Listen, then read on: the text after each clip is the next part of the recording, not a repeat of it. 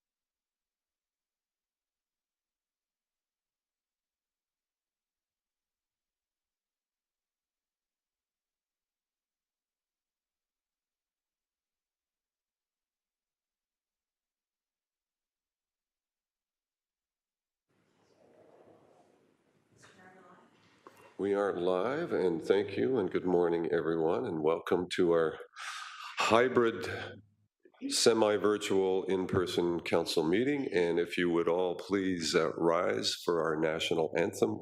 Very much appreciate that.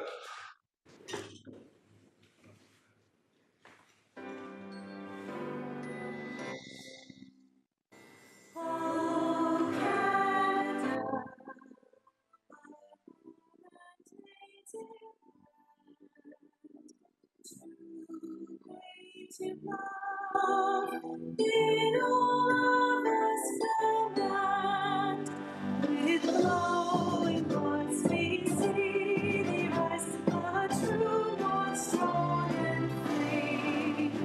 From far and wide, O Canada, we stand on guard for thee.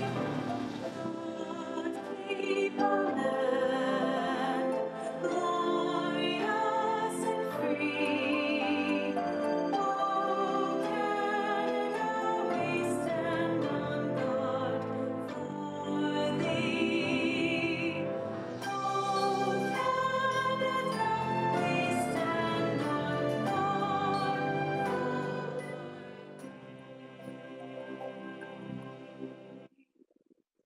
Thank you very much.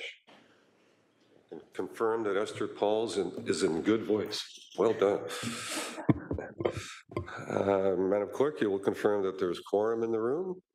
Yes, Mr. Mayor, we have quorum. Thank you. And I will acknowledge that the City of Hamilton is situated upon the traditional territory of the Erie, Neutral, Huron-Wendat, Haudenosaunee, and Mississaugas. This land is covered by the Dish with One Spoon Wampum Belt Covenant, which was an agreement between the Haudenosaunee and Anishinaabe to share and care for the resources around the Great Lakes. And we further acknowledge that this land is covered by the Between the Lakes Purchase 1792 between the Crown and the Mississauga of the Credit First Nation. And today, the City of Hamilton is home to many Indigenous peoples from across Turtle Island, North America. And we recognize that we must do more to learn about the rich history of this land so that we can better understand our role as residents, neighbors, partners, and caretakers. As well, to acknowledge that this is Indigenous Month, as well as yesterday was Indigenous Day, and we certainly had a presentation and celebration in the forecourt yesterday, attended by myself and Councillor Nan. Thank you for being there, and certainly we will continue to evolve our Indigenous strategy as we continue to go forward. Members of the public are also advised that our meetings are webcast live by the City of Hamilton and temporarily archived on the city's website, and the presentations and reports considered at this meeting are available on the city's website, and that members of the public can contact the clerk's office to acquire documents in an alternate format.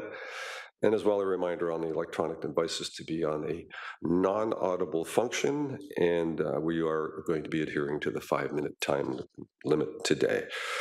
Madam Clerk, are there any changes to the agenda, please? Good morning, Mr. Mayor. Yes, we have a few changes to the agenda.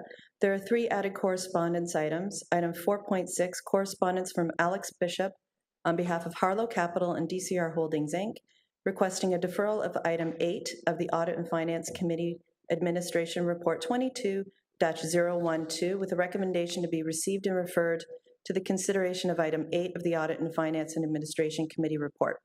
We have item 4.7, correspondence from David Bronskill from Goodman's with respecting community benefits charge strategy 41-61 of Wilson Street to end 9799 and 117 of John Street North, with a recommendation to be received and referred to the consideration of item 6 of the Audit and Finance Administration Committee Report 22-012.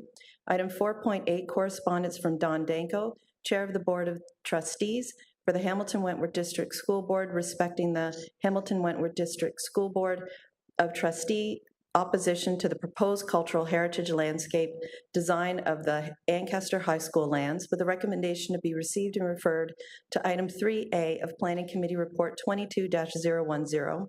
There are 2 added notices of motion. Notice 7.1, naming of the Great Hall of the First Ontario Concert Hall after Boris Brott. Item 7.2, donation from the Patrick J. McNally Charitable Foundation for St. Mark's Capital Project. There is 1 bill being withdrawn. and the remaining bills will be renumbered. Bill number 158, respecting removal of part lot control 4, registered plan number 62M-1229, municipally known as 73 Arrow Park Boulevard, Hamilton. Those are all the changes for today. Great, thank you. Any comments or questions on the changes? If not, could I have a motion to approve the agenda as amended? Moved by Councillor Clark, second by Councillor Pauls. Thank you. All in favor? Electronic vote will be before you. All right.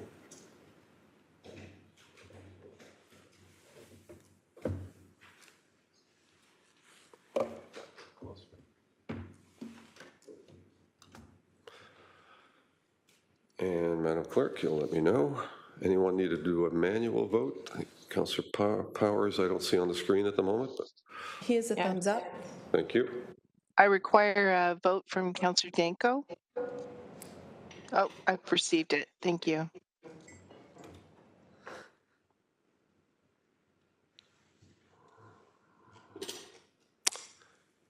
That's carried. Thank you. And members of council, are there any declarations of interest? I see Councillor Clark and Councillor Danko, and then we'll look for others if there are. Councillor Clark, go ahead. Thank you. Good morning, Mr. Mayor. Good to see you in that chair again. Good morning. Thank you. I have a disqualifying conflict of interest for the Public Works Report item number 4, which is the Roxborough Park redevelopment. My son has a retail business interest with the principal of the planning firm Urban Solutions. Thank you, sir. All right. Thank you. And Councillor Danko, I saw a second. Go ahead, sir. Thank you, Mr. Mayor. On item 5.4, the Planning Committee report, on item 3A, which is the Cultural Heritage Assessment for 374 Jerseyville Road West, Ancestor High School.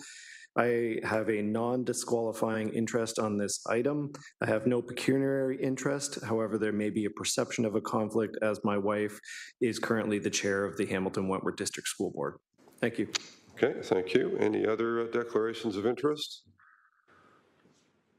Not seeing any. Thank you very much. We have the minutes of the previous meeting, City Council of June the 8th, 2022, and the special council meeting of June the 16th. Could I have a motion to approve those minutes? Moved by Councillor Ferguson, thank you, and seconded by Councillor Danko. Any comments or questions? Okay, all in favor then? Or opposed? And I have somehow turned off my voting machine, so I'm thumbs up. Thank you.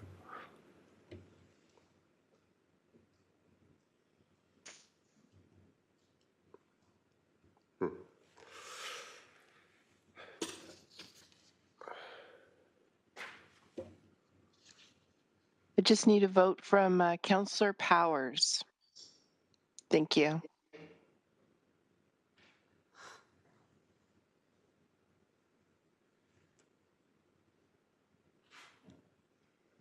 And that's carried. Thank you. And we are now at communications. Councillor Johnson, could you give us a motion on the communications to put them on the floor?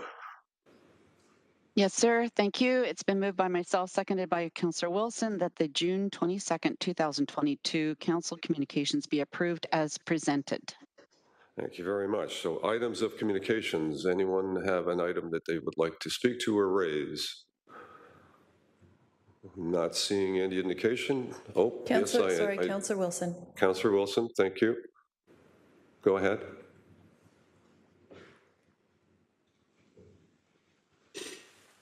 Thank you. I believe it is item 4.5. If Mr. Zagaric is in attendance, if he wouldn't mind just speaking to the implications of this, if any, for the municipality. Thank you. Okay, thank you. So through the Cindy, yes, Cindy Mercanti is here representing finance. Go ahead, Cindy. Through the chair, thank you very much, Councillor, for the question. I can take that offline if you would like. Mr. Zagaric isn't here today. Thank you. Appreciate that. Okay. Any other items on communications that you would like to address? Not seeing any indication. Therefore, then, motion's been moved. All in favor? Anyone opposed? And again, thumbs up for me. I'm going to ask one of my staff, if they're listening, if they can help me reboot my tablet.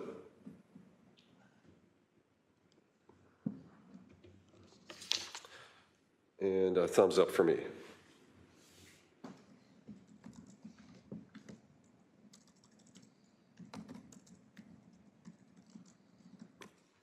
And that's carried. And Councillor Johnson, again, a motion to move into Committee of the Whole.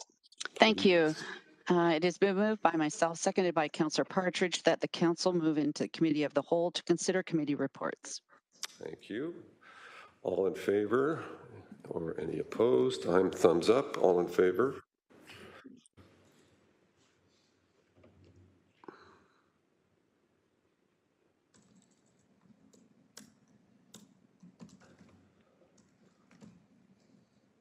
And that's carried. And we are at item 5.1, which is the City of Hamilton Integrity Commissioner's report regarding complaints against Councillor Terry Whitehead.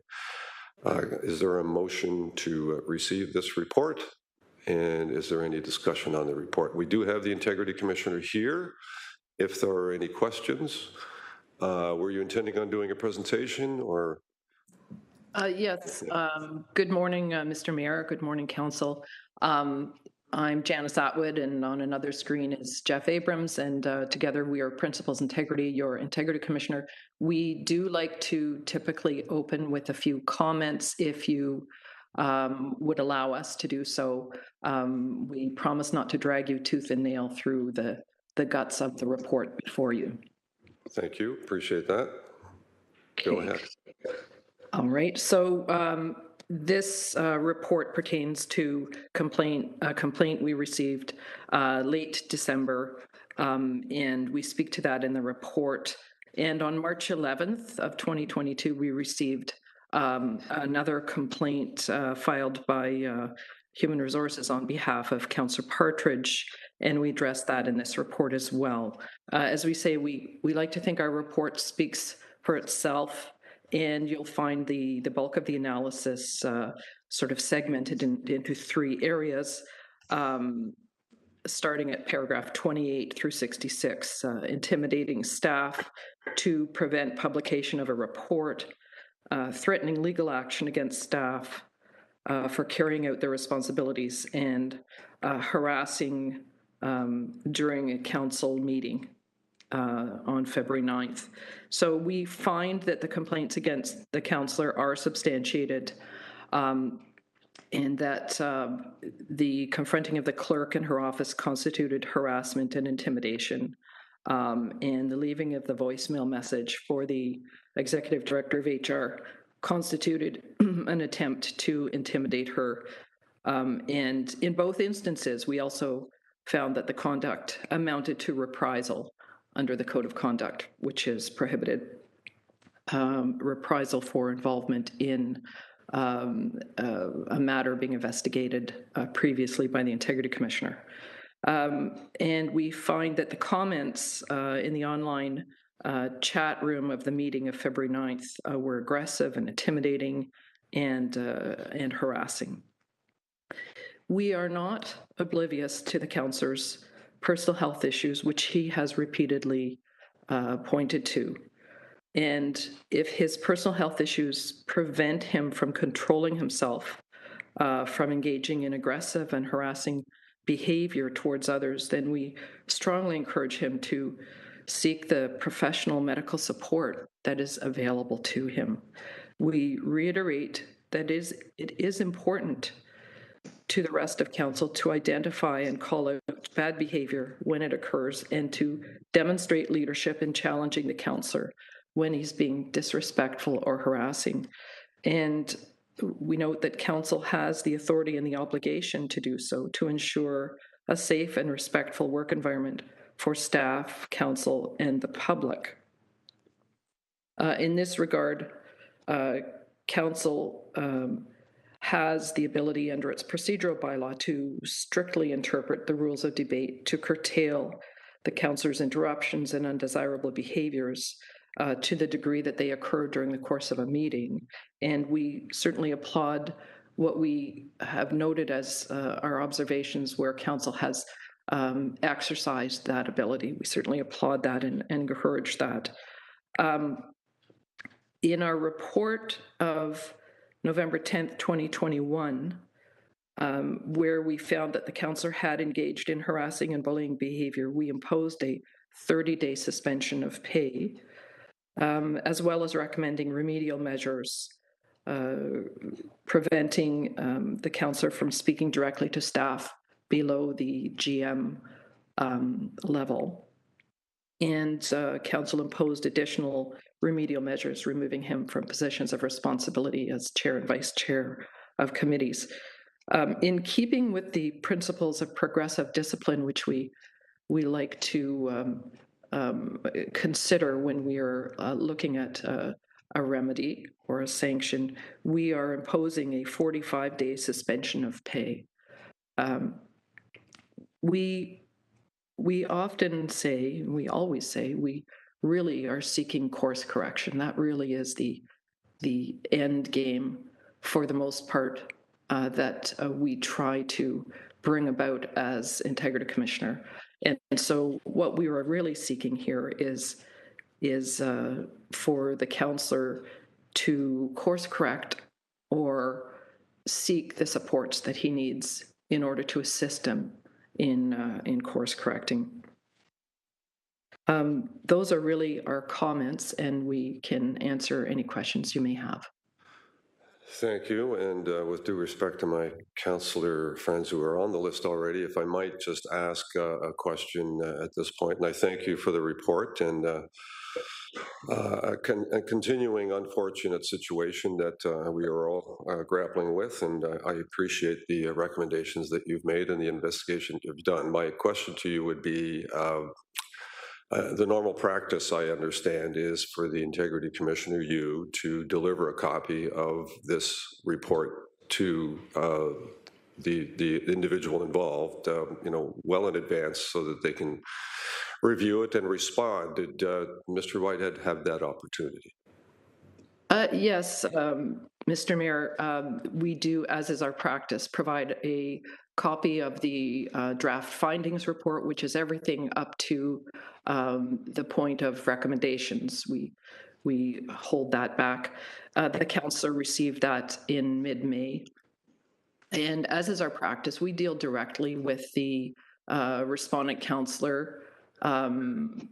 We are not legal counsel for a party opposite. We are the Integrity Commissioner. We deal directly with the individual respondent counselors, and if and when they engage legal counsel, that they are entitled certainly to share everything they have with their legal counsel. But we certainly deal directly with the counselor, and in this case we did. We provided that in mid-May, and then the report was issued to the counselor June 10th.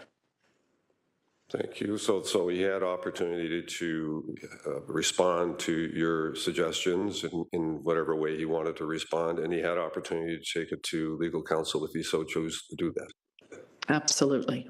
Okay, thank you very much.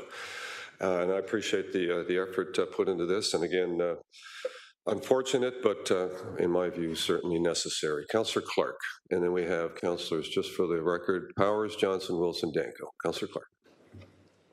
Thank you, Mr. Mayor, and your questions were very good ones.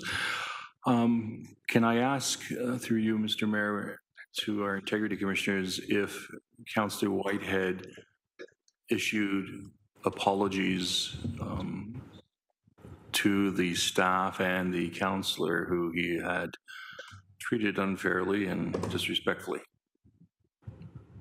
Thank you. So we do in the course of, through the mayor, we do in the course of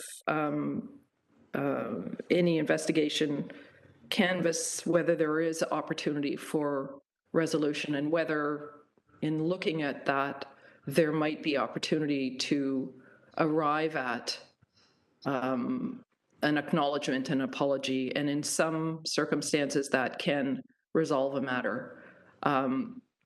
But where we do that,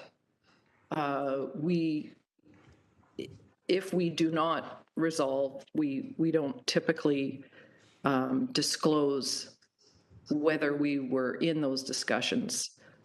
If we had resolved this matter, we would not have the report before you today. Council Clerk. Thank you, Mr. Mayor. Notwithstanding that, do you know if the councillor reached out to the individuals in question and apologized for his behavior? I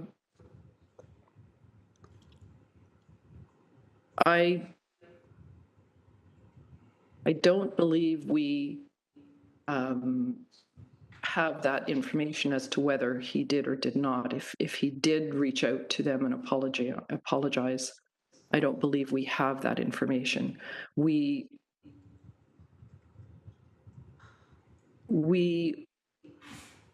might have, had there not been continuing conduct in the course of this, there might have been some greater opportunity to canvass those kinds of resolutions. But we don't have evidence or information that the councillor has reached out with an apology to those individuals. And it may have been that the councillor, well, I can't speak to, we don't have that information, no. Thank you. Okay, and it bothers me that the councillor has not taken that simplest and most civil remedy, which is simply to say, I erred and I apologize. It won't happen again. And those comments can go a long way, especially if it's unequivocal and it's not apologizing simply to get out of trouble. It's apologizing because you know that you've erred. I'd like a comment, if I may. This is my last question with regards to, can this council require a councillor in this situation to take anger management courses?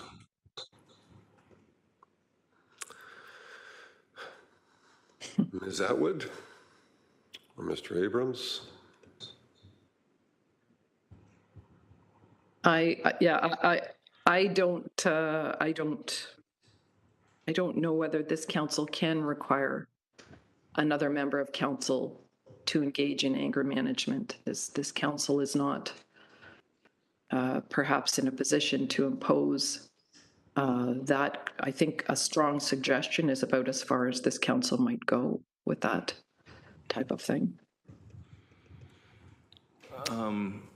I have not asked Mr. Szabo this question. I usually don't want to give a heads up, but I didn't think about it until early this morning. So do you know whether or not we would have that authority to require a councillor who seems to consistently have issues with controlling his anger? Can we require anger management training? Thank you. Mr. Szabo? Through the chair, Acting City Solicitor Ron Szabo, council could make a recommendation to the member to receive such assistance, but the role of council in relation to controlling other members of council is fairly limited. So the ability to sanction or prevent a person from acting in their role as a councillor is where you would hit limits on council's control. Thank you. And so, Mr. Mayor, to be clear, our role here today is to receive the Integrity Commissioner's report, and the punishment that is enshrined therein is an automatic. We don't make that decision. Correct. Thank you. And we haven't taken it on as council. I think as council we've said that we would adhere to whatever the Integrity Commissioner would impose. Exactly. Thank you. Thank you, sir. Thank you. That's time for you. Much appreciated. Thank you. Councillor Powers. Thank you, Mr. Mayor. Just adding on to that particular conversation, please come back to me for an amendment. I think we need to do more than just receive the report. I'm suggesting in my amendment that we add the wording and that the actions contained within be supportive. I believe we need to be definitive, but come back to me at the end for the introduction of that amendment, because I didn't want to stymie the discussion at this point. Okay, I will come back to you, and I would like some clarity on that myself in terms of that wording, so I will appreciate your clarity later on. Councillor Johnson. Thank you, Mr. Mayor, and I apologize for not submitting my questions ahead of time to have staff better prepared. But I heard earlier Janet say that council has the authority, and I'm going to paraphrase Janet. Sorry, we have the authority to curb any councillor's inappropriate behavior during the incident. And just for the public record, because I've been watching a lot of the social media and people have all kinds of suggestions which council can do, so I'd really like to get some clarity here. Does council have the authority to fire a councillor? Through the mayor, no. Council has no authority to fire a councillor. I appreciate that. And what is the criteria to deem a seat of council vacant? Maybe through you or to our city clerk? Our clerk would be better poised to answer that question. And again, Andrea, I'm sorry I didn't submit this ahead of time. I think she has the answer in the tip of I'm her. sure.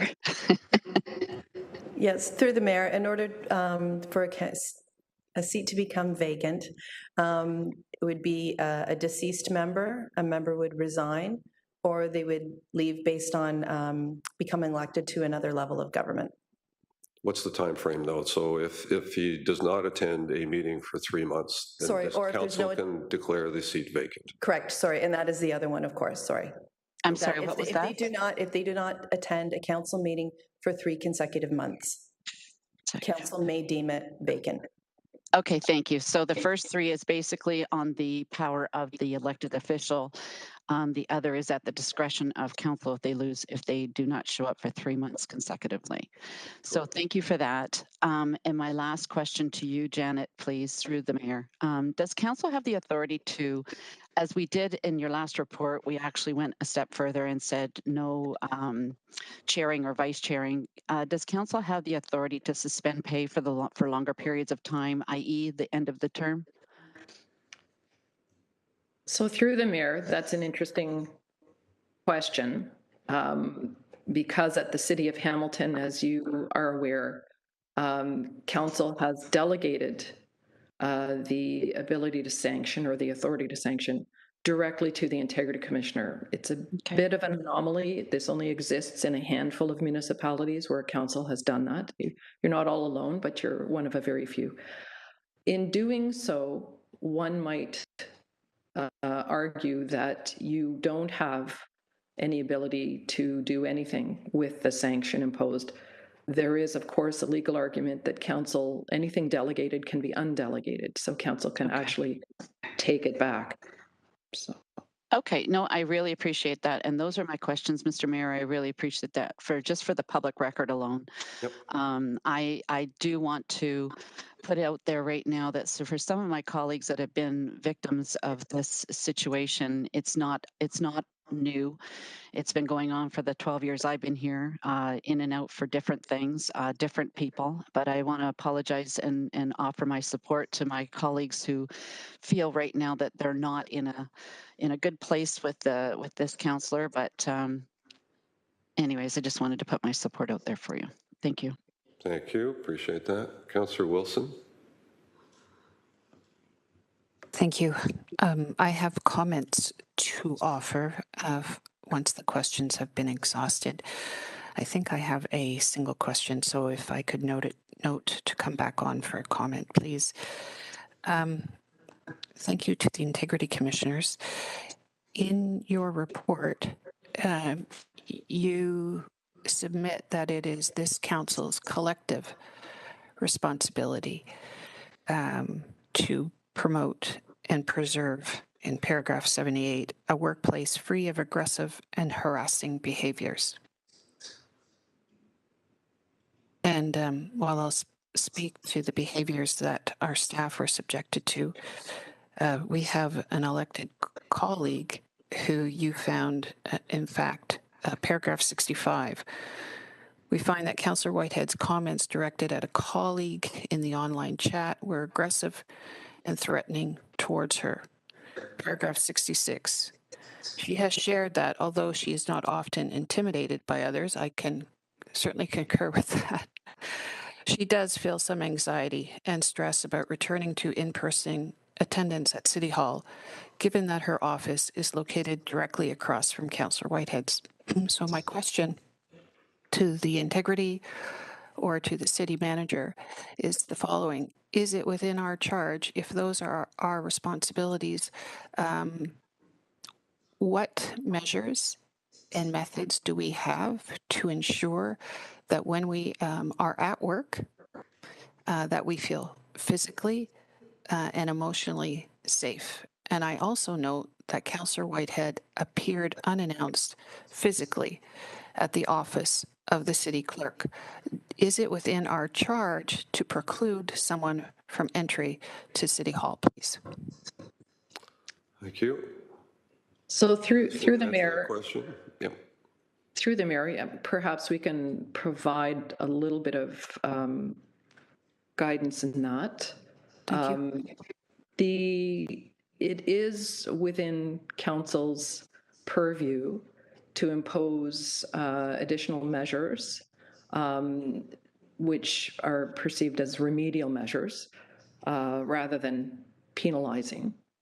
And in that regard, there is certainly some precedent in other municipalities where, as the result of an integrity commissioner's report, such additional remedial measures have included restricting a member of council's access to City Hall, for example, not to preclude them from attending council meetings. Back in the day of those matters, there was a couple of very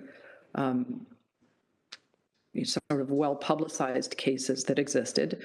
They existed pre-virtual meeting days.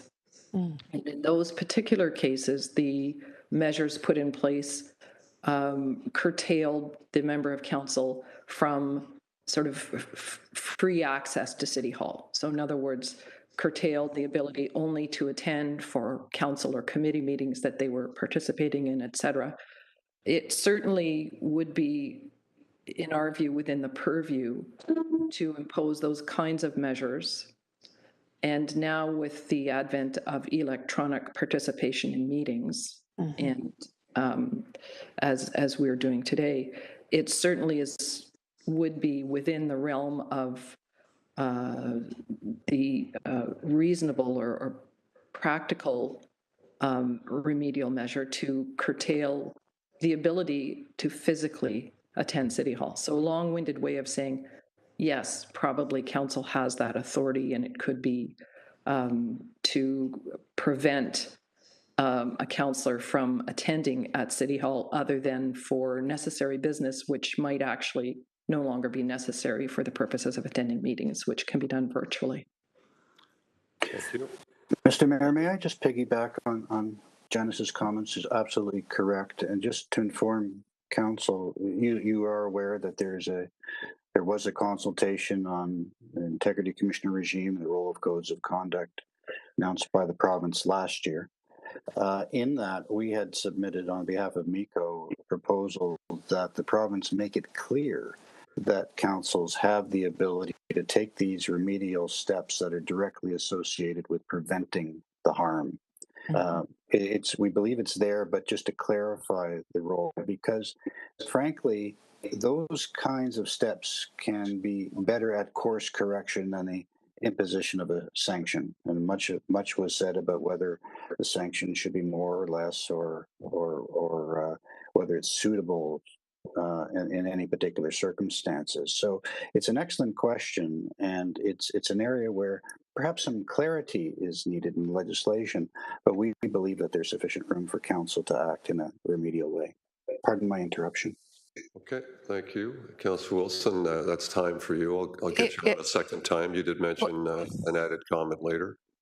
If I could, Mr. Mayor, my comment is to the report in its totality, but if I could just, because I would like to submit on that basis that the requirement should not be on council members. We have a responsibility to collectively as it is stated in the November report and in this report, to uphold our code of conduct and to look after our staff and each other.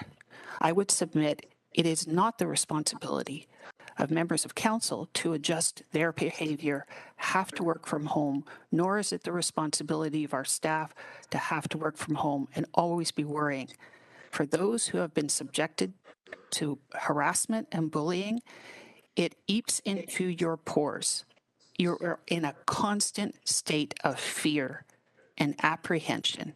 And I believe it is our responsibility to ensure that that feeling does not bleed into this workplace. So I would move that that action be recommended as was said out. Thank you. If you could come back to me.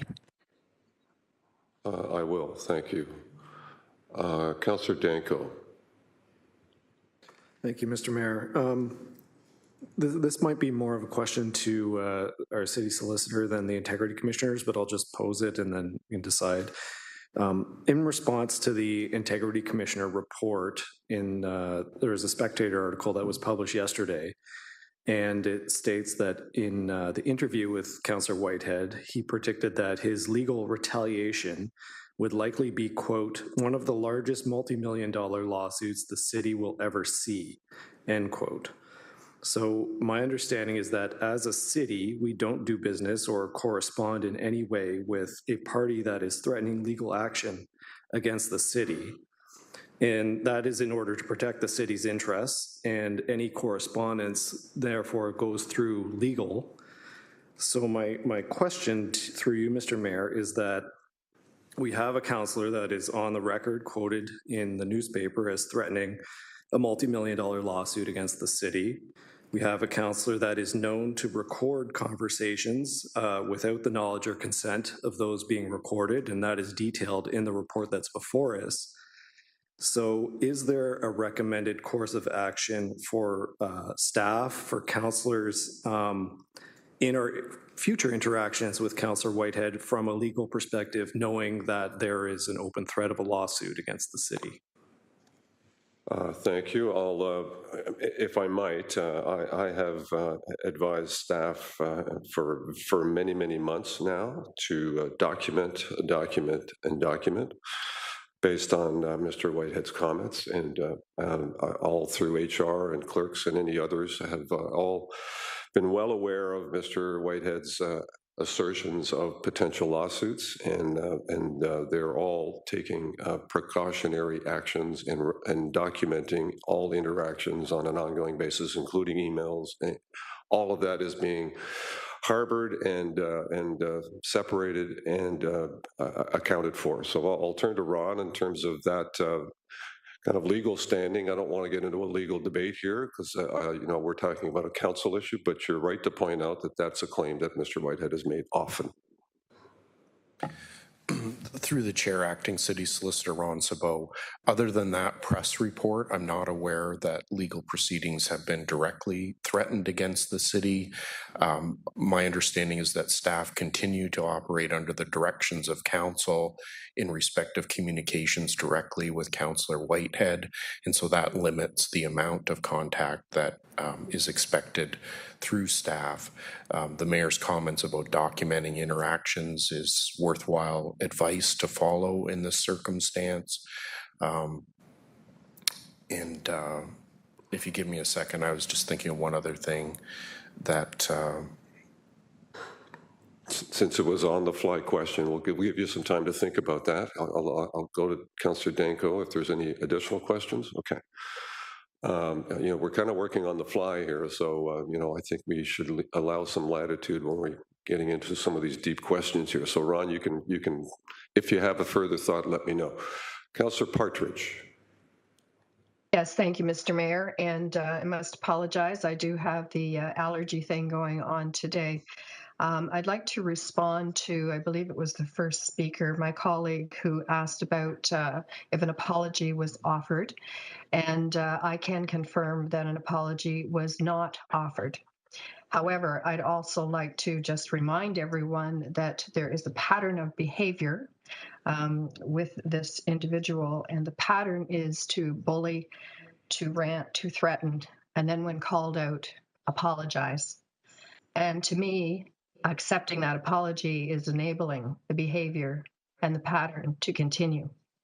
But there was no offer to apologize, and I quite frankly would not have accepted it anyway. I do want to let my colleagues know that I appreciate the comment about not being easily threatened, because I am not. I don't back down. And that is precisely why I took this to HR. I'd not experienced this behavior directly aimed at me before.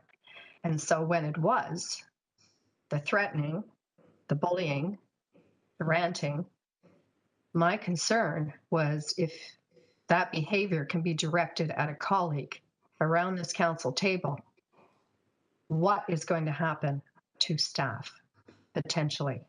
And there is no way I could sit by. So I am not intimidated by it, but I will tell you that my concern about coming into the office is very real. As one of my colleagues mentioned, do I go to security? Do I ensure that there's always someone on the floor with me? I don't want the confrontation. Quite frankly, we are all so incredibly busy with complex issues. I have a bulk of stuff that I want to get accomplished between now and November 15th. And I do need to come into the office, but I will be damned if I am going to have to change my behavior and ensure that I have staff there. And I have asked staff to come in with me when I do go in and to be prepared to put their phones on and record, or come into my office should anybody enter it, particularly this particular individual. And that is wrong.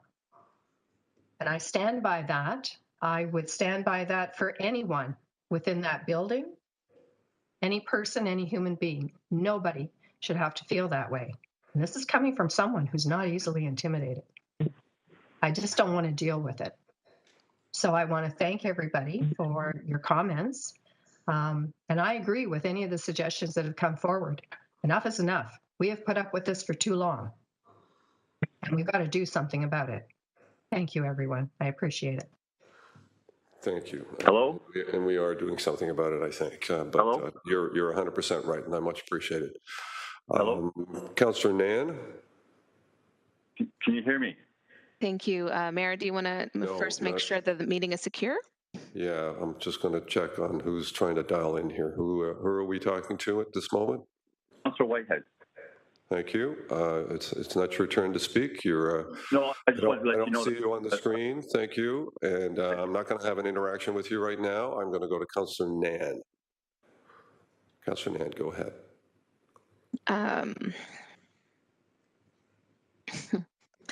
Thank you. It's truly unfortunate that we're here again receiving a report of this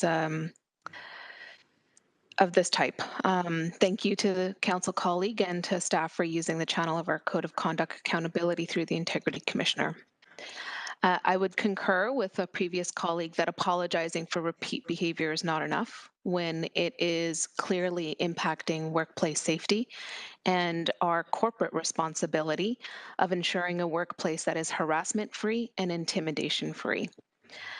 And so on that point, I had a quick question to, I don't know if it's to legal or to the Integrity Commissioner, but what is the obligation of this council to ensure a work environment that is harassment-free and free of intimidation for staff and for our council colleagues? Okay, I'm not sure. We have a code of conduct, as you are well aware, and we do have HR policies, both on the employee side as well. I'm not sure the Integrity Commissioner is kind of well poised to answer that question on behalf of our city corporate policies, but Janice, if you have added thoughts on that, feel free, but I will look to HR. And I don't know if Laura Fontana is on the call, but there are very specific policies both on the council side as well as on the employee side in terms of a healthy and safe work environment. Janice? Chair, I'll just basically reiterate, yes, the Code of Conduct basically provides a framework for members of staff, other members of council, the public, to bring a complaint to the Integrity Commissioner. But there's also obviously occupational health and safety obligations on employers really across the province to ensure a safe and respectful workplace. And that is done, and I'm sure Laura could speak to this if she wanted to in great detail, but that is really done through the city's own policies with respect to ensuring a respectful workplace, what we used to call harassment policies or respectful workplace policies and procedures, so that complaints about harassing behavior can't be ignored by an employer. And so, thank you. Thank you. And I don't need Director Fontana, Executive Director Fontana to comment. I really just wanted to hear that and put that on the public record, that there is an obligation in order to adhere to and uphold the Occupational Health and Safety Act of Ontario for us as an employer. And the fact that this IC report documents, and a previous councillor already mentioned it, in terms of the councillor entering into the work environment of a staff, and also the experience and concerns of council colleagues about being in the same physical work environment. Those are very strong and important pieces that it is critical that we as a council address that today as part of our considerations of the sanctions. My next question is a procedural one, if I could, through you, Mayor. Could you just clarify one more time for me? In receipt of this Integrity Commissioner's report, does it then automatically put the proposed sanctions in place? Or does it require a separate motion? Yes, no. Receipt of this report is agreement with the Integrity Commissioner's recommendation. Thank you so much. Those are my questions. Thank you. Okay, we have a list of second-time speakers. Are we at questions or are we at debate at this point? Because I just want to kind of make sure we're framing this correctly. Do I get to speak? I don't know who's speaking at this point. I don't see whoever that is on the speakers list, but if you are asking to be on the speakers list, let me know. Correct. Councillor Whitehead wants to be on the speaker list. Thank you. Sorry, who is that? Mr. Mayor, that's Councillor Whitehead participating through a phone. Oh, okay. Requesting to be put on the speakers list. Okay. Councillor Whitehead is a first-time speaker, so Councillor Whitehead, you're on the speakers list. Go ahead.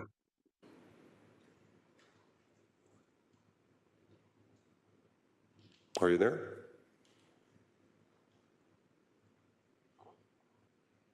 Can you hear me okay? Hello? Sorry, can you hear me? Barely. So do the best I can under the circumstances. I want to thank my councillor colleagues.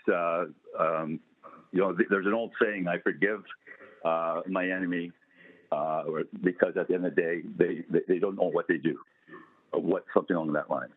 The reality is that this started off with me asking for an apology for a mistake that was never acknowledged in the context of the Integrity Commissioner's report, but was certainly acknowledged by staff in respect to the Aberdeen issue, and an apology was sent out to my community. So when I asked for that apology, it turned out that on the 11th hour, when the day the apology was supposed to arrive, a complaint was filed. Now, here's the issue in the context.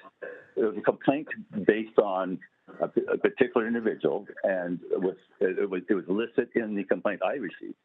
Not two, not three, one, and my lawyer. And we addressed that. And there was a number of other factors that were addressed. One, there was I think it was like an 88-page medical report that was provided to the Integrity Commissioner that I understand there was no acknowledgement of in the context of mitigating circumstances.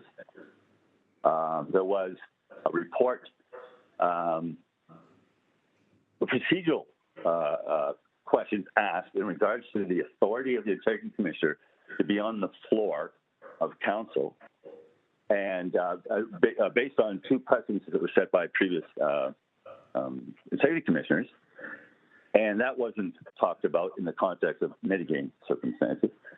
And the third piece that everyone needs to ask, that report, in the preliminary report, they identified other counselors, by the way, which they took out. And secondly, they identified other counselors as pertaining who were actively involved in the public works stream. The second piece was they, in the report, they didn't tell the council that there was an apology provided. In fact, not only was the apology provided to Mr. Ed, are we in camera? I just want to make sure I'm not violating anything, but the apology was given. It was given in the greatest sincerity. The reality is that the new guy came in. He wasn't aware of a motion that was passed by council that defined what they were supposed to do in respect to Aberdeen. Right? So I get blindsided. My community gets blindsided by a report. They didn't follow the direction of council, so I followed it through in the context of accountability. Now, where are the lines? Now, in the preliminary report, the integrity commissioner conveniently took out in the final report any reference to the harassment policy. And the reason for that, you're gonna have to ask for. I'm not, I can't. I can guess, but I'm not going to speculate. But the reality is that when you're holding somebody accountable for an action, and I represented workers for a good part of my life. Mr. Mayor. I always represent the underdog. My point is, what you're doing is you're representing, you're doing your best you can to represent and hold people accountable. Now, when I got the preliminary report, and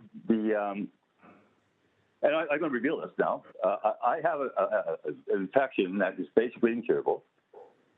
It's being treated, and I was losing my cognitive skills.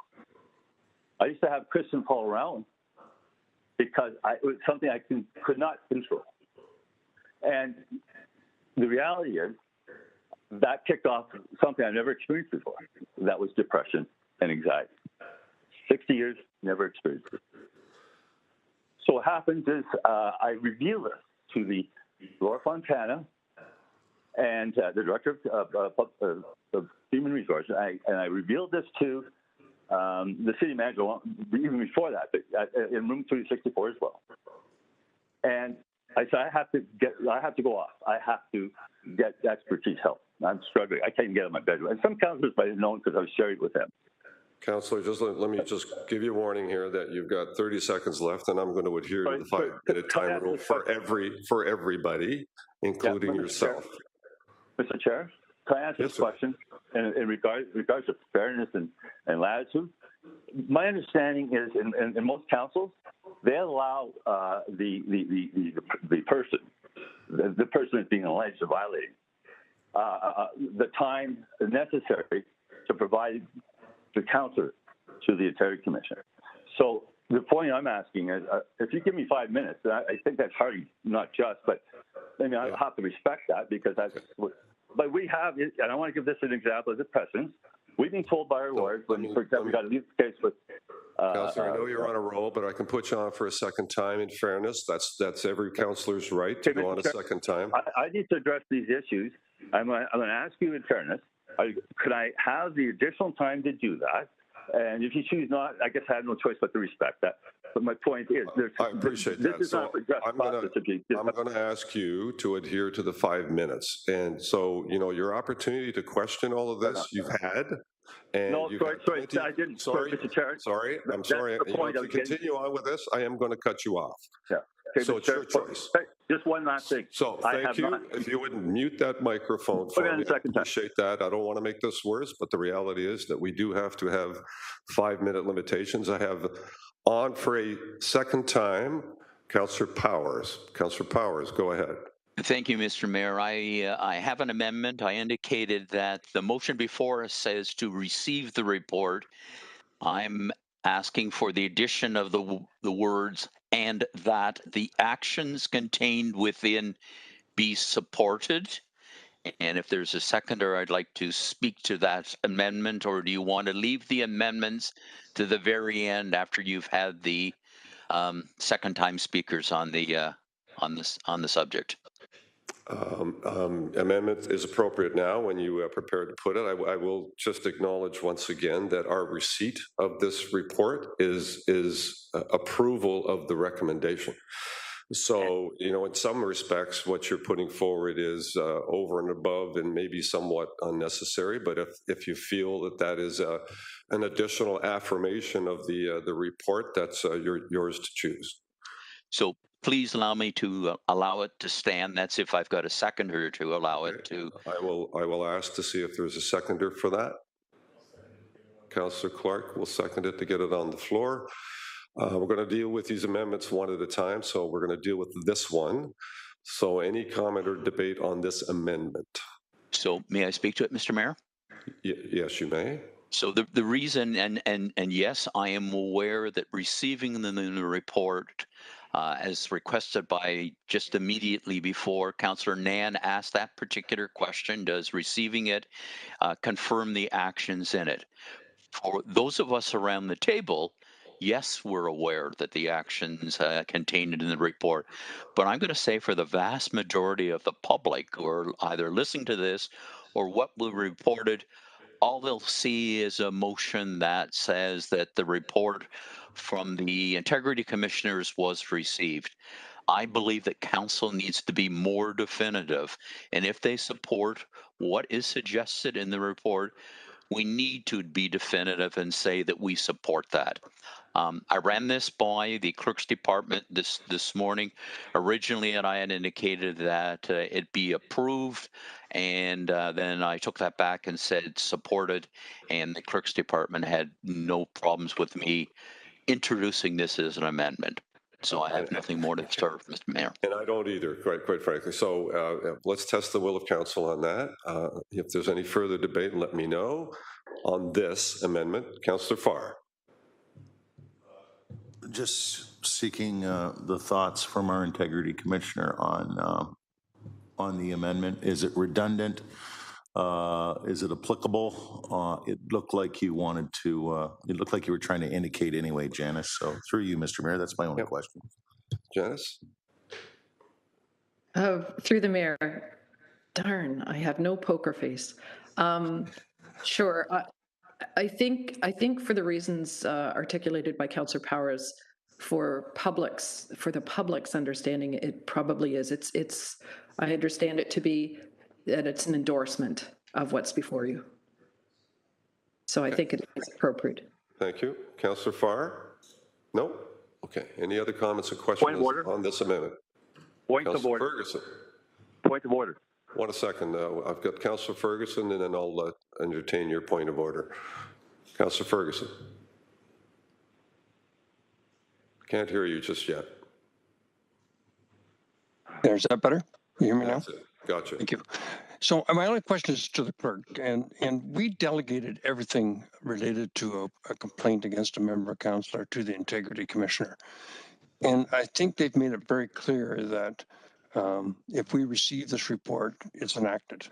And I think I haven't heard you say that, Madam Clerk, but I suspect you will agree with that. It'd be nice if you will.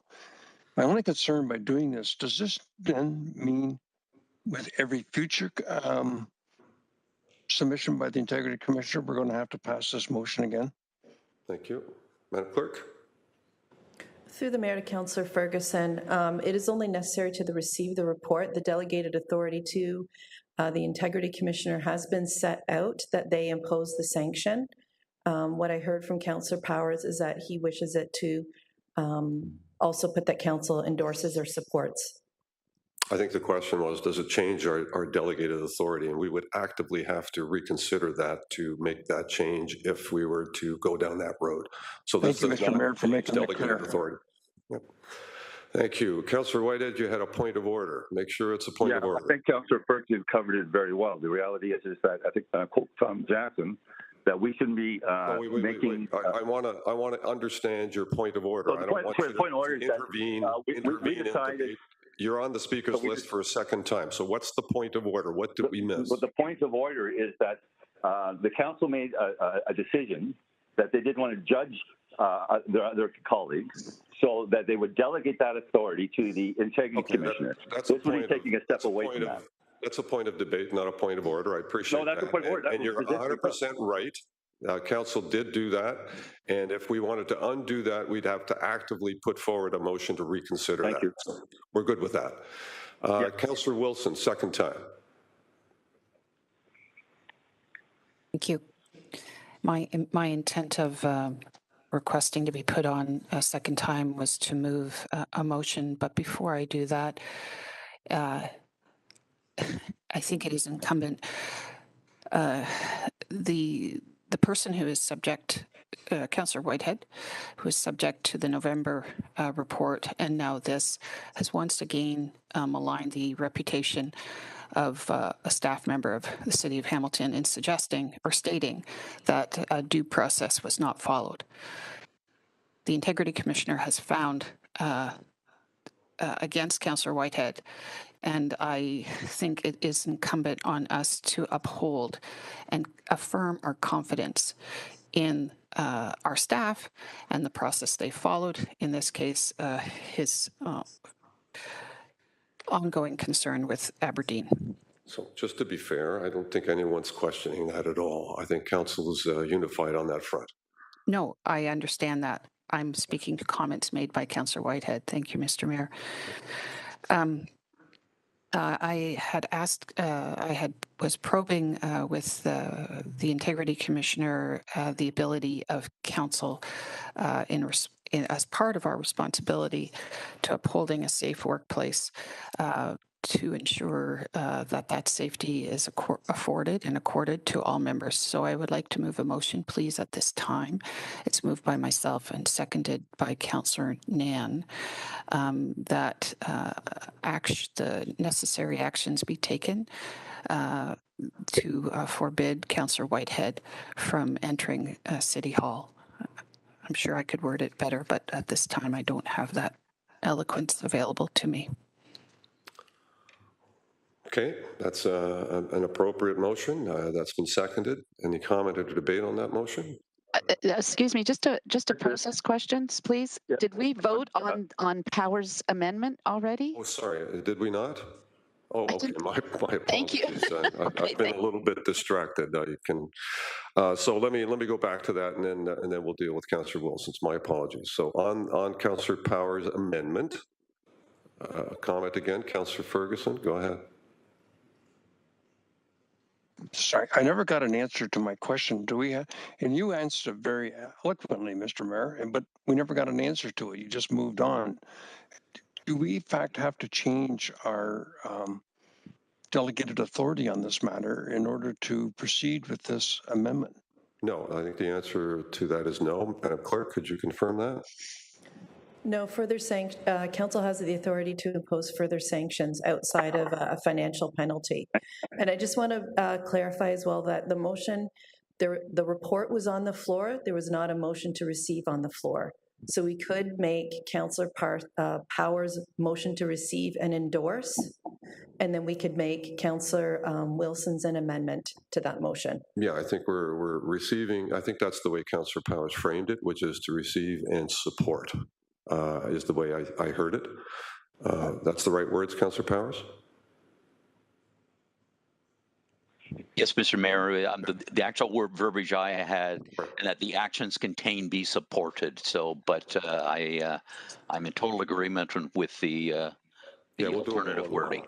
Yep. Right. And Councillor Ferguson, are you satisfied with the answer at this point?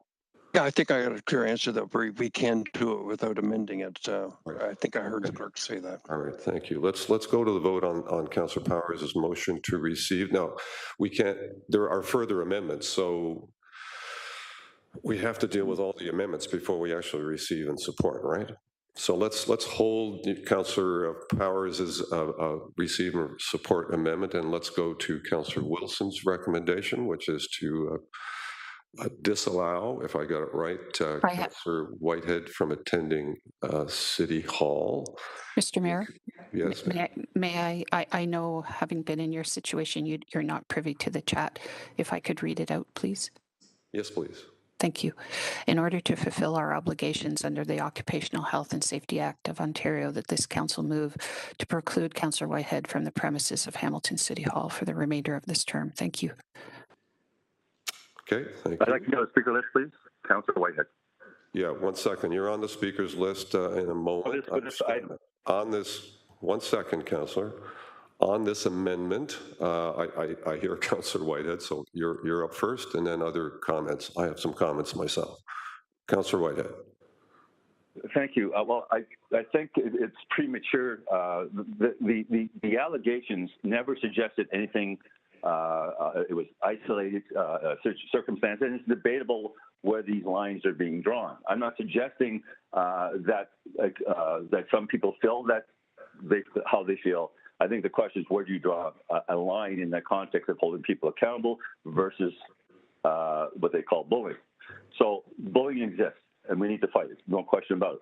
But I want to say it's premature because I was going to make an announcement, and that's why I wanted an opportunity to speak to these issues and then inform my council and my community that I will be going on sick leave and be dealt with, and it won't be coming back to City Hall. So this motion will not be necessary. So we're debating this motion, and your point was that it's not necessary because I didn't hear the last part, that you're not coming back to City Hall? Well, obviously because the issues I have are degrading. My health is being impacted. So I will be going off because my health is degrading. Okay. Thank you for that. That's certainly important information for one and all. Councillor Clark, you had a point of order? So I'm struggling to understand how a councillor who has received an Integrity Commissioner's report on their behavior, it's not a conflict for them to participate in the debate before council. The opportunity for the councillor to respond to the allegations is inherent in the process, and it is to the Integrity Commissioner, and then they have the obligation or opportunity to send a letter to council outlining their response. I can't recall a councillor who's been on the other end of an Integrity Commissioner's report actually debating it and calling questions and proposing amendments. It seems to me to be a clear conflict, sir.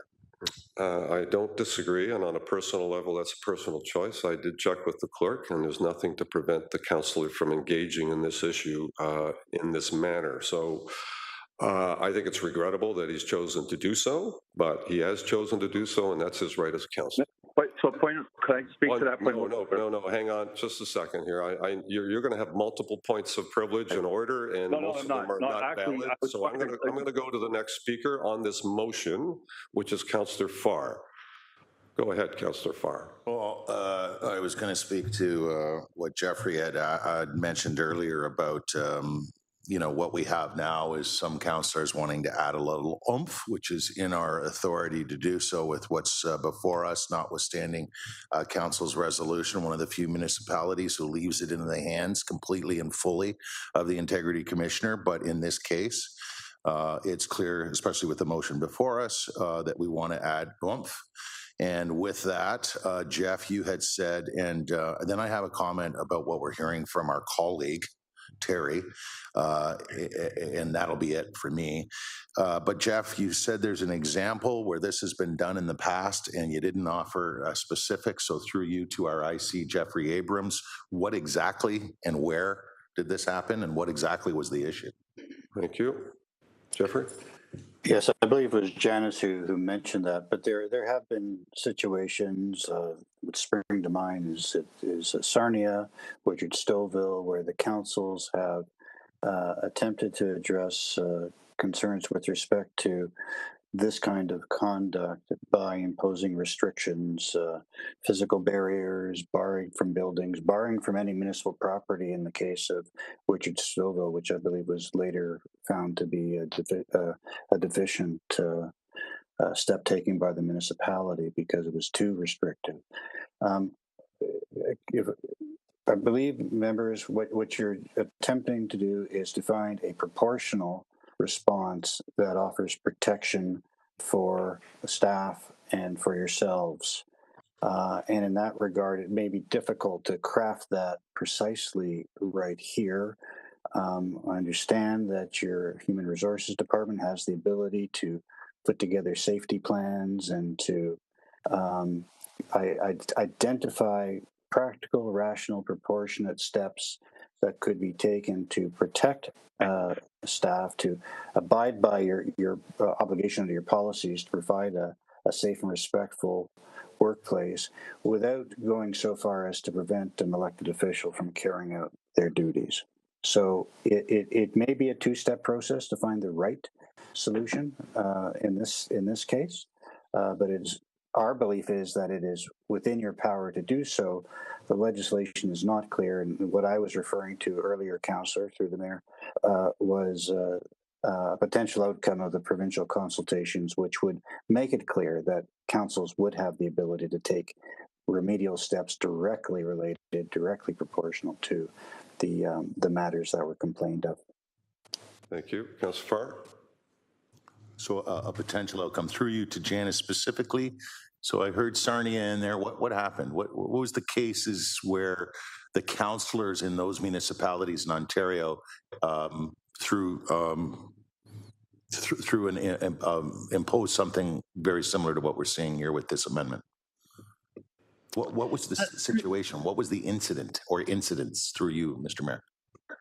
Through the mayor. So the situation in Sarnia was that the mayor, in fact, the mayor of the day, who was harassing a number of staff. I think there were 3 or 4 staff members who the mayor was found to be harassing following an investigation, and council imposed some significant restrictions on the mayor's ability to attend at City Hall other than for meetings, et cetera, and placed some restrictions around his ability to interact with staff. In the case of Whitchurch Stouffville, it was the mayor. It was a situation again of substantiated complaint of harassment that found that the mayor of the day had a sort of a CSI type wall chart on his wall in his office, identifying people that he was going to get, that type of a thing. And it was quite well publicized at the time. And as a result of the conclusion of that investigation, council determined that it would ban the mayor of the day from all city facilities. And that was found by the court to be an overreach, because that would have included city parks and boulevards, et cetera, and those municipal properties were found to be an overreach, but it was not found to be an overreach in terms of restrictions imposed to prevent the mayor from attending at City Hall other than to attend meetings that he needed to attend back in the day before virtual meetings. So those are the cases.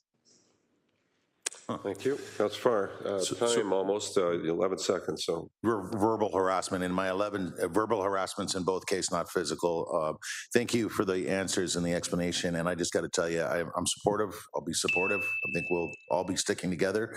But I'm very uncomfortable when we're talking about mental health issues in an open forum such as this, let alone the other health issues. And the councillor's bringing them up himself, but this is very unorthodox. We've never done this before. Fully agree with that, and I would think in the course of folks, making decisions about their own well-being, that they might avoid these kinds of confrontations. But I can't prevent it from where I sit.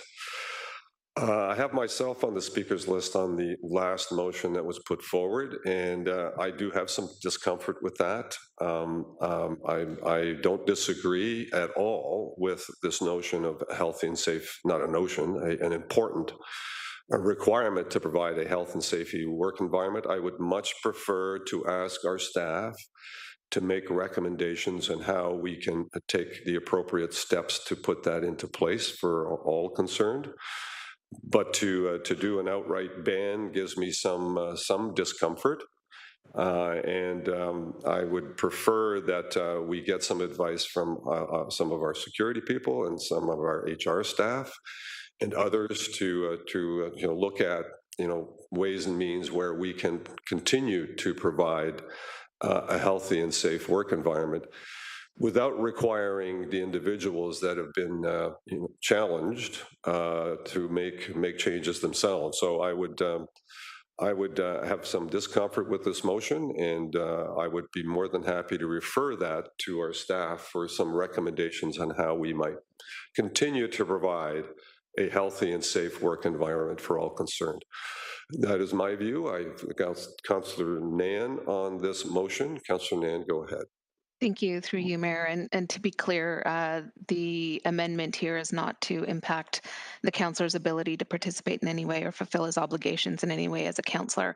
This is about ensuring the occupational health and safety of staff as well as other colleagues in the physical work environment. And so I appreciate the comments shared by the Integrity Commissioner in terms of right-sizing the parameters of a physical work environment ban or measures that are defensible, but more importantly, adhere to fulfilling the obligation of the intention of this amendment, which is completely about securing a healthy and safe work environment.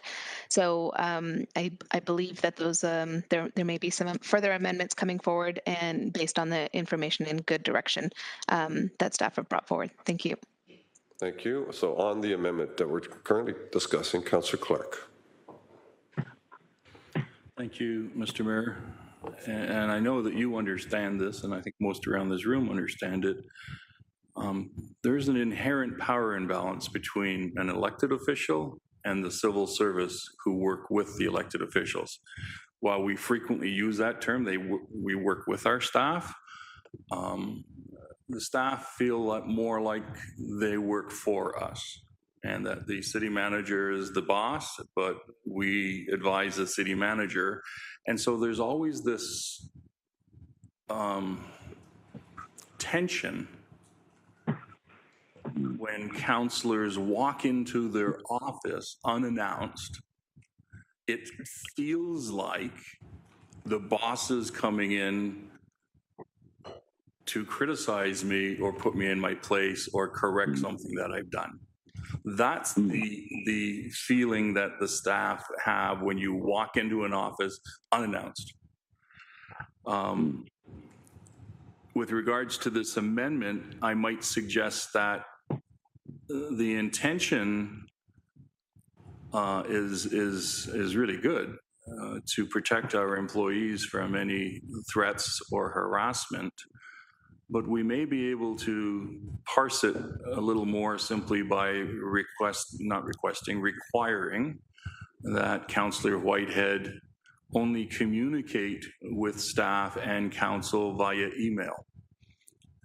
And in so doing, you have a record of the communication, so you know exactly what did transpire, and you're not putting our staff in the position where a powerful councillor is stepping in and asking them to amend a report or change something in some direction.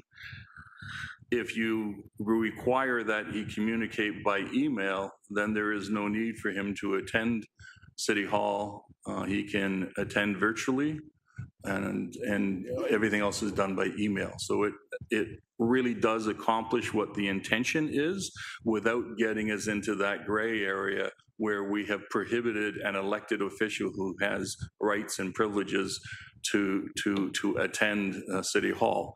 So I'm just cognizant of that legal dance and nuance that we have there, and we want to make sure that what we are doing is protecting our employees without getting ourselves into a legal quagmire that reverses it out, and we have challenges at that point. So sometimes it's take a step, don't take the whole enchilada.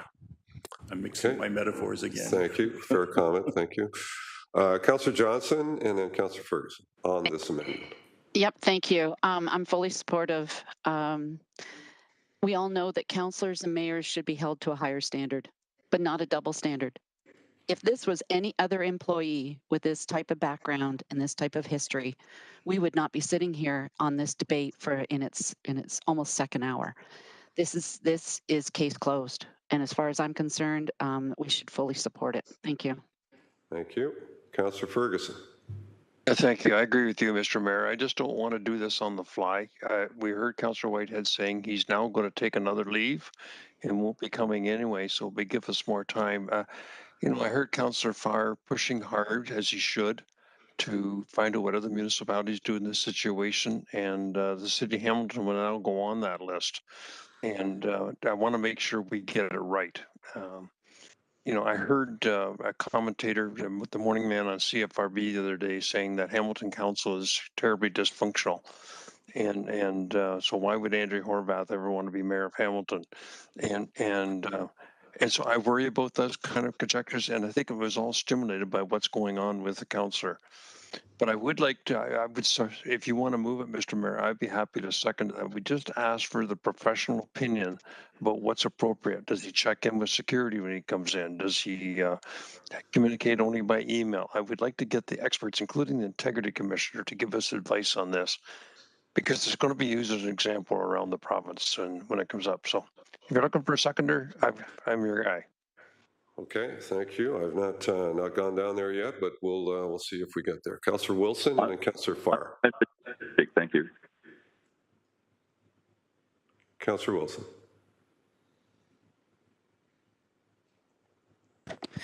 Thank you, Mr. Mayor. I'm prepared to make an amendment to the amendment if it to enable HR and security to come back with some counsel and a plan.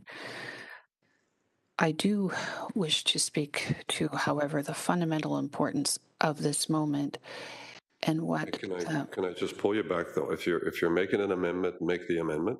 I'd support your direction on that. So if you want to make that amendment to the original motion, let's do that if that's what your intention is, and then we can debate that.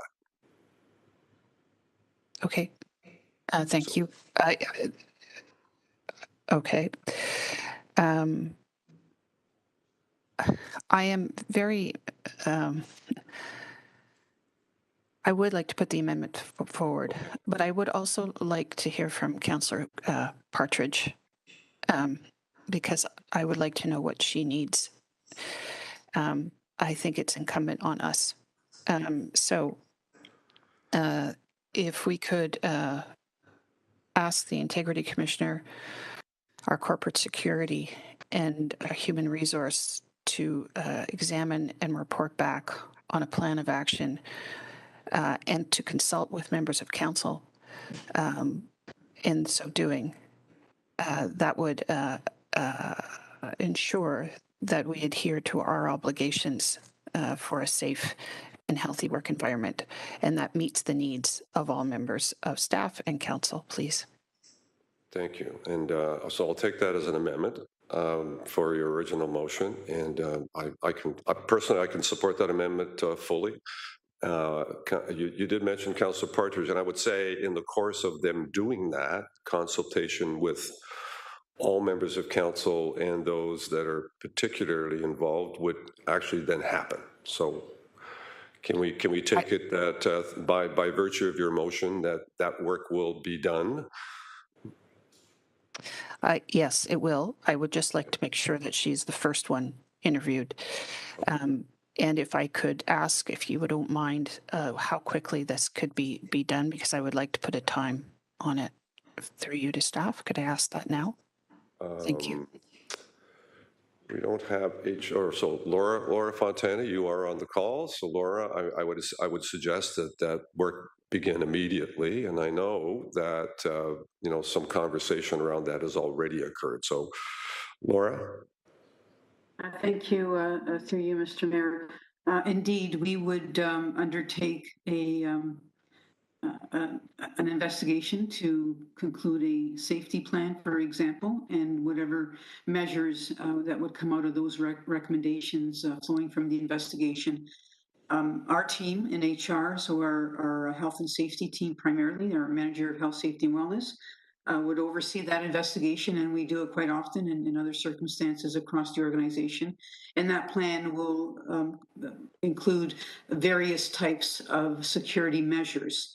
And in this case, we would have to review the circumstances, interview the individuals, and then come forward with a safety plan for consideration and approval. And I would suspect that we would be able to do that within a couple of months. So we could come back in August, perhaps maybe September, depending on the committee dates, but certainly not something that is too lengthy in time. It would be comprehensive, and our team is well versed on how to undertake these investigations and bring forward recommendations, as I say, for the safety plan, albeit in the counselor's office or anywhere else in the organization. Thank you. If I could ask through you, Mr. Mayor, between now and September, are you able to comment on what existing measures are afforded to staff and members of council for their security, please? So through the chair, I think we can, we can put in a few immediate measures. And I would probably prefer to have those conversations more privately in terms of having, for example, advance notice on attendance at City Hall and those kinds of things. But those are the more immediate plans that I can see putting in place and sooner rather than later, in terms of having that level of comfort, ensuring that safety. I'd also like to consult with the city security, and put in whatever provisions that are most most relevant and appropriate given the timeline. So if I would suggest at this point in time that if there are immediate concerns, that anyone reach out to me directly and we'll address them and put some more immediate plans in place, and then a more comprehensive report can be brought forward to council for their consideration and approval in a couple of months. Okay, Thank you. So my amendment, Thank you. My apologies. So my amendment, Mr. Mayor, is that staff be directed to develop a plan of action to fulfill our obligations under the Occupational Health and Safety Act of Ontario as it relates to the work environment of City Hall with respect to the issues raised in this Integrity Commissioner's report today, and also the one in November. Thank you. Thank you. And that was seconded by Councillor Nan, but I think there's support for that as well. Councillor Farr, I have you down. Are you on for another? On the motion through you to... One second, Councillor. I don't have you on the speakers list, so thank you. Find a way on there. Councillor Farr, go ahead. Okay. Through you to Laura. So you mentioned a number of different individuals, security, et cetera, that you liaise with in advance of coming back to us. Will you also be, or would someone in your stead be liaising with the councillor? We heard him on record only moments ago saying that he intends to take a leave that may factor in anyway. So will we have a discussion with Councillor Whitehead there as well as part of your work between now and reporting back through you, Chair? So through you, Mr. Mayor, absolutely. When we undertake these investigations, all the participants are involved. They are interviewed in order for us to get a fulsome sense of what the issues are and what provisions need to take place. I prefer to have, again, that conversation with Councillor Whitehead more privately in terms of him taking a leave and what supports we can offer him in human resources for that sick leave or whatever leave he's anticipating on taking, if he is taking a leave.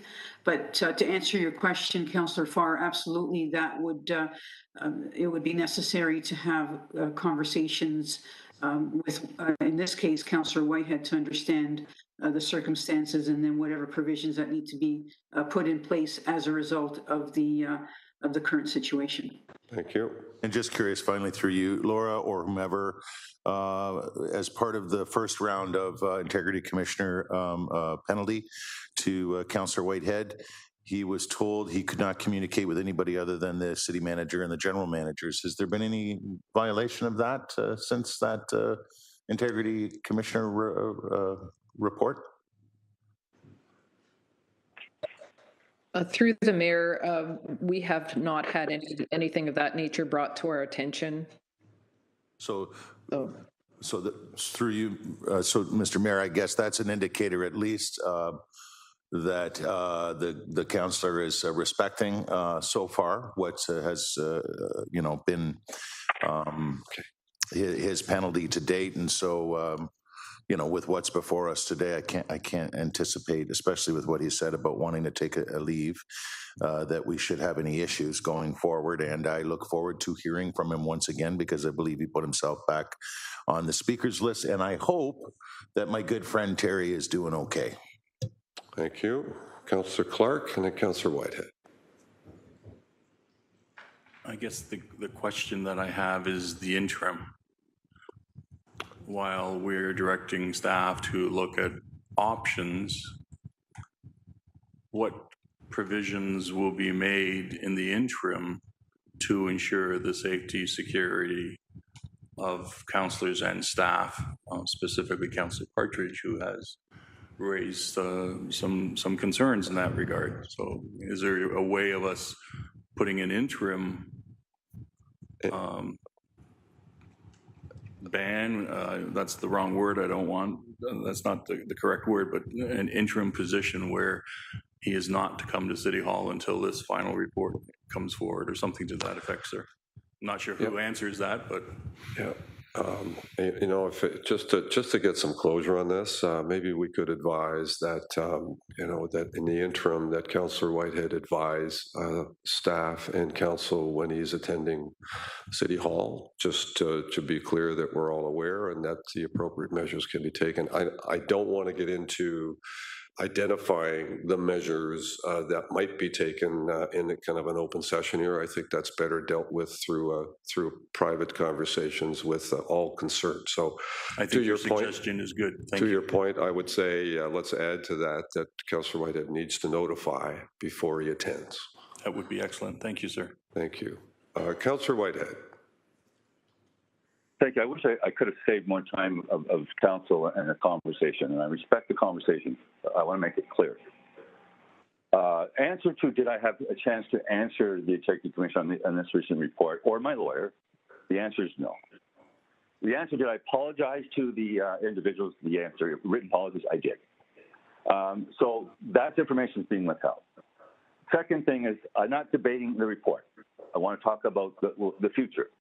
So I'm going to ask to Laura Fontaine. I'm going to stop you there. We're debating a particular amendment. I'm going to get you to focus on the amendment like everybody else. So if you have comments, just listen to me for a second. If you have comments on the amendment, you can make them. I'm not going to get into or let you get into the entirety of the issue and rebate this issue with staff or the Integrity Commissioner. The report is the report. You've had it. You've had the opportunity to review it. You've had the opportunity to send it to your lawyer. So let's just start on that basis. Comments on the recommendation that's before us right now. So here's the point. I'm trying to save you time, Mr. Mayor, on this whole thing.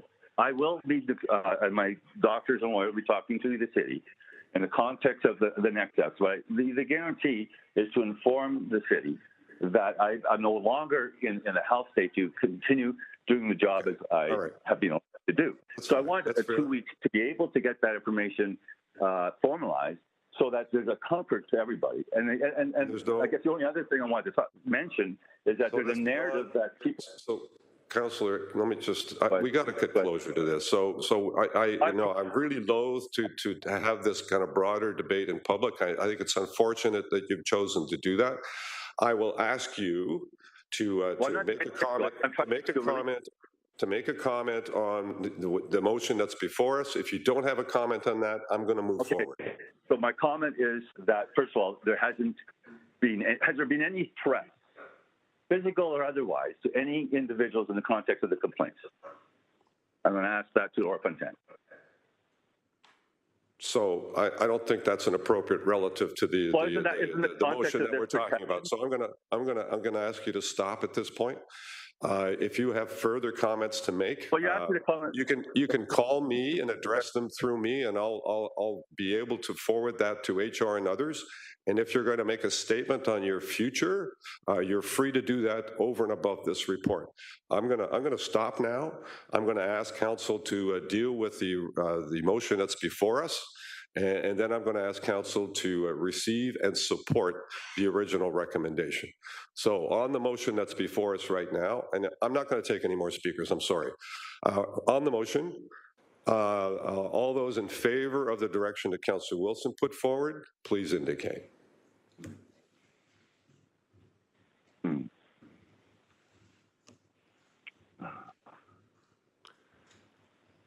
Anyone needs to do a verbal or a manual vote, please indicate now. Councillor Powers, thumbs up, thank you.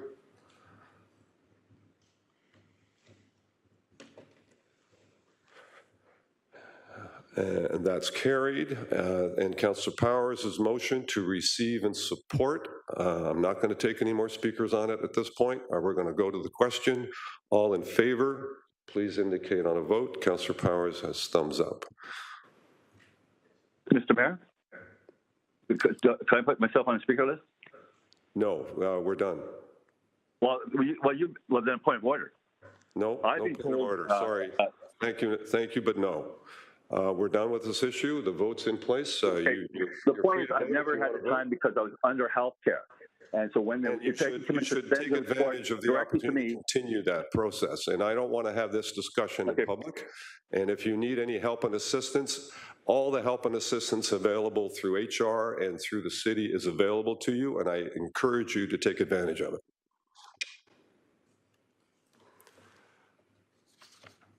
And that's carried, thank you. And that is the item 5.1 dealt with. And we are now at 5.2, which is the Board of Health report. And thank you all for working our way through that previous issue. It is awkward and difficult for all of us. And certainly we wish Councillor Whitehead all the very best and that he continues to work towards health and wellness. We want everyone to be healthy and well, and so we continue to support that, and I know our HR department continues to support that as well. On item 5.2, Board of Health report, Councillor Wilson, a motion on the report to get it on the floor, please.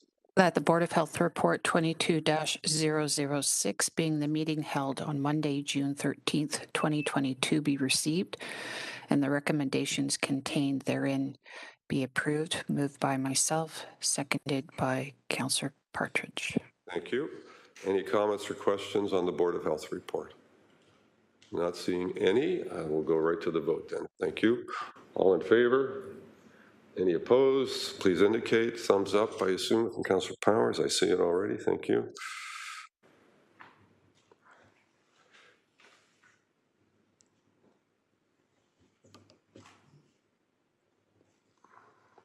We are going to then turn to item 5.3.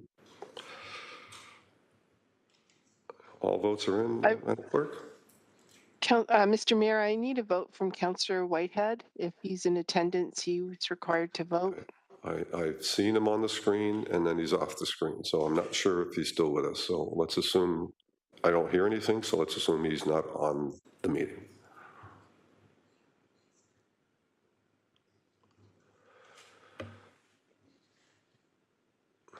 Thank you, and that's carried. And we go to item 5.3, Public Works Committee report. Councillor Nan, a motion on the report to put on the floor, please. Thank you, through you, Mayor, that the Public Works Committee report 22-010, being the meeting held on Monday, June 13, 2022, be received and the recommendations contained therein be approved. Moved by myself and seconded by Vice Chair Councillor Powers. Thank you. We have a declared conflict on item 4, so we need a separate vote on item 4. I mean, I am here. I'm having trouble getting through. Okay. You hear me? Thank you. I hear you. And so I can't. I didn't want to vote, but I guess you have to put it as a no because it's dealing with me. So I don't prepare to vote. But I'm only asking you from a procedural point of view to give some relief to the council, and so I don't want to debate the debate. Okay, I'm not going here. Sorry. Let me just cut you off. We're past this issue. We're done with this issue. We're on item 5.3, the Public Works Committee report. That's the report we're on right now, and we're on item 4, respecting a particular conflict of interest regarding the Roxborough Park development. So we're going to that vote, and you're free to vote. And if you need to yay or nay on a verbal basis because can't see you, feel free to do that. On item 4, any comments or questions on that item? Not hearing any. On item 4 then, all in favor? And any opposed? And Councillor Powers, thumbs up. Councillor Whitehead, yea or nay?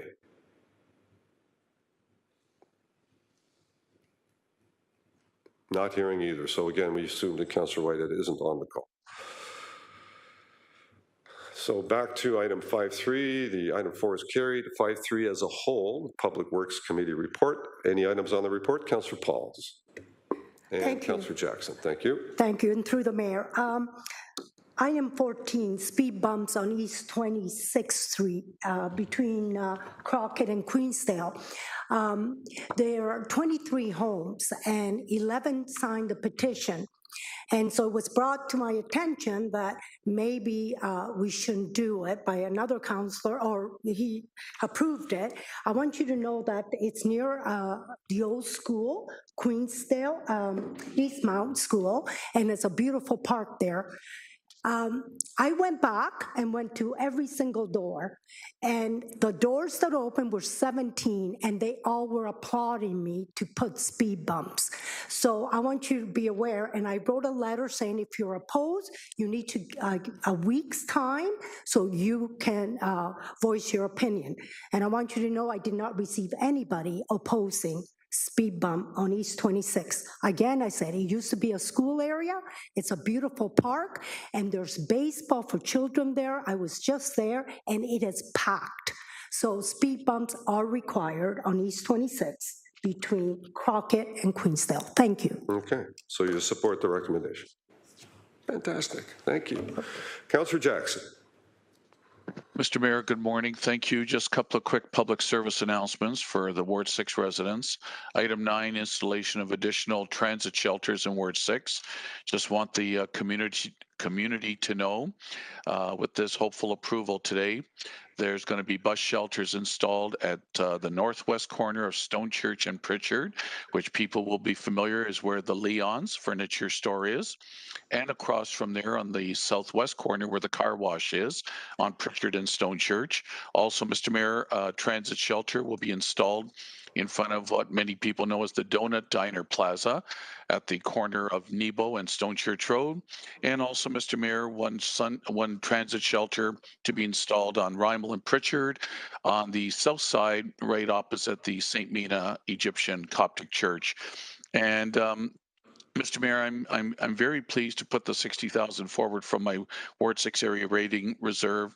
And if you recall, through all the re-envisioning exercises that the HSR has put the public through, I want to restate how incredibly important every survey showed a high priority for a safer, secure experience of our customers waiting for the buses to arrive at bus pads, that shelters was a high priority in the surveys, that more and more of our locations were requested by our citizens and riders to have shelters installed for inclement weather, et cetera, for greater security. And as you know, Mr. Mayor, all these locations are right in the heart of the Red Hill Business Commercial Park. And for many that use our public transit system, they do it for part-time and full-time work across Stone Church and Rymel and Paramount Drive to come and go, and public transit is their only ways and means, and this will provide them greater security and safety. Also, Mr. Mayor, on item 11, I want to thank my volunteers' installation of speed cushions on a section of Eaglewood Drive from Sanina Avenue to Royal Vista Drive to install 2 speed cushions. I want to thank volunteers and residents of the street, Greg Brown and Rosanna Berry. This is one of the best results I've ever had. I usually have overwhelming strong support for all my speed cushion grassroots petitions that are organized. This was one of the best results. 44 of 48 homes, not people, 44 of 48 homes on Eaglewood Drive on this section strongly supported it, and hopefully with council support it'll be ratified here today. Thank you, Mr. Mayor. Great, thank you very much. Any other items in the Public Works report? Councillor Clark? Oh, yep, there you are. Sorry, I should look down. Councillor Clark. That's okay. Thank you, sir. Item number 15, which is installation of salt-tolerant perennials in the medians on Paramount Drive. I want to thank the residents for being so patient. So last summer, we had completed the reconstruction of Paramount, and 28 islands were put in, ostensibly for traffic calming. And the vast majority of these islands had trees planted also. The original plan was to put grass down in between and around the trees on these islands. And then it was realized that the design of the islands was too narrow for the riding lawnmowers, so you wouldn't be able to cut the grass. So the solution was wood chips be put down. And of course, I wasn't impressed with wood chips being put down. We wanted some color in there. And when I spoke with a horticultural department, they shared the same concerns. So they came out, looked at it all, had all the weeds removed the first time. Now the weeds are back up to the knee, and they should be removing them today. They're growing very fast. Topsoil will be placed down, and then salt-tolerant perennials would be put in all of the islands where there are trees. So instead of having grass or sod, there will be 3 different types of perennial flowers that will provide color all summer and fall. And then there will be other islands that will simply have the normal annual flowers that we put in. So all of that work will be happening in the next couple of weeks. And I do thank the residents. It has been incredibly frustrating to see all that work done in Paramount. It looks great, and all of a sudden the weeds are now taller than some children. So we are aware of it. It should be fixed today, and then this motion with council's approval will enable us to finalize that design that we had for Paramount Drive. So I'm encouraging your support on this. Thank you, sir. Great work. Thank you. Any other comments on any other items? If not, support of the report will be support of all the edits in it. So all in favor? Any opposed? And thumbs up from Councillor Powers. And if anyone else needs to do a manual vote, let me know.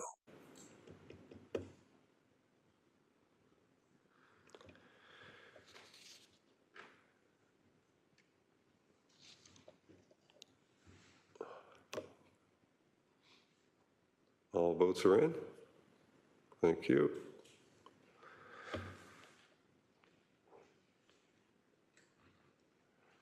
And that's carried unanimously as well. Thank you very much. Item 5.4 is the Planning Committee report. Councillor Johnson, a motion to put it on the floor, please. Thank you. It's been moved by myself, seconded by Vice Chair Councillor Ferguson, that the Planning Committee report 22-010, being the meeting held on Tuesday, June the 14th, 2022, be received and the recommendations contained therein be approved. Okay, thank you. Any items in the Planning Committee report folks would like to address or have a separate vote on? Let me know. Councillor Wilson, go ahead. Thank you, Mr. Mayor. 3A, please, from the Heritage Committee. If I could draw your attention to it. We also had a piece of correspondence that was referred to this item I have questions about.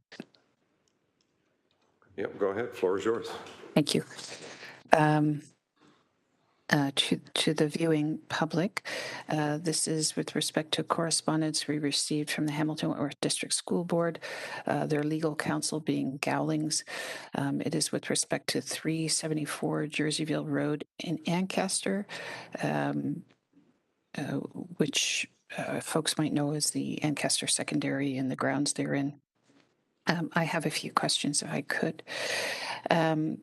And I'll be largely just for your information, Mr. Mayor, and those following along be referencing that item from Gowlings. If I could get some feedback from staff through you, Mr. Mayor, there were there was a cultural heritage assessment that was done on the property by a firm called ARA. And the letter in Gowlings on page 2 states that it concluded that the property did not meet the criteria to warrant designation under Part 4 of the Ontario Act. Through your staff, could you comment on that conclusion for those of us who haven't been active on heritage matters. Thank you. Mr. Robichaud. Thank you, Mr. Mayor. Steve Robichaud, Director of Planning and Chief Planner. The councillor is correct. An outside heritage consultant was retained to do an evaluation of the property to determine whether or not it should be designated under the Ontario Heritage Act based on the criteria that are prescribed by the applicable Ontario regulation and the additional criteria that have been adopted by Hamilton City Council. Based on an evaluation of the property's attributes against the provincial criteria and the council adopted criteria, the consultant recommended that not to designate the property under the Ontario Heritage Act. Thank you. Thank you. Thank you, Mr. Robichaud. Through you, Mr. Mayor. My understanding from going back and reading some documentation and in summary here in this letter from the council, the legal counsel of the board, is that a second cultural heritage study was completed. If I could ask through you to staff, on whose authority was that assessment completed and who defined the scope of it? Thank you. Thank you. Mr. Robichaud. To you, Mr. Mayor, to the councillor. The heritage consultants are retained based on the city's roster list. So there's a pre-identified, pre-qualified set of consultants, and we use that roster list when selecting consultants to do the cultural heritage impact work. As a result of the receipt of the first consultant's report and consultation with some of the key stakeholders, one of the questions was asked whether the first report was focused too much on the built environment as opposed to the cultural landscape, including the grounds and the relationship of this property to the broader community. In light of those concerns and in hearing from the community, it was just an evaluation of the first consultant's report and what they were asked to do, because in fact, that's what they were, the work they completed under the first report was what they were asked to do, which is normally what we do in terms of a building on a property to focus on the built form as opposed to the landscape. We agreed with some of the concerns that were expressed by the residents and retained after consulting with the heritage staff, I authorized them to proceed to retain a second consultant with a broader scope of work and to ensure that that second consultant was aware of the recommendations that came from the first consultant to determine whether the building, the property, or both was worthy of designation and undertake that work.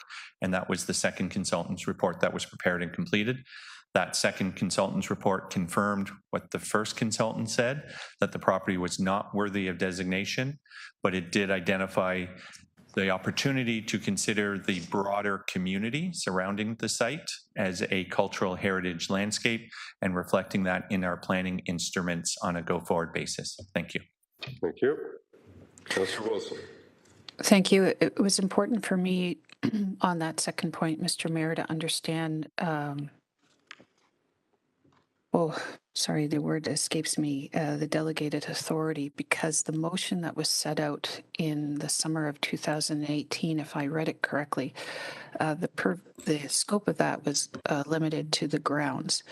And so the second cultural heritage consultant was tasked with a scope, geographic and otherwise, beyond that. And so if I heard Mr. Robichaud correctly, it is within his authority to extend that, even though it was an extension beyond the motion directed by council. I just want confirmation of that. Thank you. That's what I heard. And Councillor, Mr. Robichaud, sorry. Through you, Madam Chairman, I'm not sure if whether, or Mr. Mayor, the word authority, but it was felt that it was the correct thing to do based on the information, the advice, and what we were hearing, was to request that a second consultant, we revise the terms of reference for the consultant to focus more on the property as opposed to the individual building. And it was on that basis that we retained them to do the work. And it was the consultant who, during their investigation and community consultation, came back with the advice that we should look at the broader neighborhood as for incorporation or identification in the city's official plan as a cultural heritage landscape. Thank you. Thank you. Councillor Wilson, it's time for you. I can put you on a second time if you have more questions. I do. Thank you. Okay, thank you. Councillor Nan.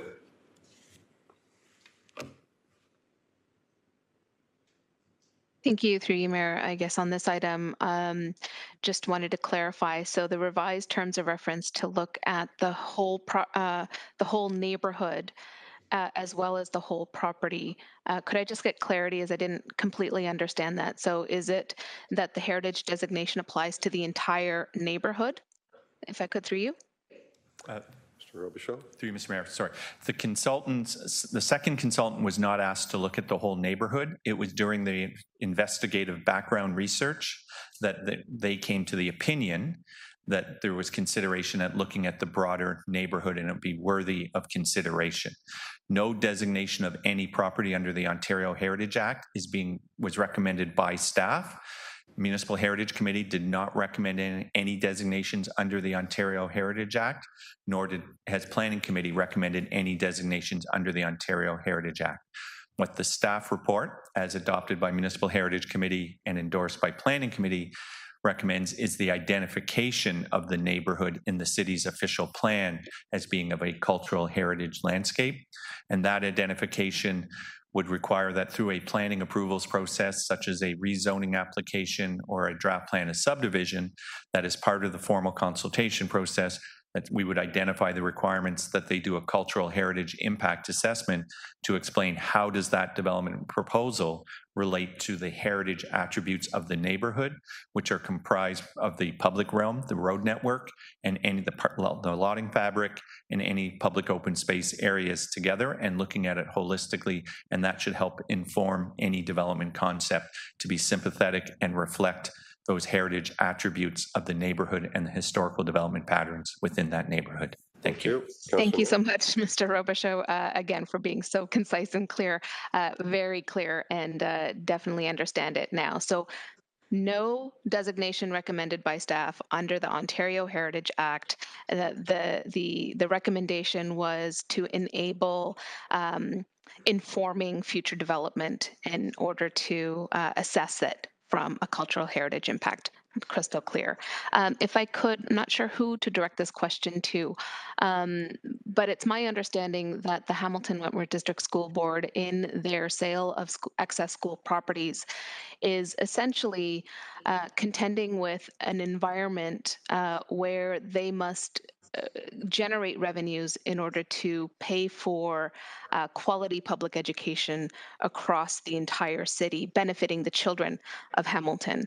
If I could just get confirmation of that through you to any staff member, please. I'm not sure who that goes to, but feel free to jump in. Through you, Mr. Mayor, that is correct. My understanding is under the Ontario Education Act, when the school board is disposing of a asset, they are to sell, much like the same as the city of Hamilton, at the highest and best value in terms of that valuation, and that they also have to deal with surplus space capacity when they're also looking at funding for new schools. So they do have to look at how they manage their assets and make that sort of strategic decision on how they manage their properties and the determination of when and how to sell that property as it relates to their funding that comes from the province. Thank you. Thank you, Mr. Robichaud. And to you, Mayor, I think on this item, I'm going to be opposing 3A. It is in our city's overarching general interests to ensure quality education for our children. This is part and parcel of that work in terms of what the school board is attempting to do with these lands. And I would think it would be obstructionist, actually, in order to move forward with 3A as it is. Thank you. Thank you. I will be asking for a separate vote on item 3A when we get to it. Councillor Clark. Thank you. Just some quick questions. So my understanding is that the school board has indicated that they have no intention of severing off the open space to sell on the open market. Is that what they've indicated to our staff? Mr. Robichaud. Through you, Mr. Mayor, actually, the school board had initiated a severance process, but that has been held in abeyance pending the work that was done in terms of the cultural heritage evaluation of it. So that severance application, as my understanding, has just been tabled until such time as a decision has been made whether or not to proceed with any designation.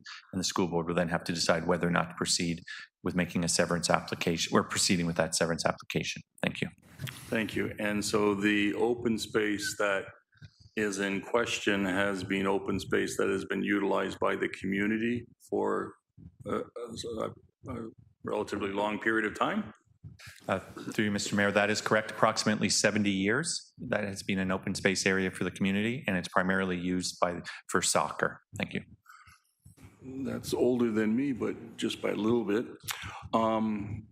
Can I ask, and I'm not sure if our staff know the answer to this question, Mr. Mayor, if the severance of the land were to proceed and they were to put the open space land on the public market, do we have an estimate as to what the cost of that land would be?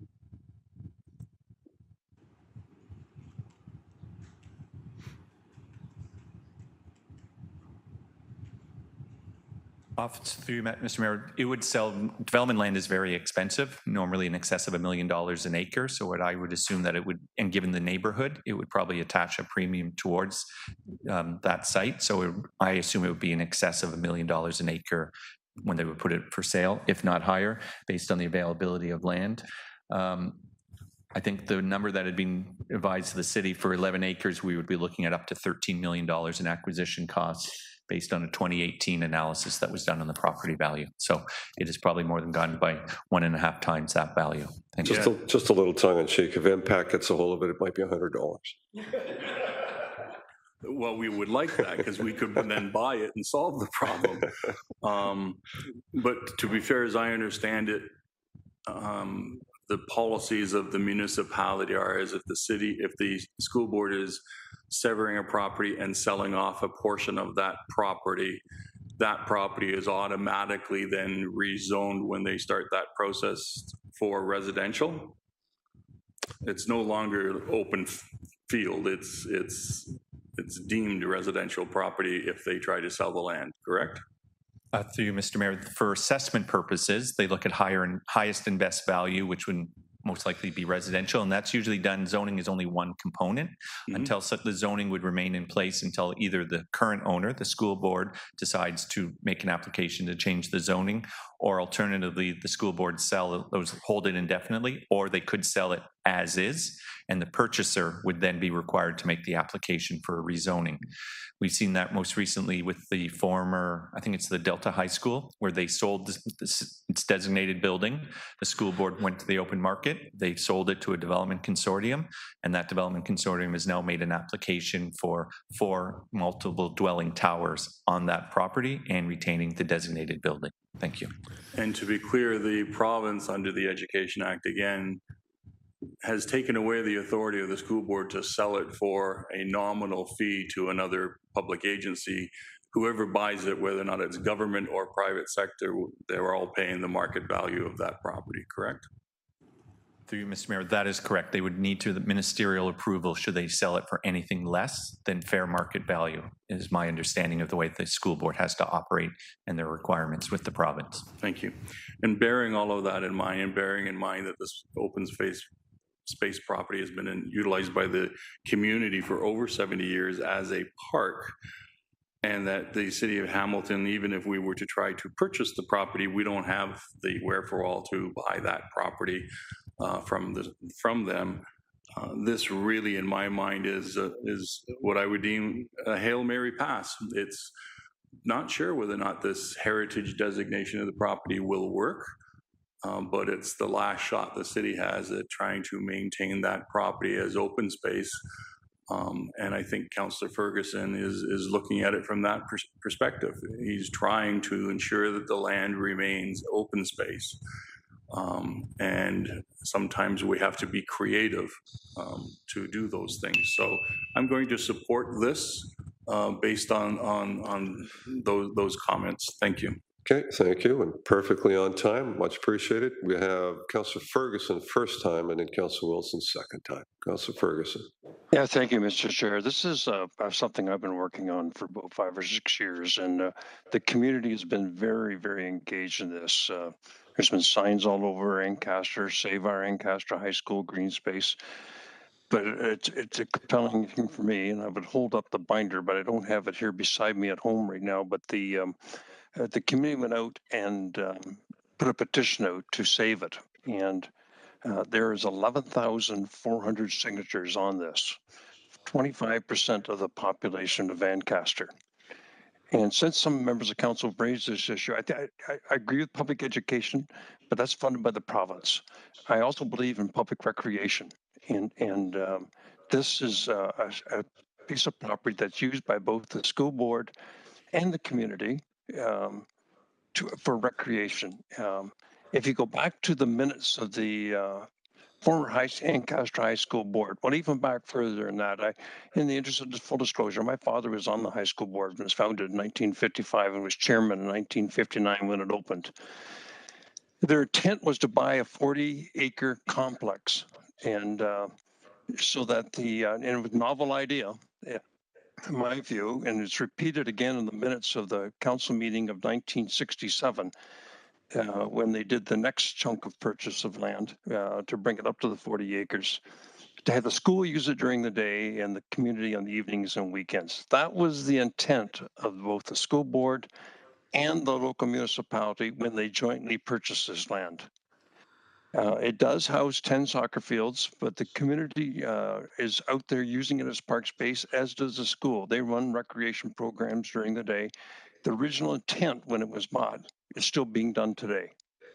And of course, 1959 is when the school opened, as Mr. Robichaud said. 70 years in the same use is significant. And I remember my father talking about how the criticism, you know, how we all get criticized from now and then. The school board got criticized for buying this piece of property out in the middle of nowhere. Well, it's now completely surrounded by development, and it's a very critical part.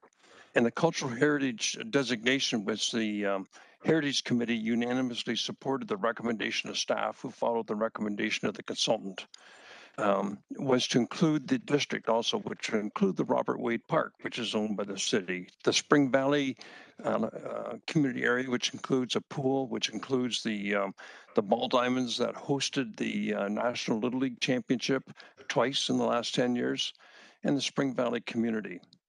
It's an area where veterans settled when they returned from the Second World War. And to see this chopped up and put into condos would just be a disgrace in my view. It's I know may not be important to some North City people, but it's certainly important to our community. And it hosts the national, it's big enough, it hosts the provincial soccer championships annually for soccer. And they put it together with the Robert Wade Park and the old Jerseyville landfill site, which is now soccer fields. So it's all now our cultural heritage area. So I'm very supportive of the staff recommendation, and which they got their comments from a consultant who specialized in this. I was impressed that the Heritage Committee unanimously supported it because it's their duty to preserve heritage in our community, and that only 2 people objected to it at planning. And so it's here today for your support. I would like to add that on the same site is the Ancaster Aquatic Center, which is owned by the city of Hamilton. So it's been very intertwined over the last 70 years between the community and the school board. And you hear rumors that they're not going to sell it for development, but what else are they going to do with it? Who else is going to pay highest and best use than a developer? There's potentially 20 acres at risk here, and I'm hearing land in Ancaster from developers, particularly that's close to serviced area, would draw right now, today, $2 million an acre. So I don't want to come back to council and ask them for $36 million. I think Sam Rula, perspective, I wish he was here today, that the property with the price of land going the way it is, will never be able to buy another school site in the city. And so, as Councillor Clark said, I'm looking for a novel way here to try to preserve this, and I respectfully ask for everyone's support. Thank you. Thank you very much. Councillor Wilson, second time. Thank you. Through you, Mr. Mayor, to Mr. Robichaud, I think, please. Thank you. As it has been noted, the Hamilton Wentworth District School Board paused their severance application as part of, I think, respectful service. What are the implications of this for a severance application, please? Mr. Robichaud. Through you, Mr. Mayor. Normally when a property is being identified as having a heritage attribute, whether that be an individual building or as part of a landscape, we require that as part of their development application, they have a cultural heritage impact assessment prepared and submitted with that application to show how the application responds to those heritage attributes on the property. For the school board, it may affect the shape and the configuration of the severance such that it may try to minimize any disruption. It may try to retain those attributes that are most important.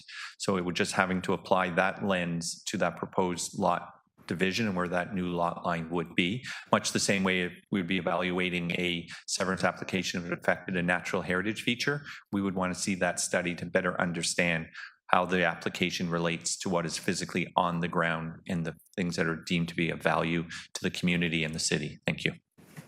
Thank you. Councillor Wilson. Thank you. Based on those comments then that it could affect the shape and the configuration of the severance, therefore I could infer that it would shape the value of it, correct or not? Through you, Madam, through you, Mr. Mayor, it may have an impact depending on ultimately what that configuration looks like. It's difficult to be speculating, but it could have a positive or negative effect on the final shape and configuration, and that may have a relationship to the developability of the property and any potential purchase price. Thank you. Thank you. Indeed. Indeed. Thank you. If I could draw your attention to page 3 of the Gallings letter that was on our communication blotter. There is an account of how the Hamilton Wentworth District School Board became aware of this information. It seems to suggest too late, and that further study and communication. And then there was a request at the end of the letter that this matter be referred to the City of Hamilton Wentworth District School Board Liaison Committee to allow for that kind of consultation between two anchor institutions. If I could ask through you, Mr. Mayor, to Mr. Robichaud, is the account that is provided, did we afford the board an opportunity to study this? Probably would need some significant study. Thank you. Thank you. Mr. Robichaud.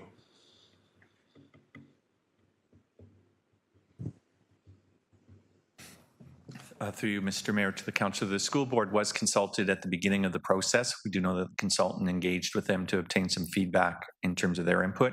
And once the draft report had been completed and submitted to the city, the school board was made advised at the same time as the community association and the residents who also participated in the evaluation process.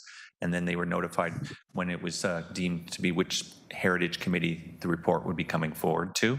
So we followed our usual practice in terms of notifying property owners and interested parties on the heritage-related reports. Thank you.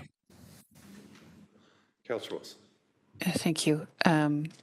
So I would like to make a motion, but before I do that, I just would have a comment. I think what I find disconcerting about this file is as Justice Marshall, Thurgood Marshall, the first African-American to serve as the Associate Justice, Superior Court south of us, noted that intention is important in our actions. And so I am quoting the councillor from the ward, his remarks to the Heritage Committee of August 22nd, 2019. He states, with respect to the board's intent, they want to sell it to get $1.5 million per acre. And that's about $20 million that they can spend in inner city schools.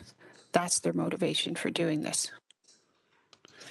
And then later in the meeting, he said, there's a lot of trustees who want to get their fingers in this to upgrade their schools. Heaven forbid. At a time of COVID, when we know that there is multiple millions of dollars needed to upgrade our schools with respect to ventilation, even regardless of COVID, that the upgrades are needed, it is in our collective interest, I would think, to support their efforts to upgrade our places of learning in public education, particularly in lower city schools. You. That's time for you. I'll come back to you if you have a motion. I'm going to go to Councillor Danko. Thank you, Mr. Mayor. Just a reminder, I have a non-disqualifying interest on this file. I wasn't intending to speak to this today. We did have a rather fulsome discussion at Planning Committee, but just on the provincial process that requires school boards to close schools and fund capital repairs through the severance and disposition of land, that policy is short-sighted and destructive, and I don't think anybody here supports that. But unfortunately, that is the provincial regulations that school boards are forced to operate under. As we all know, once land is sold, it can never be gained back. And the fact that school boards are forced to sell off land to fund, badly needed capital repairs is just plain wrong. However, my concern in this specific issue is that all areas of the city are being considered equally. And I know on the mountain, Councillor Jackson has put aside area rating funds to purchase school board properties. Councillor Paul's purchased a school board property earlier this term using her area rating funds available to her, had to pay fair market value for those lands. So in the context of this discussion, I've heard that essentially the purpose of this heritage designation is to stop the severance of this property and to maintain this for open use space. And I think in the letter from the representation from the school board in the Gowling Whig letter, they identify issues that they consider this to be an unfair process and false motivation. And they specifically mentioned, and I'll quote from the letter from Gowling's, that it suggests the city is using heritage assessments as a land use planning constraint when the city has a plethora of land use planning tools at its disposal. The recommendation of the Heritage Committee and the Planning Committee is clearly inappropriate given the city's clear objectives and motivation for advancing the placement of the lands on the inventory. And, I just earlier heard the ward councillor say, I'm looking for a novel way here to protect this property. And unfortunately, Mr. Mayor, again, that sort of speaks to the context here of using a heritage designation to protect a process that is not consistent with the intentions of the Heritage Act, and it's not consistent with how school board properties have been treated throughout the city. So that is my objection to this designation with what's before us. Thank you. Okay, thank you. First time speaker, Councillor Farr. Yeah, just to the intentions of the residents. We know the intentions and have known the intentions of the councillor who represents those residents for 4 or 5 years now on this file, for those of us who've watched it closely and with great interest. Through you to Steve, I can't remember the petition. Was it 12,000 names of Ancaster residents that want to support what's before us today? Or was it 14,000 names? I think it was 11. Go ahead, Steve. Through you, Mr. Mayor, the mayor is correct. It was approximately 11,000 names were on the petition. Yes. Thank you. I'm sorry Got if I one missed right. that. All right. Well, that's a lot. We don't see a lot of petitions of that size. So through you to Steve, I was intrigued, as you'll recall, from the lengthy discussion that we had and the Q&A that we had at committee about the history, and Councillor Ferguson has alluded to it, how this parcel and this school with all its acreage was born through a conversation where the community wanted all this space, and thus all of this space has been in existence for 70 years since. So that was a discussion that included the school board, did it not? Even though it was 70 years ago, that was the deal done with the board at the time, right? Through you. Through you, Mr. Mayor, the councillor is correct. It was essentially a community initiative to raise the funds to acquire the school, and then the school board would be responsible for developing the site as a school. So it was a partnership between the community and the school board that led to the creation of this site for our school. in the early 1950s. Thank you.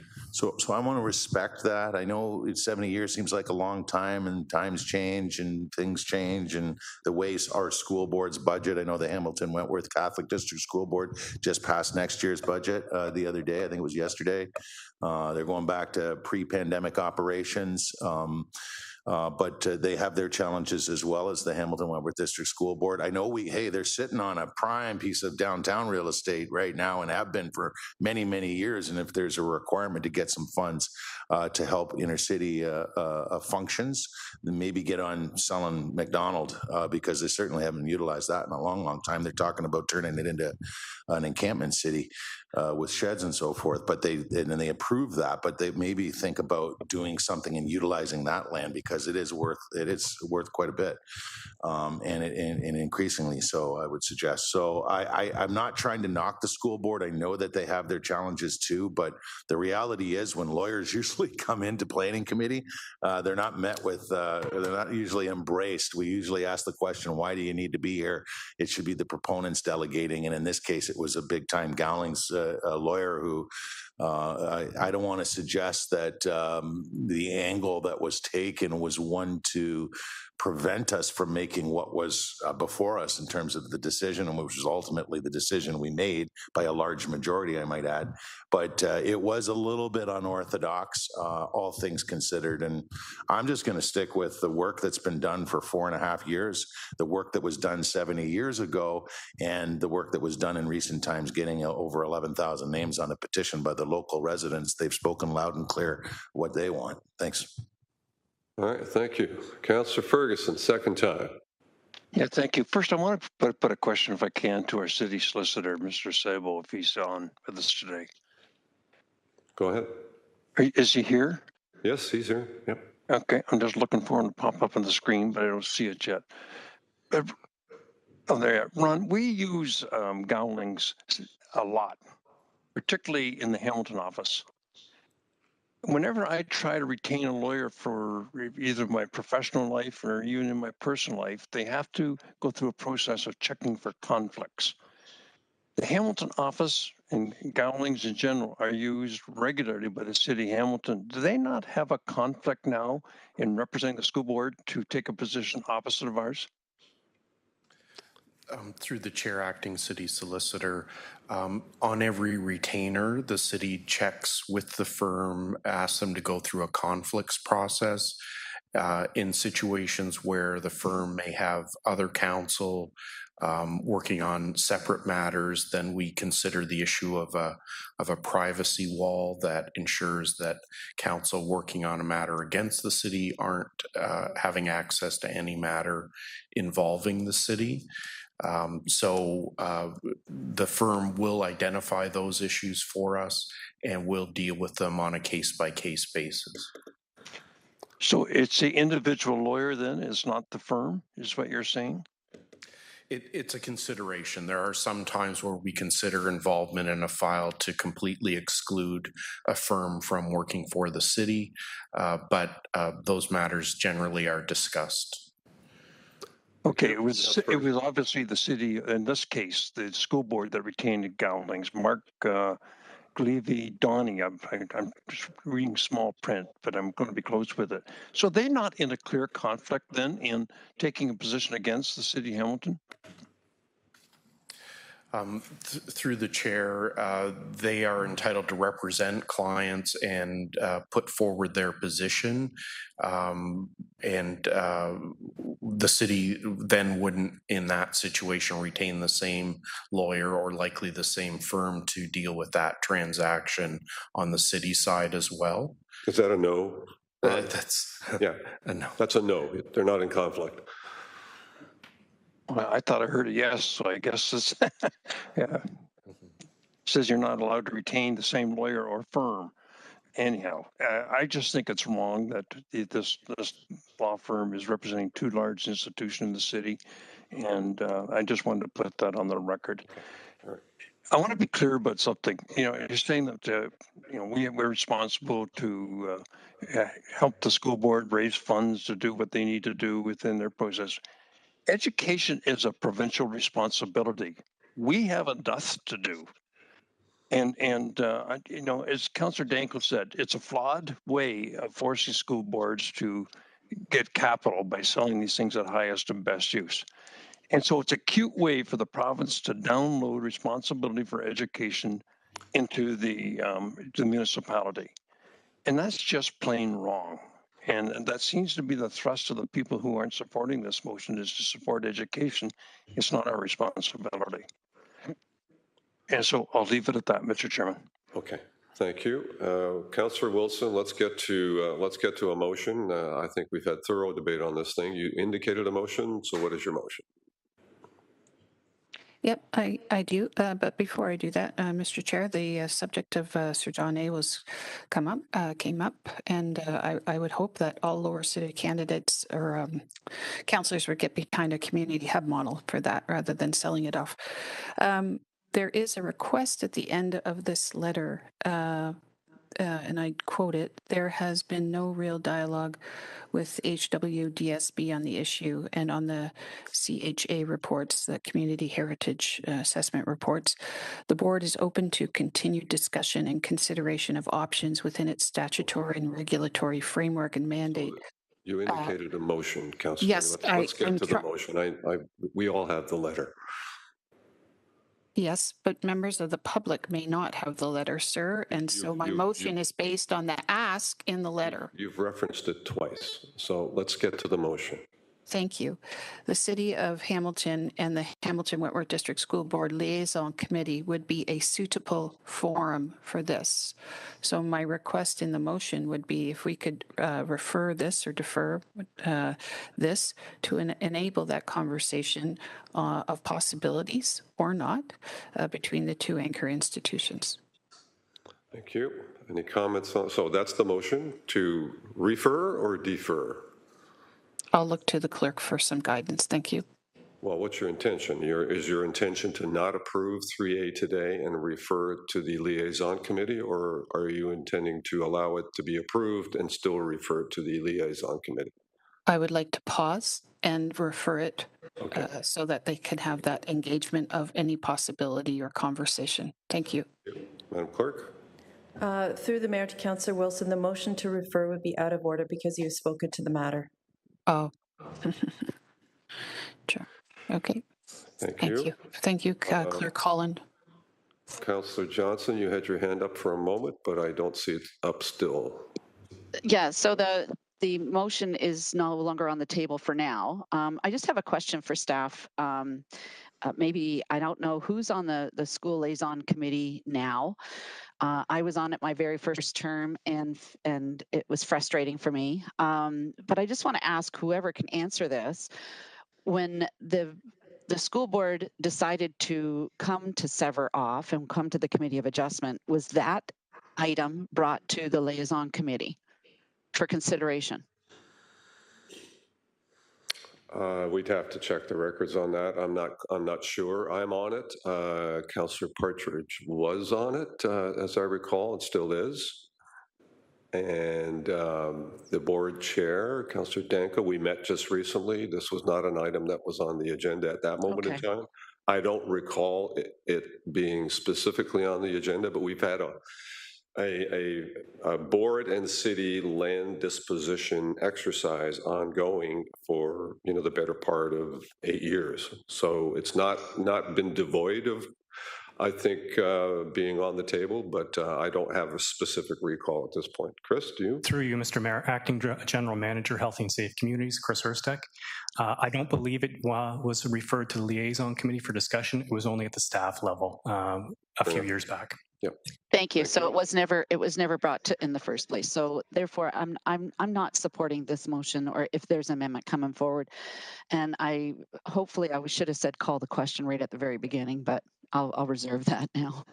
Okay, well, we're on the motion, so you're calling the question on the motion, right? On the amended, I'm sorry, I thought the amendment was to amend. Yes, I thought the motion to amend was out of order because the councillor spoke to it. That's true. You got that correct. So I'm going to take a Tylenol, and then I'm going to come back to the original recommendation, item 3A, which is on the floor. A separate vote was indicated. Let's go to that separate vote, and you can indicate whether you are supportive or you're not supportive. On that item, 3A, Okay. all in favor? Can I just ask, please, that we're voting for 3A, period. No amendment, just 3A, that it goes through. 3A as it sits on Thank the you. agenda in item 5.4. To the vote electronically.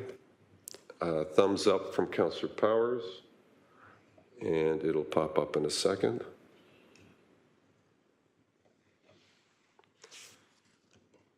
Just to let you know that my intention is to finish the Planning Committee report and then take a break. And we all need a break, quite frankly, me more than anybody. I still need a Tylenol. On that vote, that is carried 11-3. On the balance of the Planning Committee report, any other items in the Planning Committee report? Councillor Nan, I see. Thank you. Go ahead. Thank you, and I apologize. I usually use the icon on WebEx, but it's not working for me, so I will refresh that when we take our break. On item 6, which is a really great news story, and I just wanted to thank my colleagues in planning for approving the recommendations that were before committee. And the item is, if you give me a quick second to toggle and scroll over, is the application to amend zoning bylaw number 6593 for lands located at 16 Stephen Street and part of 436 King William Street in Hamilton in Ward 3. The great news story is the conversion of the former Pearl Theatre Company into a not-for-profit housing corporation that will see 15 unit multiple dwelling and parking spaces dedicated to Indigenous housing at this site. So congratulations to the proponents, but also many thanks to my colleagues for supporting this. Thanks.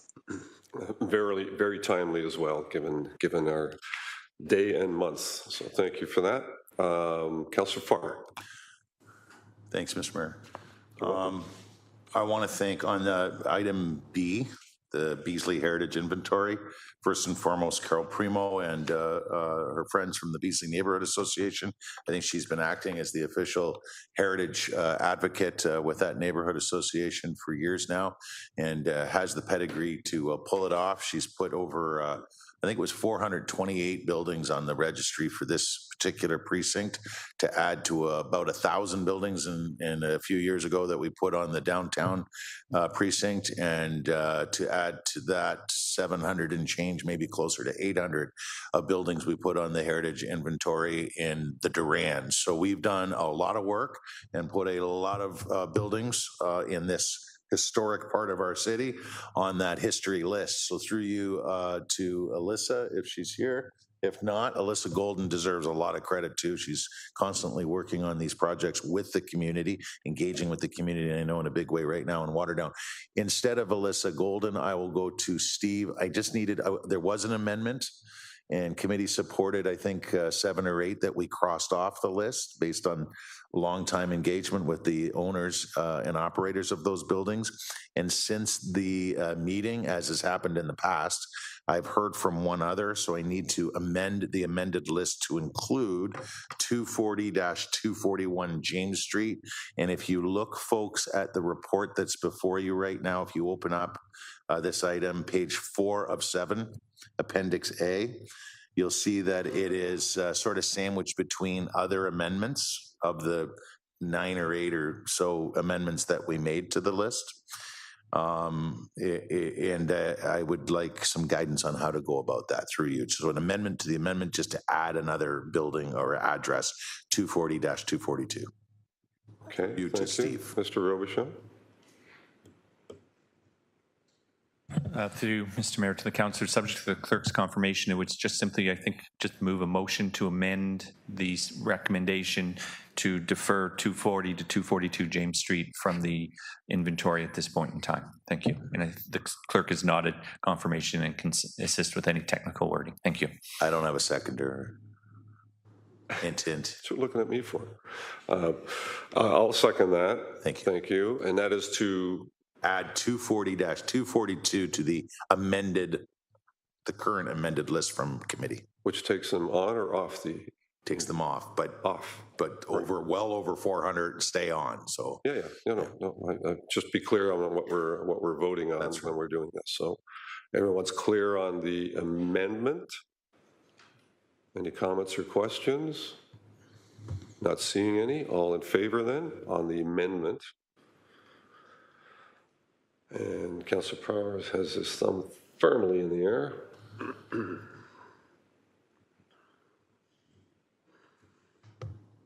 In the upright position, of course. And Councillor Nan as well. Thumbs up. Thank you.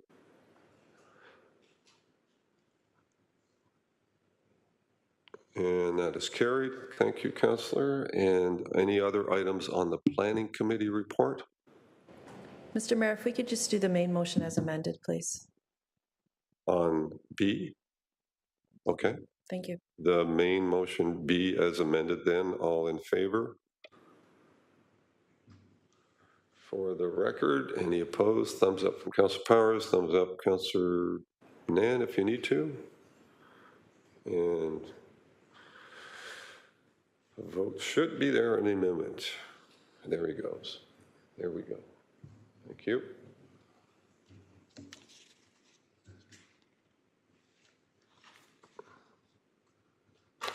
And then that's carried. And then on the Planning Committee report as amended, all in favor? Thumbs up from Councillor Powers. All other votes are in.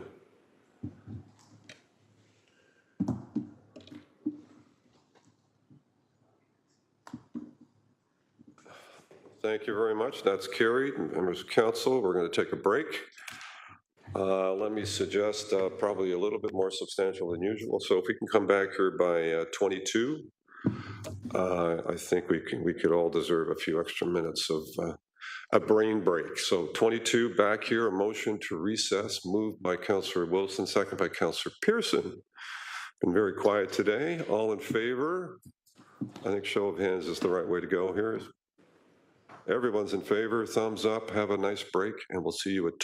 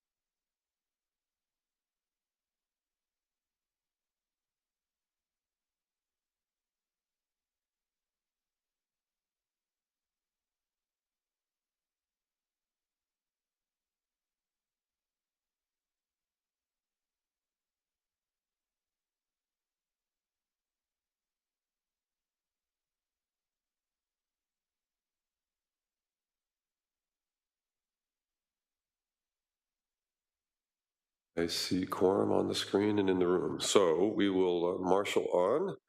We are at item 5.7 in the Emergency and Community Services Committee report. We'll ask, 1 second here. Did I miss one? No, we're good. Yep, Councillor Johnson, a motion to put the report on the floor, please. No, this is the Planning Committee. So we did the Planning Committee before we went to break, sir. We did. So we're on to General Issues Committee report. Yes, and Not a worry. you're going to put that one on the floor. I will, and seconded by Councillor Nan, that General Issues Committee Report 22-012, being the meeting held on Wednesday, June 15, 2022, be received and the recommendations contained therein be of. So just because I wasn't at agenda review, am I now to put forward the amendment to item 10? Yes. Let's move on that. Okay. Yep.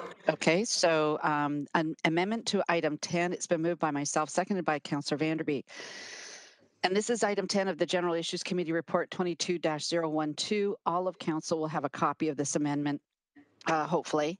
And I'm just going to read off the therefore be it resolved that subsection G to item 10 of the General Issues Committee Report 22-012, respecting the Advisory Committee for Persons with Disabilities Report 22-006, regarding correspondence to the General Issues Committee respecting homelessness encampments, be deleted in its entirety, with the balance of the recommendations to be relettered accordingly to read as follows. Apparently, this correspondence was inadvertently included into the Advisory Committee, and it should have been to the General Issues Committee. So what you see before you is now a next 16 pages of all the items being renumbered. So it's really more of a housekeeping item, just to let everybody know. Thank you. Okay. Thank you. And so let's go to that item 10 amended version. Any comments or questions? You've all had copies of that previously. All in favor then of the amendment?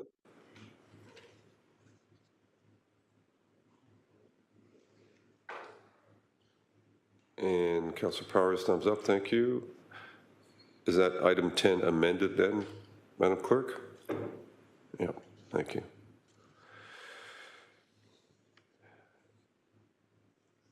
Any other manual votes required? You got them all? Mr. Mayor, the vote doesn't come up for me, but my thumbs up. Thank you. Appreciate that. I think Councillor Powers had his thumb up as well. Mr. Mayor, I'm just waiting for Councillor Paul's vote. Not in the room at the moment. Okay, thank you.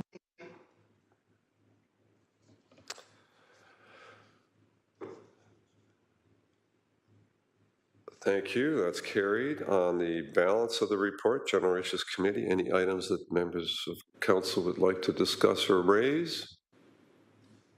Not seeing any indication of that. Thank you. All in favor of that as on that report as amended?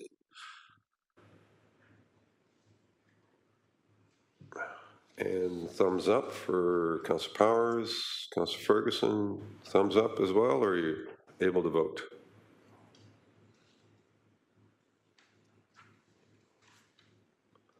Carried, thank you. We're at item 5.6, which is the Audit and Finance Administration Committee report. Councillor Pearson, a motion on that report, please.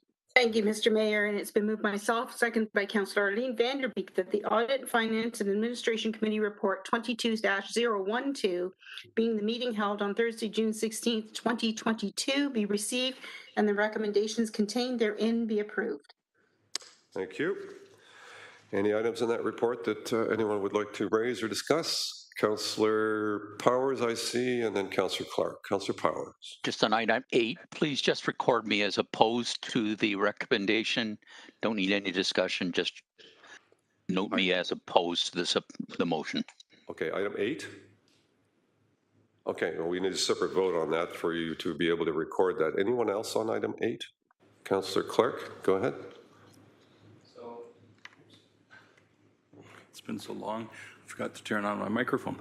I was wondering if staff could provide comment to us on the letter that's been received.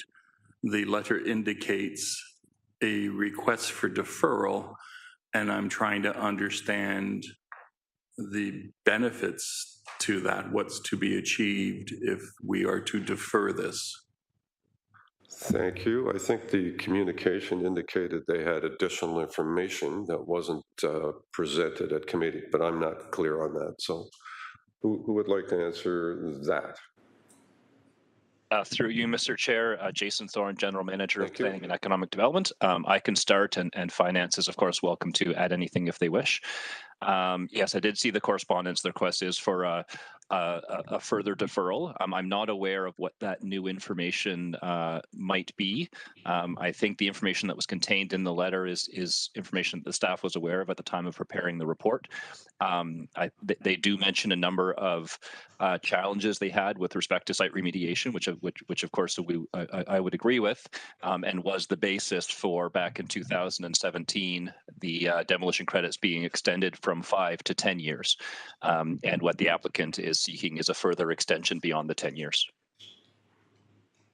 And to be clear, then you didn't notice anything in the letter that was new information that council should consider prior to making this decision? So through the chair, I'll let Finance speak as well from their perspective, from the standpoint of kind of the approval timelines and development approvals on the site. No, I didn't see anything in the letter. They do reference that they do have other information, but I didn't notice anything in the letter with respect to the approvals timeline for the project. Thank you. Ms. Mercanti? Through you, Mr. Mayor, we do have Kirk Weaver on virtual to be able to respond to that question, so I'll defer to Kirk. Okay, thank you. Mr. Weaver. Good afternoon. It's Kirk Weaver, Manager of Budgets and Fiscal Policy. Similar to General Manager Thorne, in the letter, I didn't see anything new that wasn't presented at committee in terms of the timeline for the expiry of the demolition credits. There's 2 dates where they're due to expire. The first one being July 26th, and the second one being sometime in September, early September. Thank you. Council Clerk. The difference between those 2 timelines?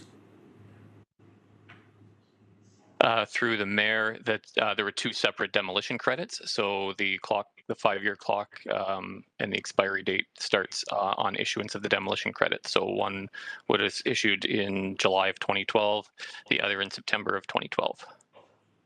Thank you. Thank you. Thank you. Councillor Farr. Item 6, Mr. Mayor, at the appropriate time. Okay, anyone else on item 8?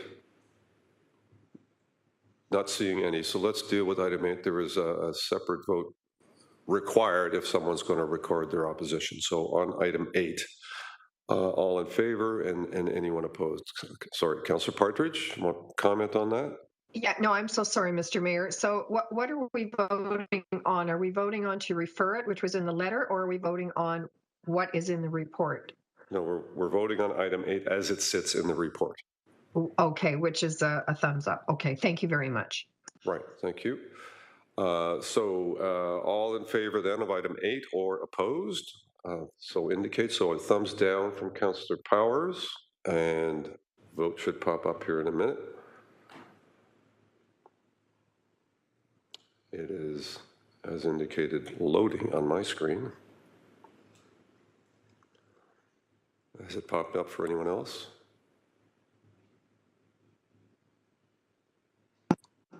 Mr. Mayor, it's just your vote that I require. It was loading. Okay. It is now loaded, and I've responded.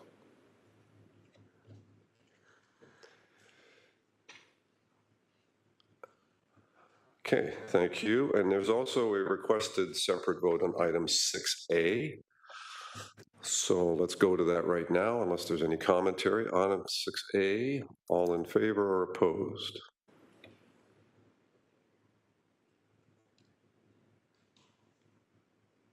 Did you want to speak, Councillor Pauls, or your microphone's on? I'm here, and my vote wasn't cast the last time. Okay. So yeah, you were actually. Yeah, I was a few minutes late because I had to get lunch. Okay. How would you like to be recorded on the last vote? Okay. Approved? Thank you. And I'm here. I didn't get one for this one. And Janet, that'll be approved for the Councillor Pauls for this vote as well, please. If you could turn your microphone off there, that'd be great. Yep. Thank you. Councillor Farr, on which item? Is 6A the CBCs? I'm having some difficulty. 6A? 6A is Community Benefits Charge Strategy. So right. Is this the agenda item that we referred communication item 4.72 through you to the clerk? No, that's item 8. That was item 8? No, 4.7 was community benefits charge strategy. I thought we referred. Oh, sorry. Yep, you're right. Yep. So this is the matter in which we referred that communication item to? Correct. So I threw you for clarity to Steve. Is Steve with us? Maybe Cindy could help. There's a lot of legalese in this brief communication, but there are a number of properties listed within the downtown secondary plan in the ward, and I want to get an understanding of what it is exactly that the lawyers are asking for here. So, and for the record, in the last paragraph, they're making mention to the fact, Mr. Mayor, that they want this included as part of the record, probably for future work they're going to do. But in the second to last paragraph, Cindy, through you, Mr. Mayor, we would respectfully request that the city recognize the planning history for the property and specifically exempt the property from this imposition of community benefits charges. This would be consistent with the current approach of Section 37 for the properties and protect the ongoing planning processes. So normally I wouldn't, I mean, really, I actually tuned into all of AFNA, and I appreciated where the conversation went on CBCs, and I'm supportive of CBCs, much more thorough and robust and less divisive, I think, than Section 37. But in a nutshell, what are they requesting here? Thank you.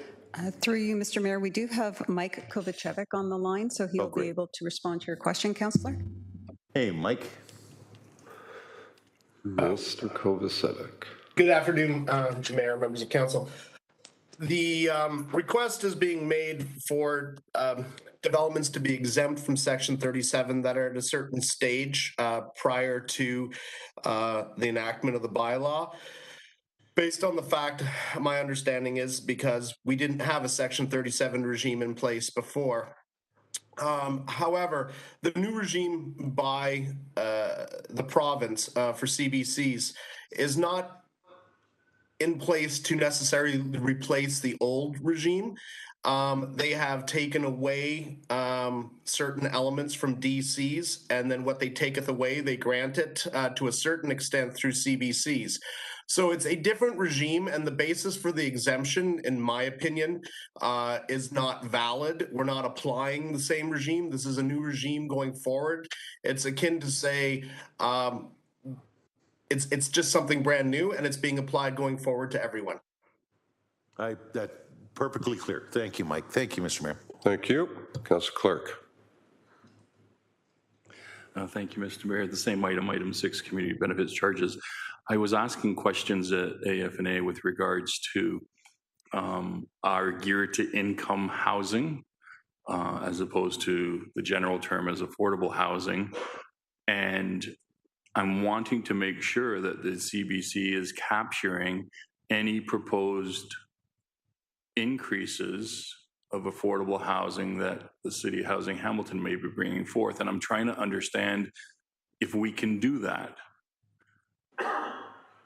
Because it's like they're a private company, they have their own board of directors, but I guess we're the shareholder, and I want to make sure that we can capture in what used to be development charges, in the community benefit charges, the intentions to add new units, which we need money for. Understood. Kirk Weaver, I see you pop up there. Do you have an answer to that? Yes, through the mayor, those type of developments would be captured currently and can continue to be captured through our development charges bylaw, which is applied to all development, as opposed to the CBC, which would be limited to the 5 stories and 10 residential units development. So anything in the 2019 background study related to City Housing Hamilton capital developments, the growth-related portion would be captured within our development charges and will continue to be so. Okay, so CBC did not replace DCs when it comes to affordable housing? That's correct. CBCs and development charges are two separate tools.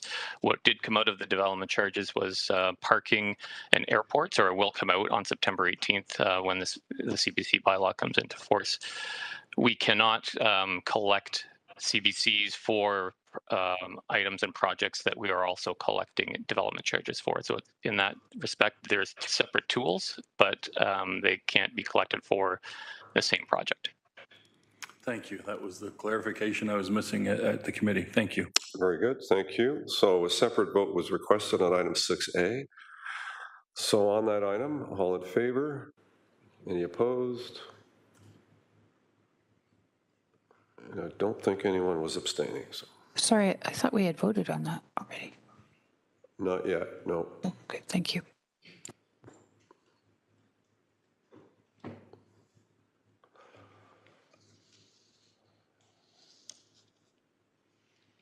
And did you capture Councillor Power's vote? I think that was thumbs up. Thank you. Anyone else need to do a manual? Mr. Mayor, I am just having to press F5, so I'm waiting for it to come back. Okay. Okay. I'll let you know, or you'll know, because I'll start the vote once I'm back on. Sorry about that. Did you want to just take a manual vote in the meantime? I think there was. We could. So let me ask who's opposed. Councillor Wilson. Thank you. So, sorry, Mr. Mayor, I'm just seeking clarification because of the technical issue. Your question is pertaining just to 6A? 6A, right. Okay, thank you. I am opposed. Thank you. Thank you. Anyone else? So everyone else that's here is in favor. So you can record it that way, Janet, if you like. And then we go to the balance of the report. If you're ready, Janet, I don't want to jump ahead of you. Yes, it appears that everything's fine now. Okay, thank you. So on the balance of the Audit and Finance Administration report then, all in favor?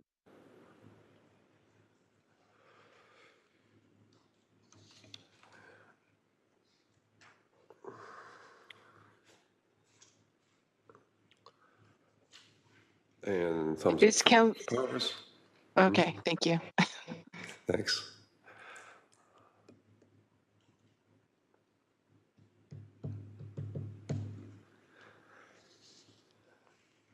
And we're off to, that's carried, we're off to Emergency Community Services Committee report. Councillor Clark, a motion to put it on the floor, please. Thank you, Mayor Eisenberger. It's moved by myself and seconded by Councillor Pauls that the Emergency and Community Services Committee report 22-0110, being the meeting held on Thursday, June 16th, 2022, be received and the recommendations contained therein be approved. Thank you very much. Any items in that report that members of council would like to highlight? Not seeing any at the moment. Thank you. All in favor of the report then? Anyone opposed? And there we are. Councillor Powers, thumbs up. Thank you.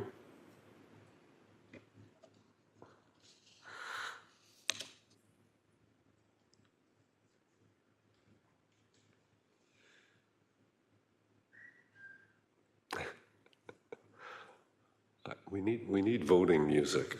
Yes. Some background music in the interludes. I'm not going to sing, but who was whistling? Was that you? Very nice. Hamilton Enterprise Holding Corporation, we've approved item 5.7. Councillor Johnson, a motion to put it on the floor, please.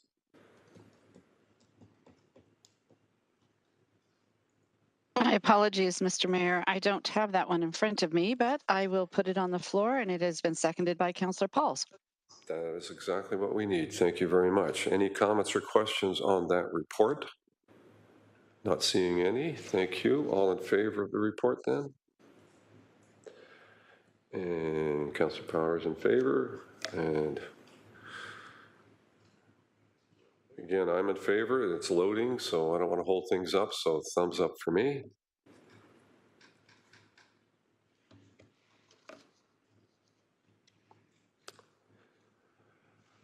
And that's carried. Thank you. And item 5.9 is the Hamilton Utilities Corporation Shareholder Annual General Meeting. Councillor Johnson, we can take that as a motion from you. Actually, I do have that one. It's been moved by Perfect. myself and seconded by Councillor Powers that the Hamilton Utilities Corporation Shareholder Annual General Meeting Report 22-002 be approved.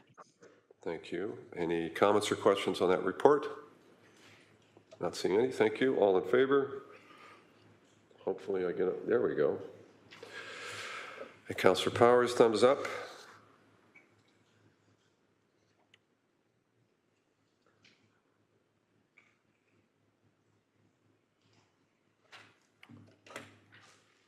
And that's carried. Thank you. And I would ask Councillor Johnson to take the chair so I can bring forward a motion.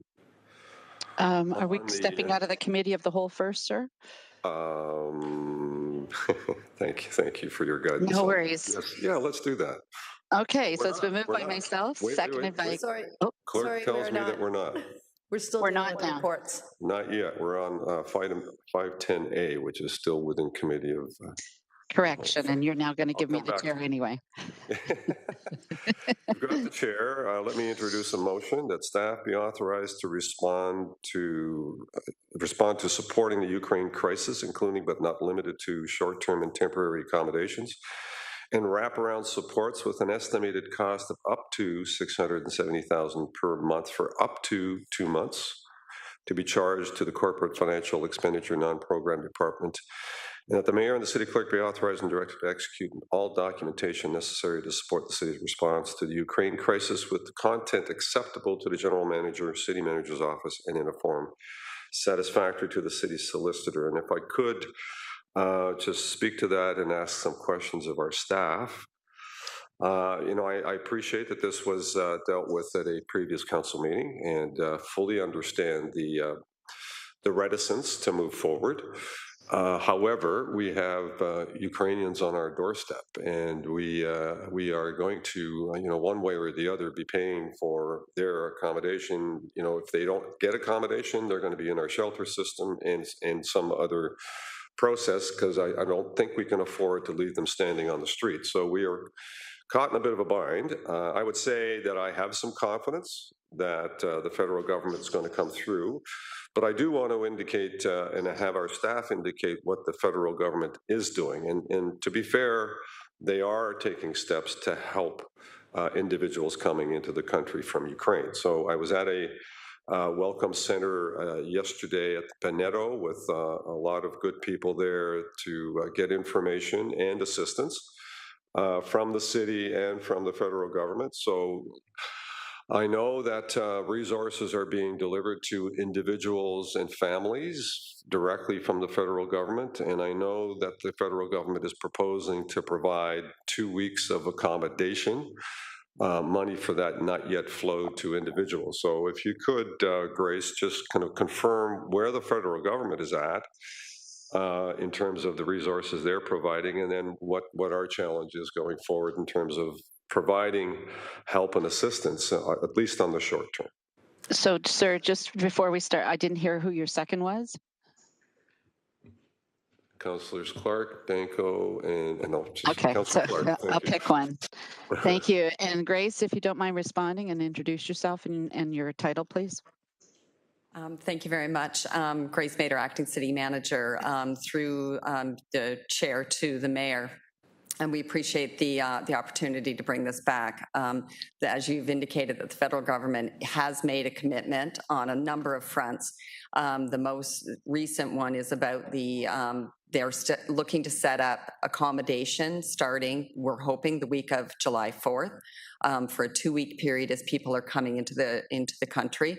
And that's over and above a number of already commitments that they've made. So I'm going to ask Director Bonnie Elder to just run through the list of what they're currently providing. Thank you, Bonnie. Please introduce yourself. Yes, Bonnie Elder, Director of Ontario Works and the Operations Lead for the Ukrainian response.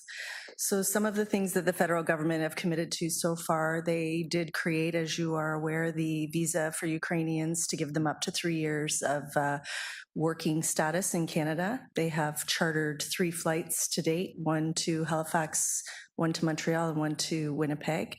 They have the IRCC through the federal government has confirmed funding for our local settlement service organizations to assist individuals who arrive in our community. They are doing the public health is doing the screening at the airport and COVID screening and quarantining as required and putting people in hotels who need to quarantine. And as Grace mentioned, the federal government is allocated $3,000 per adult and $1,500 per child under the age of 17 to assist them in getting started in our communities when they arrive. Mr. Mayor? Yeah, thank you for that. And I did get some. So the federal government is responding. They're also looking at what else needs to happen. And I think part of our request will be to get compensated for the funding that we're putting forward today. And some additional information that I'm getting from the YMCA, who is very, very integrally involved in this intake, is that there are obviously current labor shortages in Hamilton, the opportunity for people to get employment, and they are reaching out and getting employment rather quickly. 88% of those employees would like to hire people from Ukraine for their positions. So there's many, many positions open and available. 66% of these employers are hiring for full-time permanent positions. So that's 52 employers are in that space. And there are 583 total positions available across the 78 employers that are ready and willing to hire almost immediately. So there's lots of opportunity, and certainly lots of opportunity for individuals to integrate into our community quickly. And I think what I'm hearing, as I heard yesterday, is that they're moving fast in terms of they are accommodated by some good volunteers right at the moment in housing in Ancaster and other places in individual homes. But for them, that is not at all sustainable, and certainly there are commitments being made for McMaster, Mohawk, and Redeemer University, where the lion's share of this funding is going to go to help support the effort of providing that temporary housing for them so they can establish themselves. So knowing that my time is up, let me just say that I know this is a leap of faith for this council, and I know it puts us in a position of upfronting the money before we get commitment from the federal government, but I have some confidence that they're going to be there for us. And in the meantime, there is a need, and I don't know how we avoid addressing it, and I would ask for your support so that we can help these very, very good people establish themselves here in Hamilton and get on with their lives out of harm's way from Ukraine. And I think that's an important step for us to take. So I'll continue, by the way, to advocate with both federal and provincial governments for that additional resource to be covered, as we have with the Greater Toronto Hamilton mayors as well. Thank you. And I have a speakers list. I have Councillors Danko, then Councillor Nian. Councillor Danko, go ahead. I don't see Councillor Danko online. Am I missing? I'm here, Councillor Johnson. Oh, I'm sorry. I'm still looking at the screen at everybody. You're on the smart side again. Go ahead. Yes. Oh, you're not. Thank you.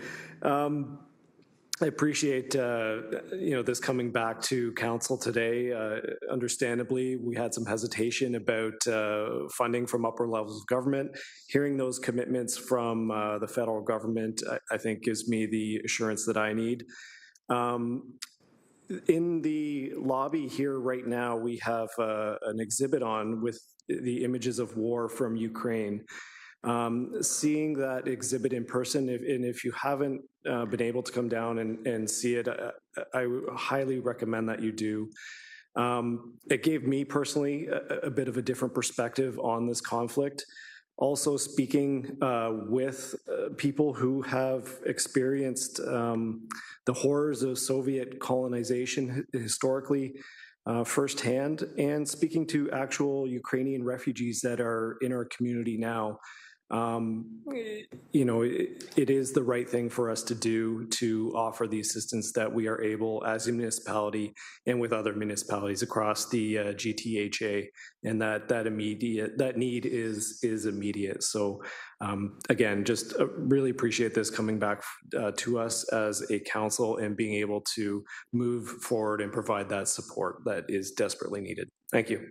Thank you. And Councillor Nan, you're on next, please. Thank you. Through you, in favor of the supports, but I just wanted to clarify in the strikeout section D, endorsing mayor to have conversations with higher levels of government to assist with Hamilton providing housing and other supports.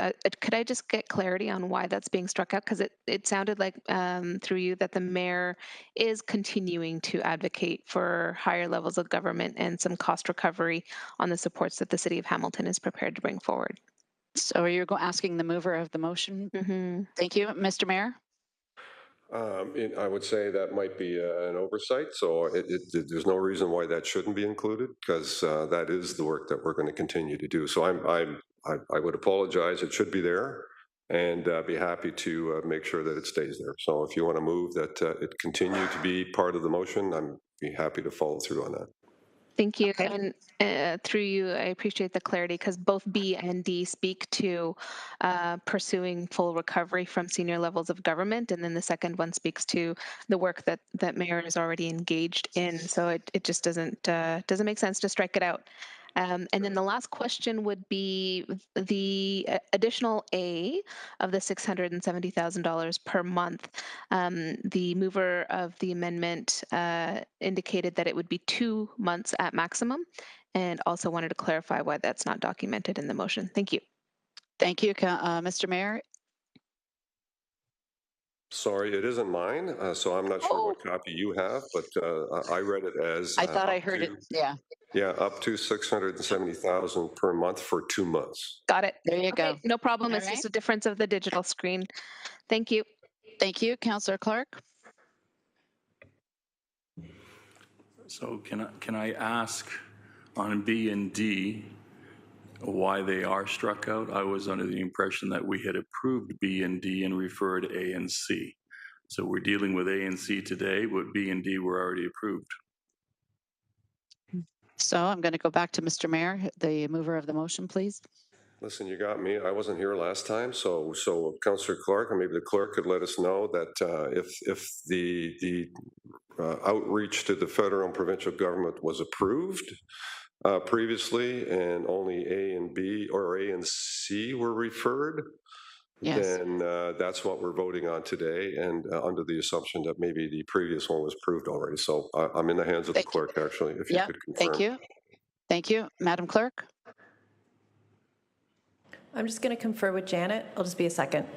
Thank you. And if not, there's no harm in reiterating it in any event. So if no, because my memory is that it was already approved as well. So let me just double check on the content of D. I thought it was too. At all. Okay. And just to the amendment, I think it's prudent what you're doing, and for 2 months we'll understand better what's happening at that particular point in time. But you're correct; they are not on our doorstep. They are in Hamilton. Many of them are already here, and there are more coming. And I don't fault the council for being reticent without understanding how the money was going to flow.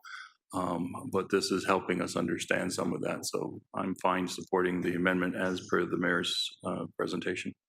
Thank you. So, Mr. Mayor, you are moving it, and it's seconded by Councillor Clark, and it has been I think we're going to leave all of it in, just because even though it was approved earlier, I think it just completes the entire motion. So if it's all right with you, Mr. Mayor, you're the mover.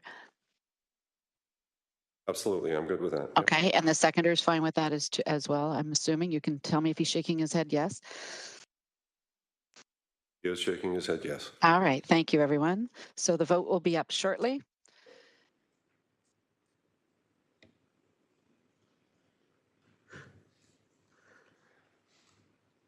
as soon as I hear the vote, you can have the chair back, sir.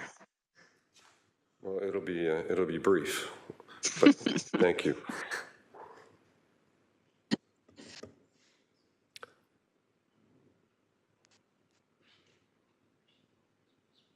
By the way, lots of positive comments from the Ukrainian community and Ukrainians yesterday at the Welcome Center at Benedo. They are, as you might expect, very, very appreciative of the help and support they're getting in Hamilton. So kudos to all that are working on welcoming them into Hamilton, including this council that's also done some great work to make sure that happens. So thank you for that. Mr. Mayor, I didn't get Councillor Power's vote. Thank you. Thumbs up.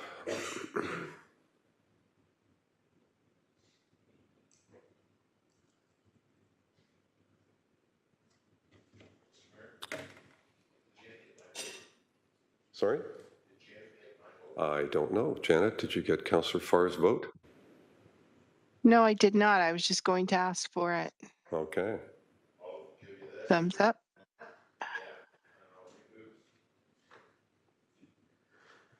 Is that a thumbs up from Councillor Farr? Thank you. Sorry about that. And it's unanimous for all that are here. So thank you for that. And that's very important for this important intake. So thank you. Councillor Johnson, a motion to rise from Committee of the Whole, please. Now is the time. Thank you. It's been moved by myself and seconded by Councillor Danko that the Committee of the Whole rise and report. Thank you. All in favor?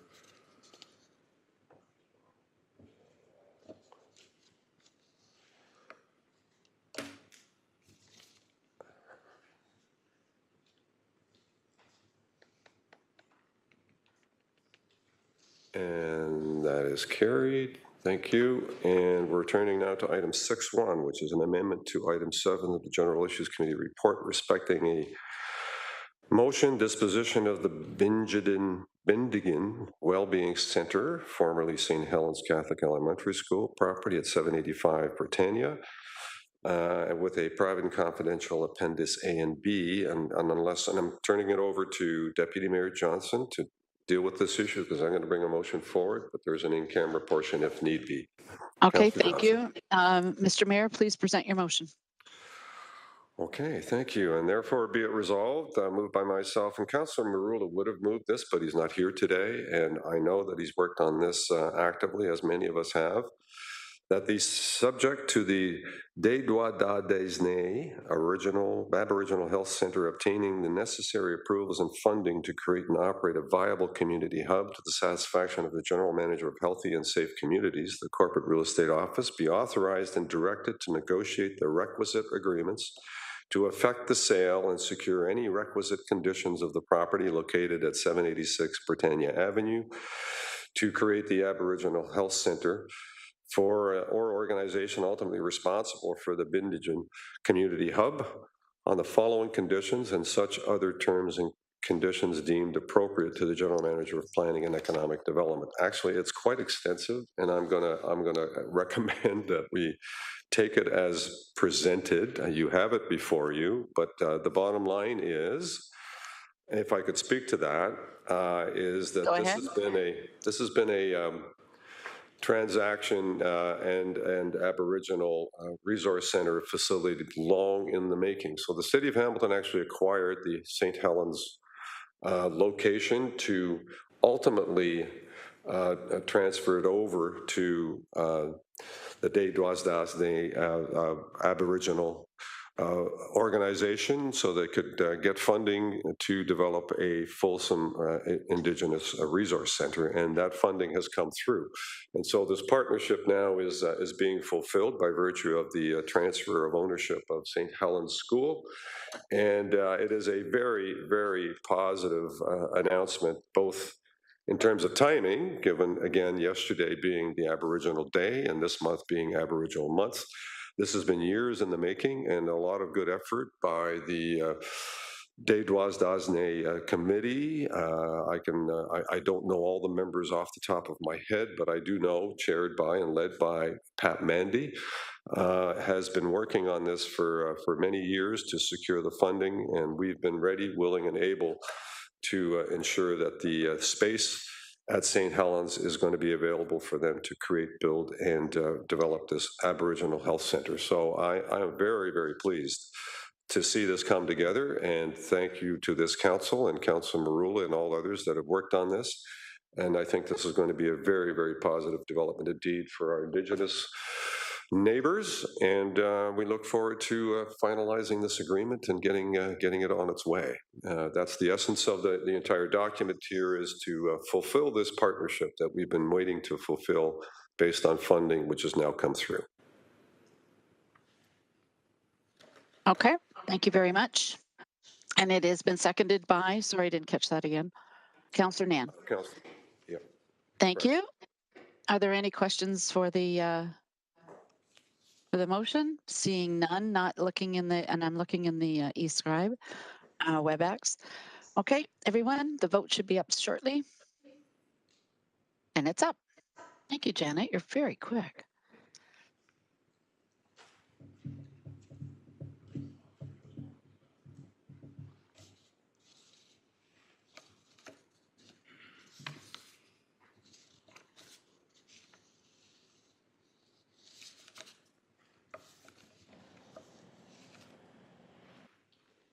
And Jenna, I don't know if you saw the message from Councillor Partridge. She'll step out. She'll be back at 1:45. So if you're looking for her vote, it's not there. Okay, thank you. I'm having issues again, so I'm going to press F5 because I can see the vote loading, but I don't see the vote yet. So are you okay if I do a physical vote? Sure. Okay, any opposed? Any opposed? It's unanimous, Janet, for all those that are in. And Mr. Mayor, I'm just going to ask you to look around the council chambers because I can't see anybody's thumbs up. All thumbs up. So Councillor Farr. Oh, sure they are. Councillor Danko, Councillor Clark. Okay, we're good. And I'm turning the chair back over to you, sir. Thank you. And I have to throw it back to you again because I have another All right, motion. here we go. And so, I'm going to request that I waive the rules to introduce this following motion. And Councillor Farr is seconding this motion and is waiving the rules. And this is the naming of the Great Hall, the first Ontario Concert Hall after Boris Brott. Are there any questions or concerns about waiving the rules? If not, the vote will be up. Actually, mine's frozen. I don't know about how it's going with you, Janet. Yes, I'm still frozen. Okay. Any opposed? Mr. Mayor, I'm relying on you to look in the council chambers. Anybody opposed to waiving the rules? No. I'm not seeing any on screen. Okay, thank you. Go ahead, Mr. Mayor. Thank you. And, unfortunately, I don't have the motion before me, and I should have, but it isn't. But I can, I shared it with members of council, and I can speak to it. The essence of the motion is, as you all are well aware, Maestro Boris Brott was tragically killed in our roadways a few months ago, and we've since been trying to reflect on how we can best honor his huge commitment to our city, from not only from the perspective of music, which is a given, and you will all recall when he did come to Hamilton, he brought the Philharmonic to the steel plants and brought the Philharmonic to every part of our community. Then launched into opera in a very big way. Not only was he a great booster of all music, not just Philharmonic music, but all music and all musical entertainers in our community. But he was also a proud, transplanted Hamiltonian, originally from Montreal, and obviously had renown not only in Hamilton but worldwide in terms of his talents and his abilities. And so what we've come to, in consultation with the First Ontario Centre Credit Union and with UPEG OVG, who are the soon-to-be new operators of the facilities, is to allow the wording "the Great Hall Boris Brott" be added underneath the First Ontario Concert Hall sign on Main Street, and to have a memorial plaque prepared inside the building to reflect on his involvement to the development of, and of course, his great performances in the Great Hall over the last 40 years.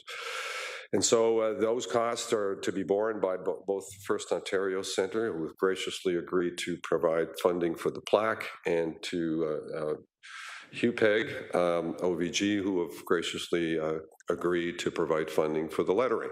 And so no cost to the taxpayers. We're just looking for your approval to continue to advance that. In honor of the Boris Brott, I have had ongoing conversations with artist Brott and the family, and they are thrilled and fully supportive of this honor.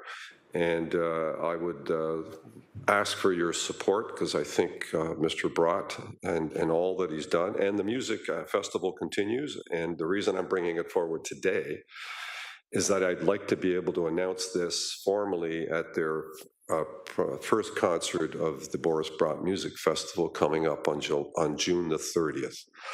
And therefore, that's why it's here today, because there was not another council meeting that we could have brought it to. So with your approval, I know you'll honor the memory of a great Hamiltonian and a great contributor to our community, and of course, make some very, very somber family members very, very proud and pleased that he will be forevermore recognized as a great contributor to Hamilton. Thank you, Mr. Mayor. Good job on this one. I have two speakers so far, Councillor Clark and then Councillor Farr. Go ahead, Councillor Clark. Thank you, and I support the motion that's here. The only proviso I have is that as I've traveled around in my time, I've seen lots of rooms being donated and under the name of an individual, and over time the plaques just get lost. So I'm hoping that with the discussions with the family and the First Ontario Concert Hall, that they can come up with a way that it won't be a plaque that kind of disappears into the wall. It'll be something that really draws the eye, perhaps the photograph of Boris Brott, a bust of Boris Brott, something that helps bring his contributions to this community to life. And it would be a befitting memorial to him. So I just offer that as comment, not wanting to change the motion, sir. Fully support it. Thank you. Thank you, sir. So now we have Councillor Farr, please. Yeah, good last point there. I mean, we keep calling it Hamilton Airport. It's the John C. Munro International Airport. When it was Ron V. Joyce Performing Arts at Hamilton Place, very few people actually said Ron V. Joyce Performing Arts at Hamilton Place, and I think he gave $20 million for that one. But this is just brilliant. I know a lot of Duranders will be pleased. I was meeting with a number of them last night. I've had some time to reflect on my constituent who left us way too soon, and really think about the impact he had on me personally as a constituent. But, you know, we go back even in my radio days in promotional stuff. And he was always a conductor to me. I always envisioned the way he was so animated, that he always appeared to be conducting when he would speak to you, and especially if it was something he was advocating for or he was passionate about. So I was really happy that you let me second this, Mr. Mayor, and I did put the motion up before me. And we should probably thank First Ontario Credit Union, as you do in the whereas, current holder of the naming rights for the facility, and very much not only supportive of the initiative, but as you've rightly pointed out, for posterity and for the record, they've been instrumental in working with all parties involved as well to bring this to fruition. Boris Brott was not only a giant of the classical music world, as you have pointed out, he was also a giant for promoting and building Hamilton. And this is well worth the accolades, and to put in perpetuity his name in a hall that all of us will recognize and certainly appreciate for all time. So thank you very much. Again, I appreciate being part of the motion. And we will, I guess, vote on it now. And I have to, my voting machine still isn't working, so I'm just going to give the thumbs up, Janet. Okay, thank you very much. And I don't have any other speakers, and it's been moved and seconded. 1 second, we're having a Hang on, we've got mics on everywhere.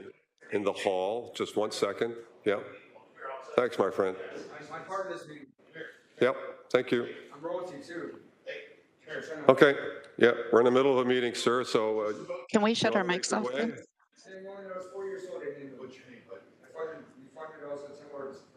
Okay. Thank you. Clerk, can you shut the mics off, please?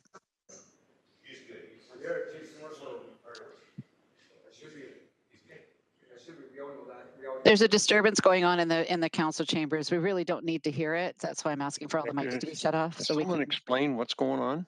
Yeah, I just said there's a disturbance in the council chambers. You're not there.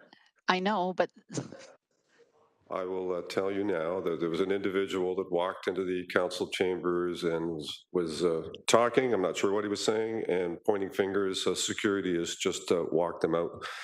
And Councillor Farr was prepared to throw his body in front of him just in case anything happened. So we're good now. And go ahead, Councillor Johnson. Thank you. Can everybody please vote? And then we can wrap this up.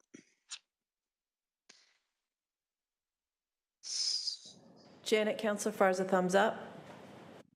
Oh, sorry. My apologies. It's not working. So who's opposed? My apologies, clerk. Who's opposed to this? And Mr. Mayor, if you can look around the chamber for me, please. No one in this chamber. Okay, so Janet, all those that are present, it's unanimous. It is working now, so not on my machine, it's not. Oh, you voted, so. That was for 3 votes ago. Okay, Mr. Mayor, it's back to you. All right, we're covered. We're good. Thank you all very much, and I know that the family will be very honored and pleased, so thank you for that. Item 7.2 is donations from the Patrick J. McNally Charitable Foundation for St. Mark's Capital Project. Councillor Farr. I seek a seconder and I seek to waive the rules. I will, who's prepared to second? Councillor Pearson, I see. Thank you. Thank you, Councillor Pearson. And yeah, we'll waive the rules first, I guess. Yeah. So on the motion to waive the rules, again, the reason for the urgency, if you might share that with us. Breaking ground in a week and a half, and we need the dough. That's a fine reason. That's a fine reason. All in favor of waiving the rules?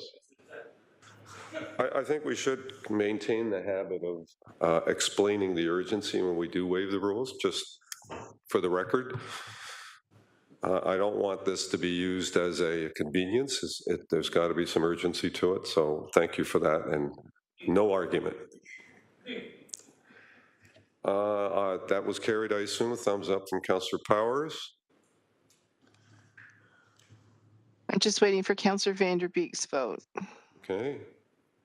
Thumbs up from Councillor Vanderbeek. Thank you. Councillor Farr, that's carried. Your motion. Moved by myself, seconded by Councillor Pearson. This is a donation yet again from the Patrick J. McNally Charitable Foundation, this time for St. Mark's Capital Project, whereas the City of Hamilton is the owner and steward of the heritage building known as St. Mark's Church, corner of Bay and Hunter, whereas the city intends to convert St. Mark's Church into the new downtown cultural space and community venue, whereas the Patrick J. McNally Charitable Foundation wishes to make a monetary donation of $250,000 towards the cost of the project to enhance the experience of visiting and using the site. Therefore, be it resolved that the GM of Planning and Economic Development, Jason Thorne, who was instrumental working with me on this, be authorized to negotiate and execute on behalf of the city all agreements and documents necessary to receive funding in the amount of $250,000 from the Patrick J. McNally Charitable Foundation in a form satisfactory to the city solicitor, and that donation, part B, tells you which account to put it in. It says in the motion, Mr. Mayor, real quick, that it'll help enhance the experience. Those enhancements that we're going to bring back, actually, because in looking at the budget and certain mitigation measures needed to be taken place, in consulting with the community, we kind of did that kicking and screaming just to get the project underway. It's much delayed. A lot of those delays completely out of the control of our culture staff, of our finance staff, but it's taken some years.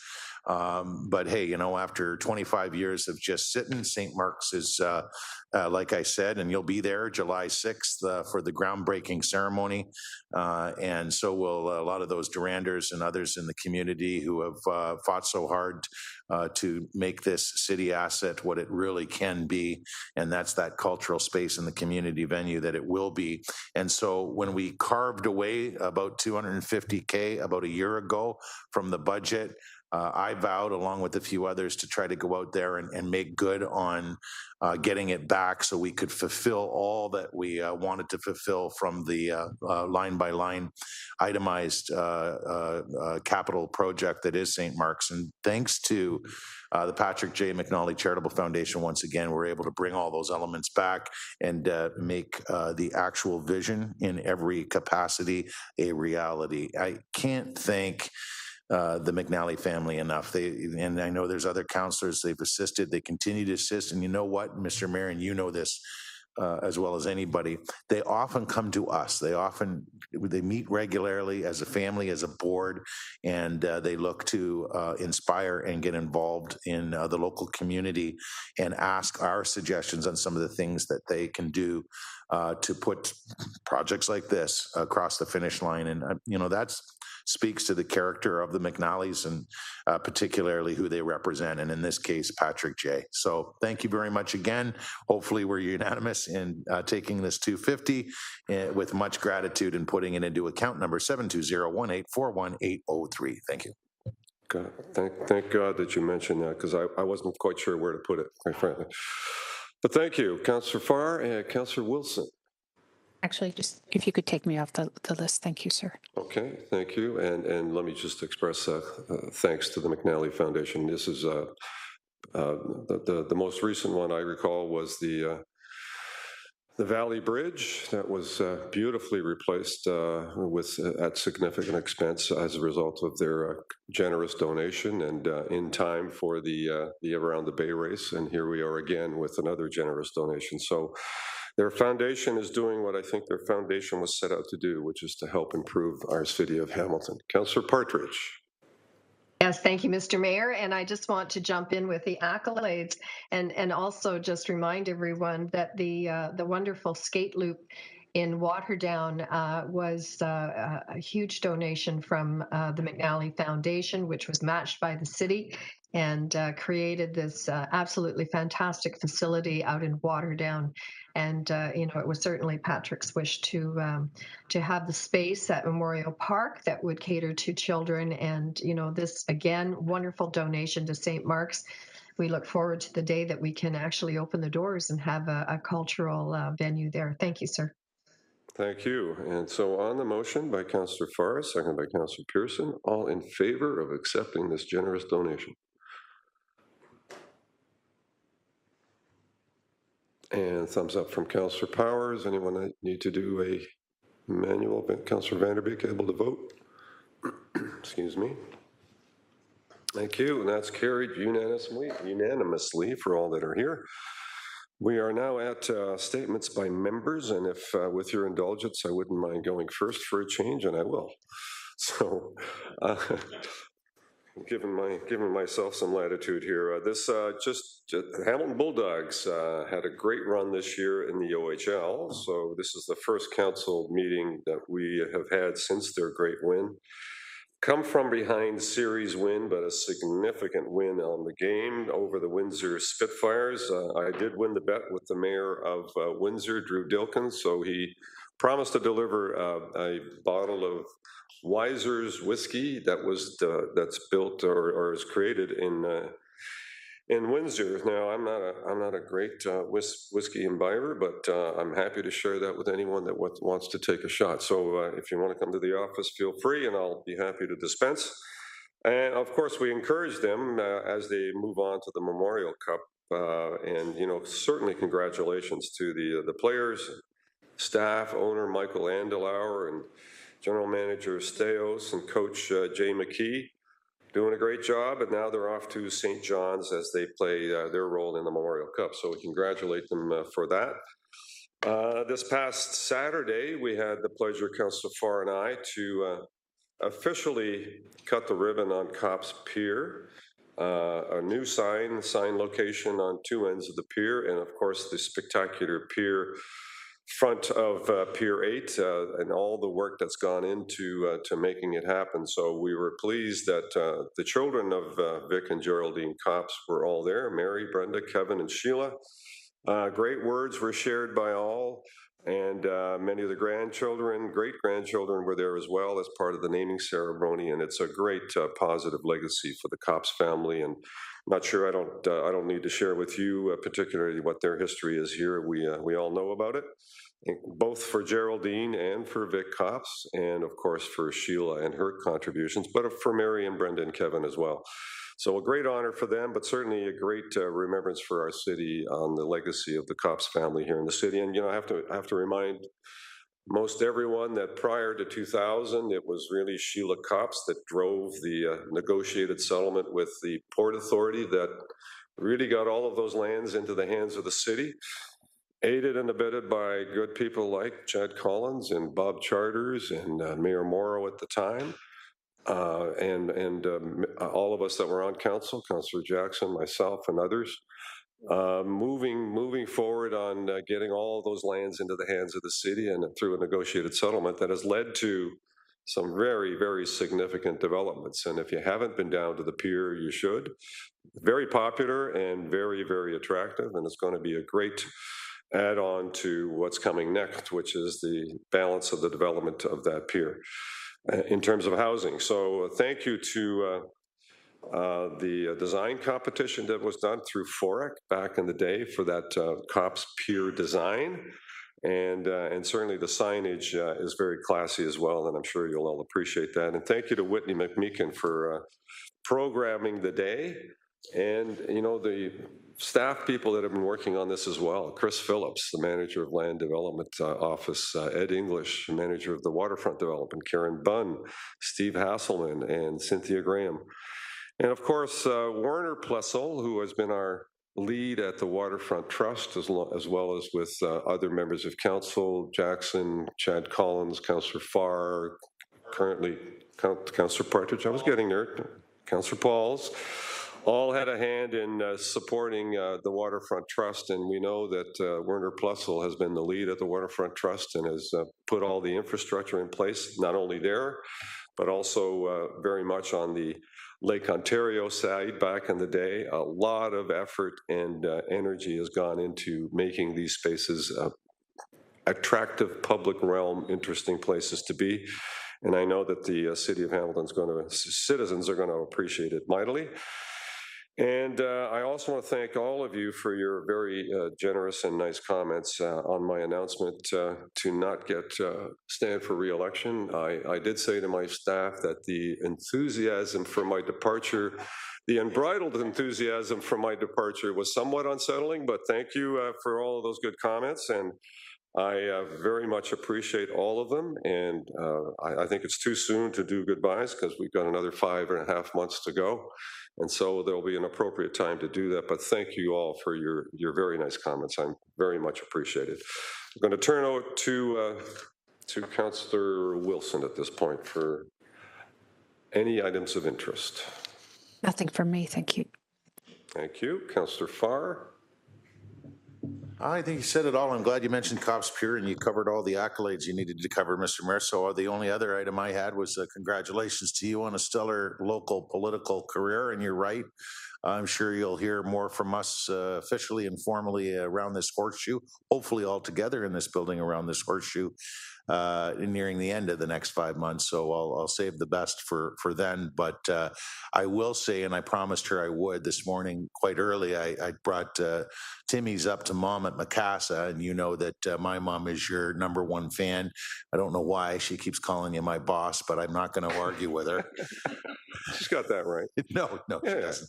So, but she said, say it ain't so. She caught it on the news actually and remembered it, and we were talking about it. But she wanted to pass along her love and affection as she has in the past, and certainly I know you'll be hearing a lot more of that in your time. It's been an absolute pleasure. Give her a big bear hug for me. Thank you, Councillor Ned. Thank you, through you, Mayor. Just a few updates. One, I want to thank all the residents who joined us yesterday for a community meeting on the Tim Hortons field being a good neighbor, and a productive conversation. Definitely anticipated the number of concerns and complaints that did get aired. I think more than anything, it was an opportunity for residents to be heard and for us, both my office and city staff who are in attendance, to put together an accountability framework as well as an opportunity for ongoing community conversation.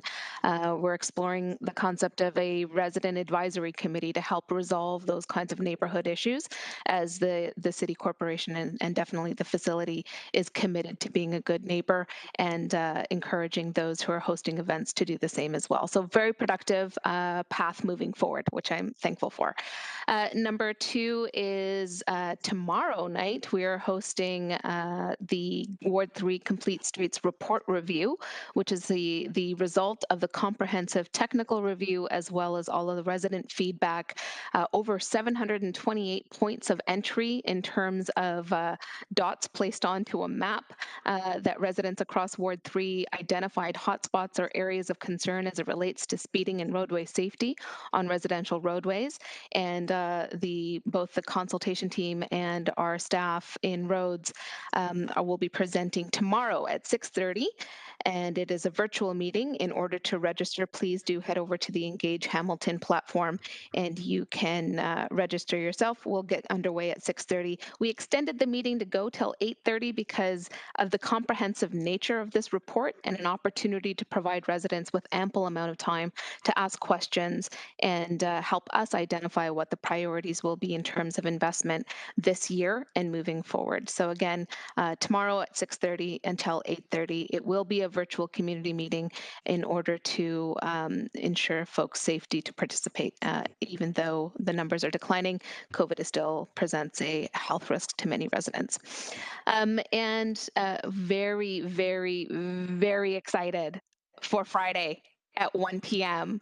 when all of you, Mr. Mayor, yourself included, are invited to join me, the Arkells, and all of our generous donors who made the $80,000 investment into the multi-court basketball court at Woodlands Park, which is now renamed through this council, the Rally Court. And a big shout out to our beloved Arkells local band, continuously bringing forward excellent project ideas and collaborations with various stakeholders in our community, grassroots all the way up to anchor institutions, and bringing their star power to real investment that will make a tangible difference in the lives of Hamiltonians. It's been an absolute pleasure to collaborate with the Arkells and everybody who donated. And I also need to say a tremendous thank you to project manager Kevin Kernahad, who from Parks took the project and ran with it. It was a pleasure to work with them through the Ward 3 office to project manage this and make sure that it not only got delivered on time, but on budget as well. So 1 p.m. Friday, we will be doing the celebratory tip-off and ribbon cutting of the new multi-court facility in Woodlands Park.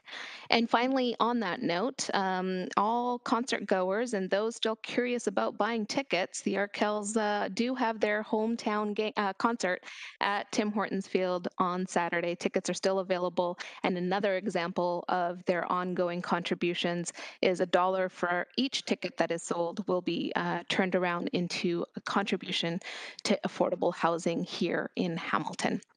So thank you. Those are my comments for today. Thank you. And I believe Fox 40 and Foxcroft, around Foxcroft, were contributors as well. And I'm going to challenge Jason Farr to a game of 21 while we're there. All right. Mr. Mayor, it's Ron Foxcroft, it's Nick Nurse, it's the Basketball Canada, as well as Superfan Nav. Thank you. Yes, all important, and we'll look forward to being there for sure. Thank you. Councillor Powers. So I'm assuming that one-on-one with Councillor Farr is full contact, right? Oh, heavens no. No, I'm the loser in that scenario. No, thank you. Two thank yous, Mr. Mayor. The first is on behalf of the residents of Stony Creek. They want to thank Council for their unanimous support for reinstating or confirming that the Battle of Stony Creek will continue for years to come. It's been part of the history of Stony Creek, and in fact was a turning point in the history of Canada. And they are grateful to Council for doing that. The second thank you is a thank you from Councillor Pearson and Councillor Clark and myself for the unanimous support of Council in making that happen. And it's an event that could not be lost to this particular city. And once again, thank you very much. Thank you.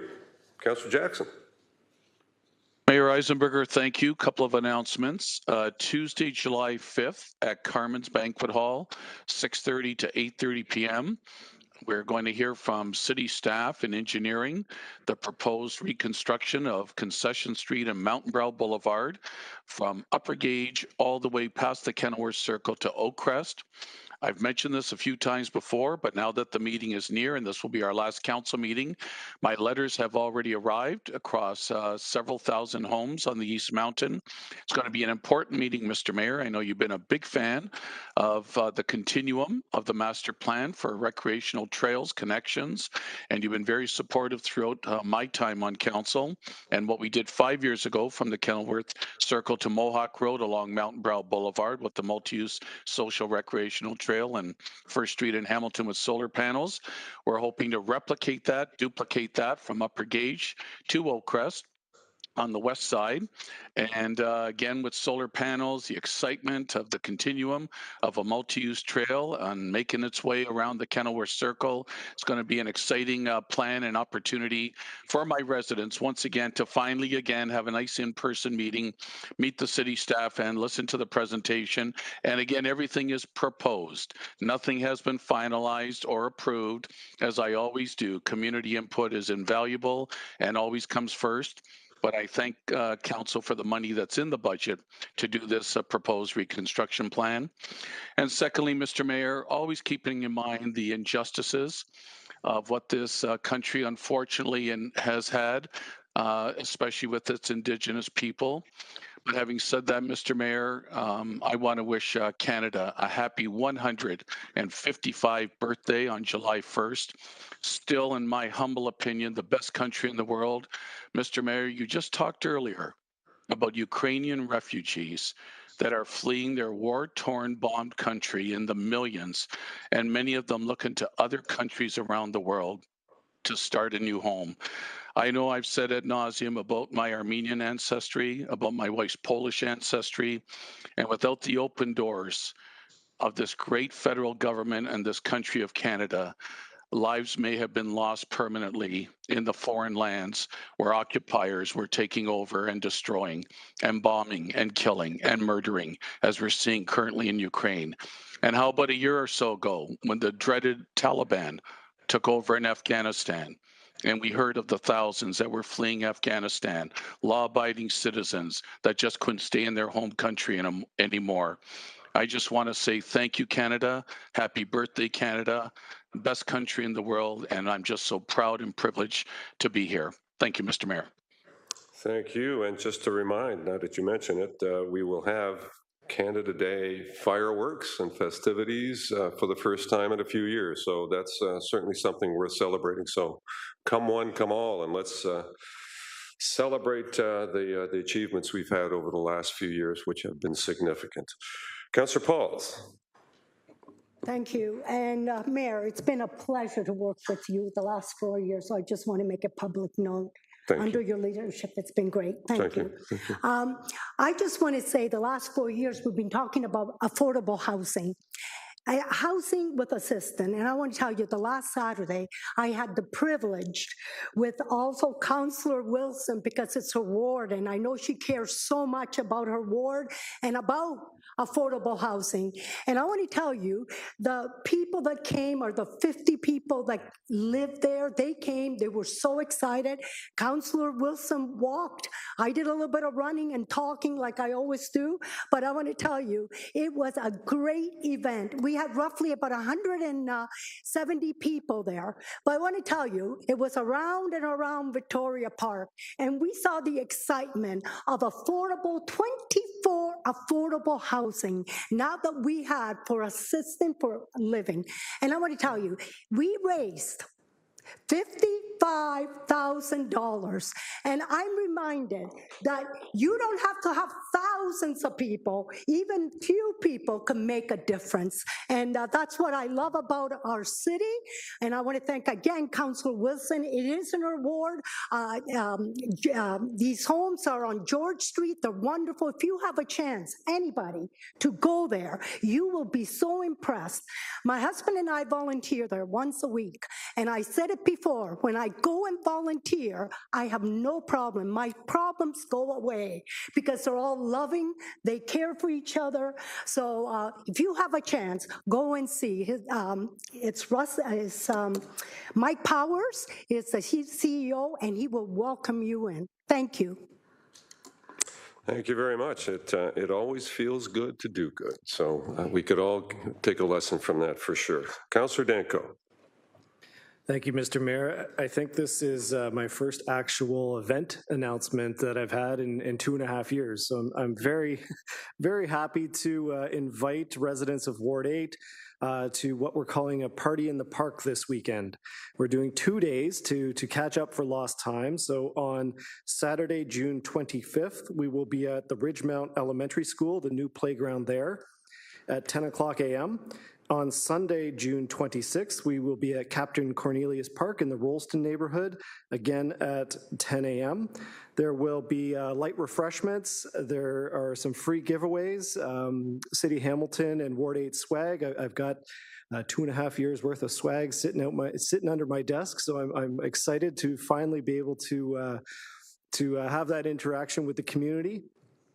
Both of these new park play structures were opened during COVID.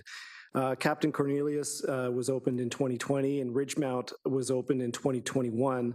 Both were very highly used by residents throughout the pandemic as a place to get outdoors, to spend time with their families.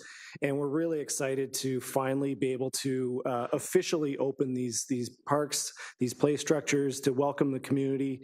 The Ridgemount school location was facilitated with through the support of Ward 8 and 14 Trustee Becky Buck and the Hamilton Wentworth District School Board. So she'll also be there on Saturday at Ridgemount. And yeah, like I said, it's just it's exciting to finally be able to get back in the community and host these kinds of events that we've all been looking so much forward to.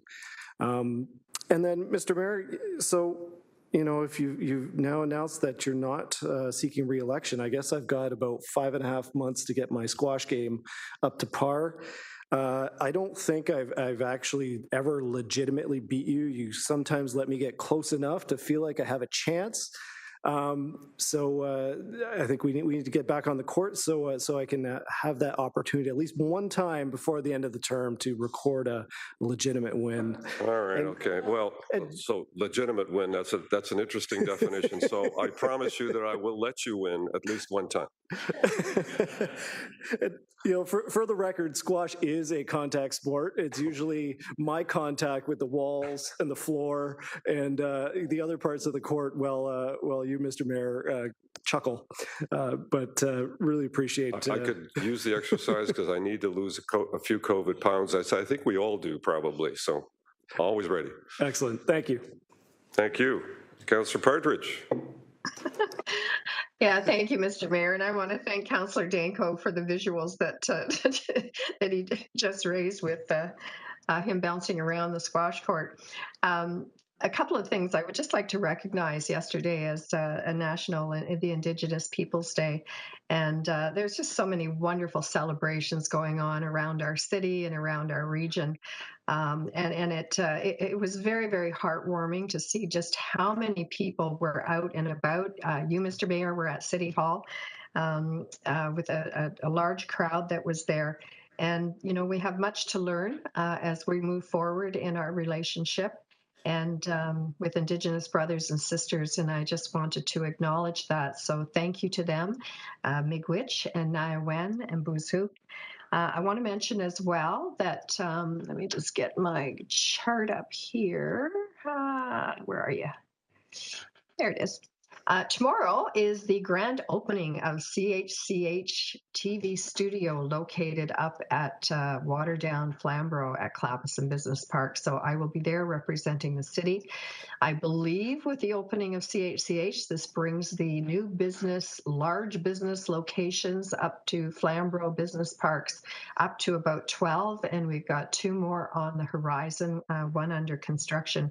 So many thanks to our active folks under the leadership of Norm Schlein. Just outstanding work. And then on, let me see, go back here on the 20th. Can I mention just as I boast a little bit that I was their first in-person guest in 2.5 years in their new studio as of when it was that Monday. Yes, and I did see that. So, and you were also the first one that I believe they met with to talk about locating up in the area. And then you very graciously referred them to meet with me.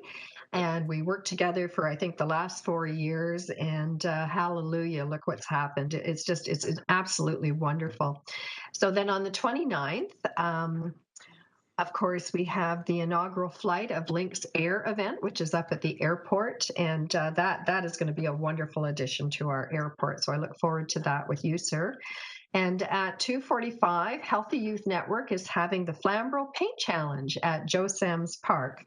And that's always a very colorful, very physical event as everyone on the teams runs through all the different what do you call them, apparatus throughout the park and throw paint at each other and have a good time. And then later that evening, through FCM, and again, I'll just try and bring this up. FCM, I sit on the committee to, where is it here? The Women and Gender Equity Canada and Partnership Fund, and that is through FCM, the Federation of Canadian Municipalities, of which I am a part of. And they have asked me to join in a panel discussion with Diane Hoosen from Niagara. Niagara is going to be hosting a panel discussion for an hour and a half. And it's on the 29th, and it's from 6 p.m. until 7:30. It is open to everyone. And if you are thinking of running in local government, wherever you are across the region, I would really encourage you to sign on for this particular workshop. It's free, it's open. And the workshop series highlights the need for more diverse voices to inform political discourse, and especially for women or racialized voices and people from different identities. We're going to focus on addressing criticism, bullying, bias, and discrimination that individuals may face while campaigning or in local government. And certainly after today, it is very, very important that the message is out there, that we take a leadership role in mentoring our young people and anyone who's thinking of running in local government. Thank you, Mr. Mayor.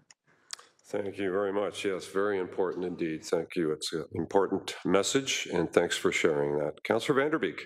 Thank you, Mr. Mayor. I don't have anything to report today. Well, come on, get busy. Find something. Well, I suppose I could. So don't forget that the markets, the farmers market in Roxton and Dundas both operate every Thursday from now till October on Thursday afternoons. How was that? It's always good to visit Dundas because it's the most picturesque in our great city. So, Councillor Ferguson. Yeah, don't forget the Ancestor Farmers Market on Halston Street has moved back to St. John's Church this year. We're hoping to get on the forecourt of the new Arts Center, but I'll talk about that in a minute. But the Heritage Days come back after a 2-year hiatus because of the pandemic a week ago Saturday. And you know, if you feel like you're being beat up or criticized a lot, boy, you get a refreshing look when you go down through the crowd at a parade. I had the opportunity in my convertible to go down through the parade, and the cheers and yells and support you get were really refreshing. Put a different light on your feelings towards this office when you have that experience. But it was a good crowd out again. Everybody was happy to be together finally, as other members of council have said before me today. And so we look forward to getting bigger and better. But one thing we were able to do is we moved the Kids World off Main Street, or off Wilson Street, our Main Street, Wilson Street, into the back of the new Arts Center. We took possession from the contractor of that on the Friday and had it in there on Saturday. So it was a big push.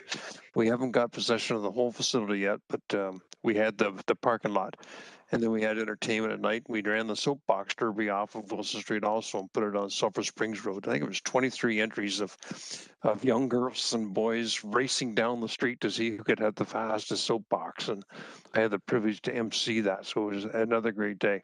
But we were also able, because we got possession of part of the building at the Arts Center, to throw the doors open and allow people to have a sneak peek, and they're blown away by it. We were supposed to have the grand opening on June the 10th, but unfortunately the 460 seats that are going in the theater were still bobbing across the ocean, even though they're ordered almost 2 years ago. It's a real supply chain issue. You're never sure when you got a manufacturer, then a shipper to the port in China, the shipper across the ocean, then the Port Authority in Vancouver, then the customs clearance, then the trucker to get over. Who's telling you the right answer? But they didn't get there in time, so we have no seats yet. The building's virtually complete, with the exception of putting the seats in. We postponed the grand opening now till early fall to make sure that everything's complete. And we're also going to be celebrating, hosted by the BIA in Ancestor, a Canada Day celebration in front of the old town hall. And there'll be fireworks there also. So encourage everybody to come out. Starts at 7:30 on July 1st. And we'll end at dusk with the fireworks. And that's all I have, Mr. Mayor. Thank you. Were you on a horse in this parade, or what were you riding this time? As you know, I'm getting older, and so I chickened out and went in a convertible. I've ridden an antique tractor, a modern tractor. I've ridden a horse a couple times. I know you were there to witness that. Quick story about that. I was riding my horse down the Heritage Days Parade, lined heaven. There's this little girl, I spotted her, was mesmerized by this horse. So I pulled it over to her and I says, "You want to pet him?" And she jumped up with glee, but so did 50 other kids. And then I was nervous that the horse was going to step on one of them, but the horse stood perfectly still until I says, "Hey guys, I got to move on here." They stepped away. So I got away with that one, but it was a big risk. But it was exciting riding the horse down and celebrating our heritage in Ancestor. So thanks for asking. Look forward to seeing the Memorial Center. I think it's going to be fantastic for Ancestor, for our whole city, quite frankly. So thank you. Councillor Johnson. Yep, thank you very much, sir. Just to let everybody know that the Bimbrook Farmers Market, it's an artisan farmers market, and it's this Saturday. It's also Saturday, July 23rd, and Saturday, August the 27th, and it's going to be at the Bimbrook Fairgrounds. Please just go to my website if you need more information. Pick your own strawberries are out and going crazy. I went out this weekend and got mine, and nothing tastes better than right off the vine. Congratulations to all the graduates. And I want to remind everyone that school will be soon out for the summer. So graduates, congratulations from grade 8s and even kindergarten graduates and high school graduates, college, university, etc. So everyone, please be careful out there. The kids are unpredictable. They do run out and chase balls, and just everybody slow down and watch out. And lastly, one personal note, I just want to wish my husband a happy 65th birthday. Take care. Thank you. Very good. Thank you. Councillor Pearson. Thank you, Mr. Mayor. A few comments. Just certainly want to tag on to Canada Day coming up and 155 years strong and proud for Canada. Very proud to be a Canadian, born and raised. I want to add that there's going to be a Canada Day party in the park on July the 1st at Lake Point Park in Stony Creek. It'll be from 3 o'clock till 10 p.m. Notices did go out, and it's being hosted by Knighton Real Estate Advisors. So I just wanted to put that on the table. Hope to be able to get out there. Really proud and pleased to see that Bayfront Park is also going to be having festivities. We're slowly getting back to normal, and glad that everybody's being cautious as well. Mr. Mayor, receiving your email a day or so ago with regards to your decision to not seek re-election. I too just wanted to comment, as I sent my comments to you, that I've been very honored and proud to work alongside you. And it's been an exciting number of years. There's been ups and downs, and it's always the case. But I think I also mentioned in the email that, we can't do this job without the strength of our family behind us. And I know that you have a wonderful wife, and Diane, and your children. Diane has been a stalwart supporter alongside you and a strong First Lady, Mr. Mayor, and I certainly respect your wishes to stand down now and pursue a new chapter of yourself and your family, and wish you all the very best. And I know there'll be more comments and conversations later, but very proud of being a part of everything that we've been able to achieve over the years that you've been the mayor in that chair. Thank you, sir. And lastly, I just wanted to mention, Mr. Mayor, you made a comment earlier that I've been quiet through this meeting. I have been, and I don't want to dwell on this because it's been very difficult in dealing with a colleague who has some challenges. And as councillors, we all hold our offices and ourselves in the highest position and highest regard for not only our residents, but for our colleagues and for our staff. So unfortunately, because I did come into the meeting late this morning, I had a development review meeting earlier. I didn't put my comments forward at that time, but I do regret to my colleagues who have felt uneasy and had fears. I certainly send my regrets that you have to feel this way, because I know myself of having issues in the past. It's not comfortable. You always feel that you have teammates around you and you can feel safe. So I'm just going to leave it at that, but I would also encourage that our good councillor pursue the assistance that he needs, that he can continue to assist his residents in his ward, Mr. Mayor. And that's why I feel very somber putting those comments out there. It's very sad because we all take great pride. Every single one of us take great pride in how we represent the good tax-paying citizens of this community. Thank you, Mr. Mayor. Thank you for that. Yes, Councillor Clark, your turn, sir. Thank you, Mr. Mayor. I have two events and then a personal comment. We have the Soaring Spirit Powwow Festival, June 25th to June 26th, 11:30 a.m. to 6 p.m. in Battlefield Park. This is going to be a gathering of traditional Indigenous musicians and dancers. You can explore the vendor area, the food fair, and see some rather unique cuisine and one-of-a-kind objects that are being created by local Indigenous artists.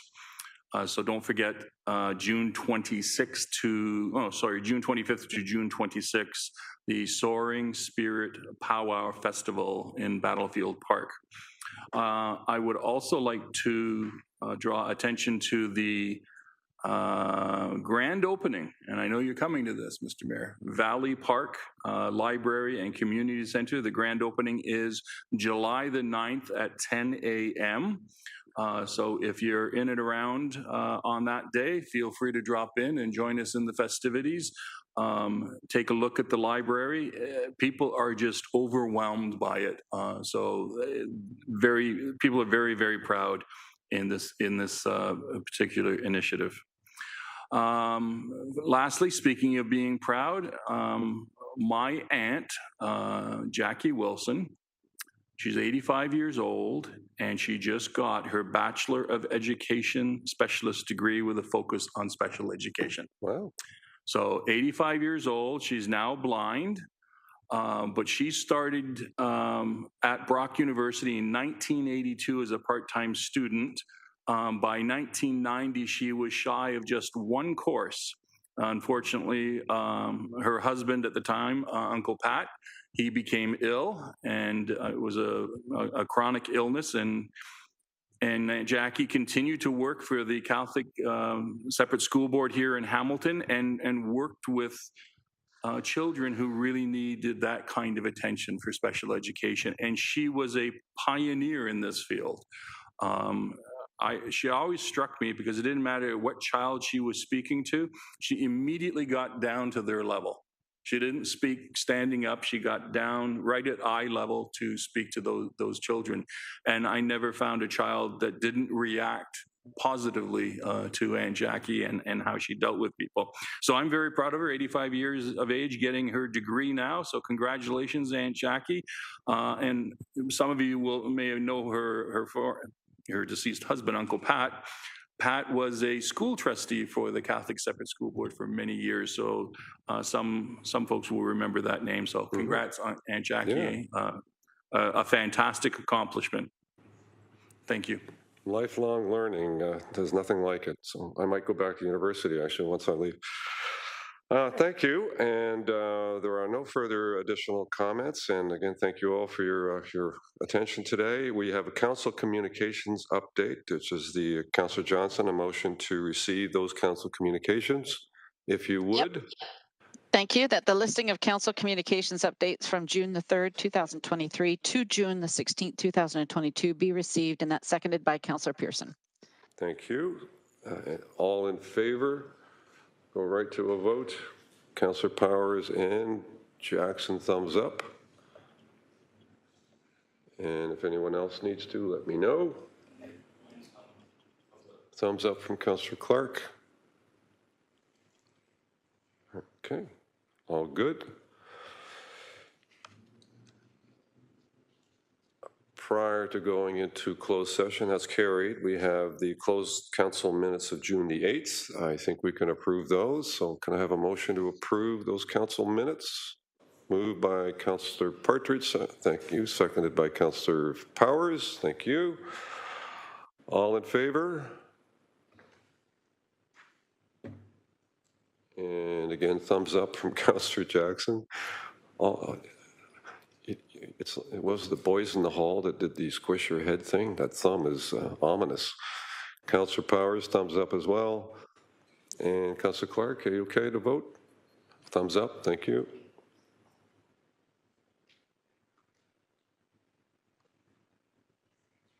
Just waiting for Councillor Nan's vote.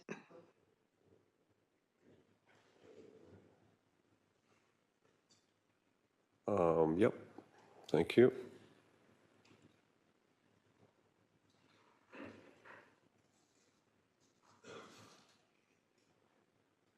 And thank you, that's carried. No in-camera item, or what? No, Mr. Mayor, we don't have to go into close because we approved 6-1 already. Right, we did that one already in Yep, terms of St. Helens, right? Yep. And no other items in the closed session? Okay. I'm gonna go purposely slow because of that comment. Anybody have any other items of interest that you want to share? Yeah, I got the bills we can approve. So we're good. We don't have any additional. I'm going to get my beanie back on and get my McMaster jacket on. I'm going back to school. Who knows?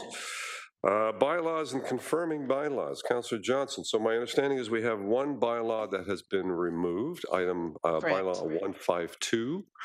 Yes. Beyond that, the balance of the bylaws, you have a motion, Councillor Johnson. Yes, I do. And it's been moved by myself, seconded by Councillor Clark, that the June 2022 bills be passed and that the corporate, as amended, and that the corporate seal be affixed thereto and signed by the mayor and the city clerk. Thank you. So in the absence of 152, all the balance are here for your approval. All in favor? And I will take double thumbs up from Councillor Jackson, one from Councillor Powers. Anyone else need to? Okay, we're all good.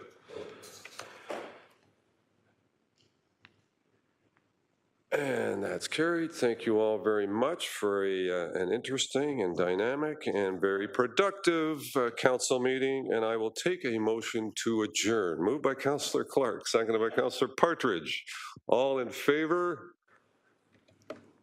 Carried.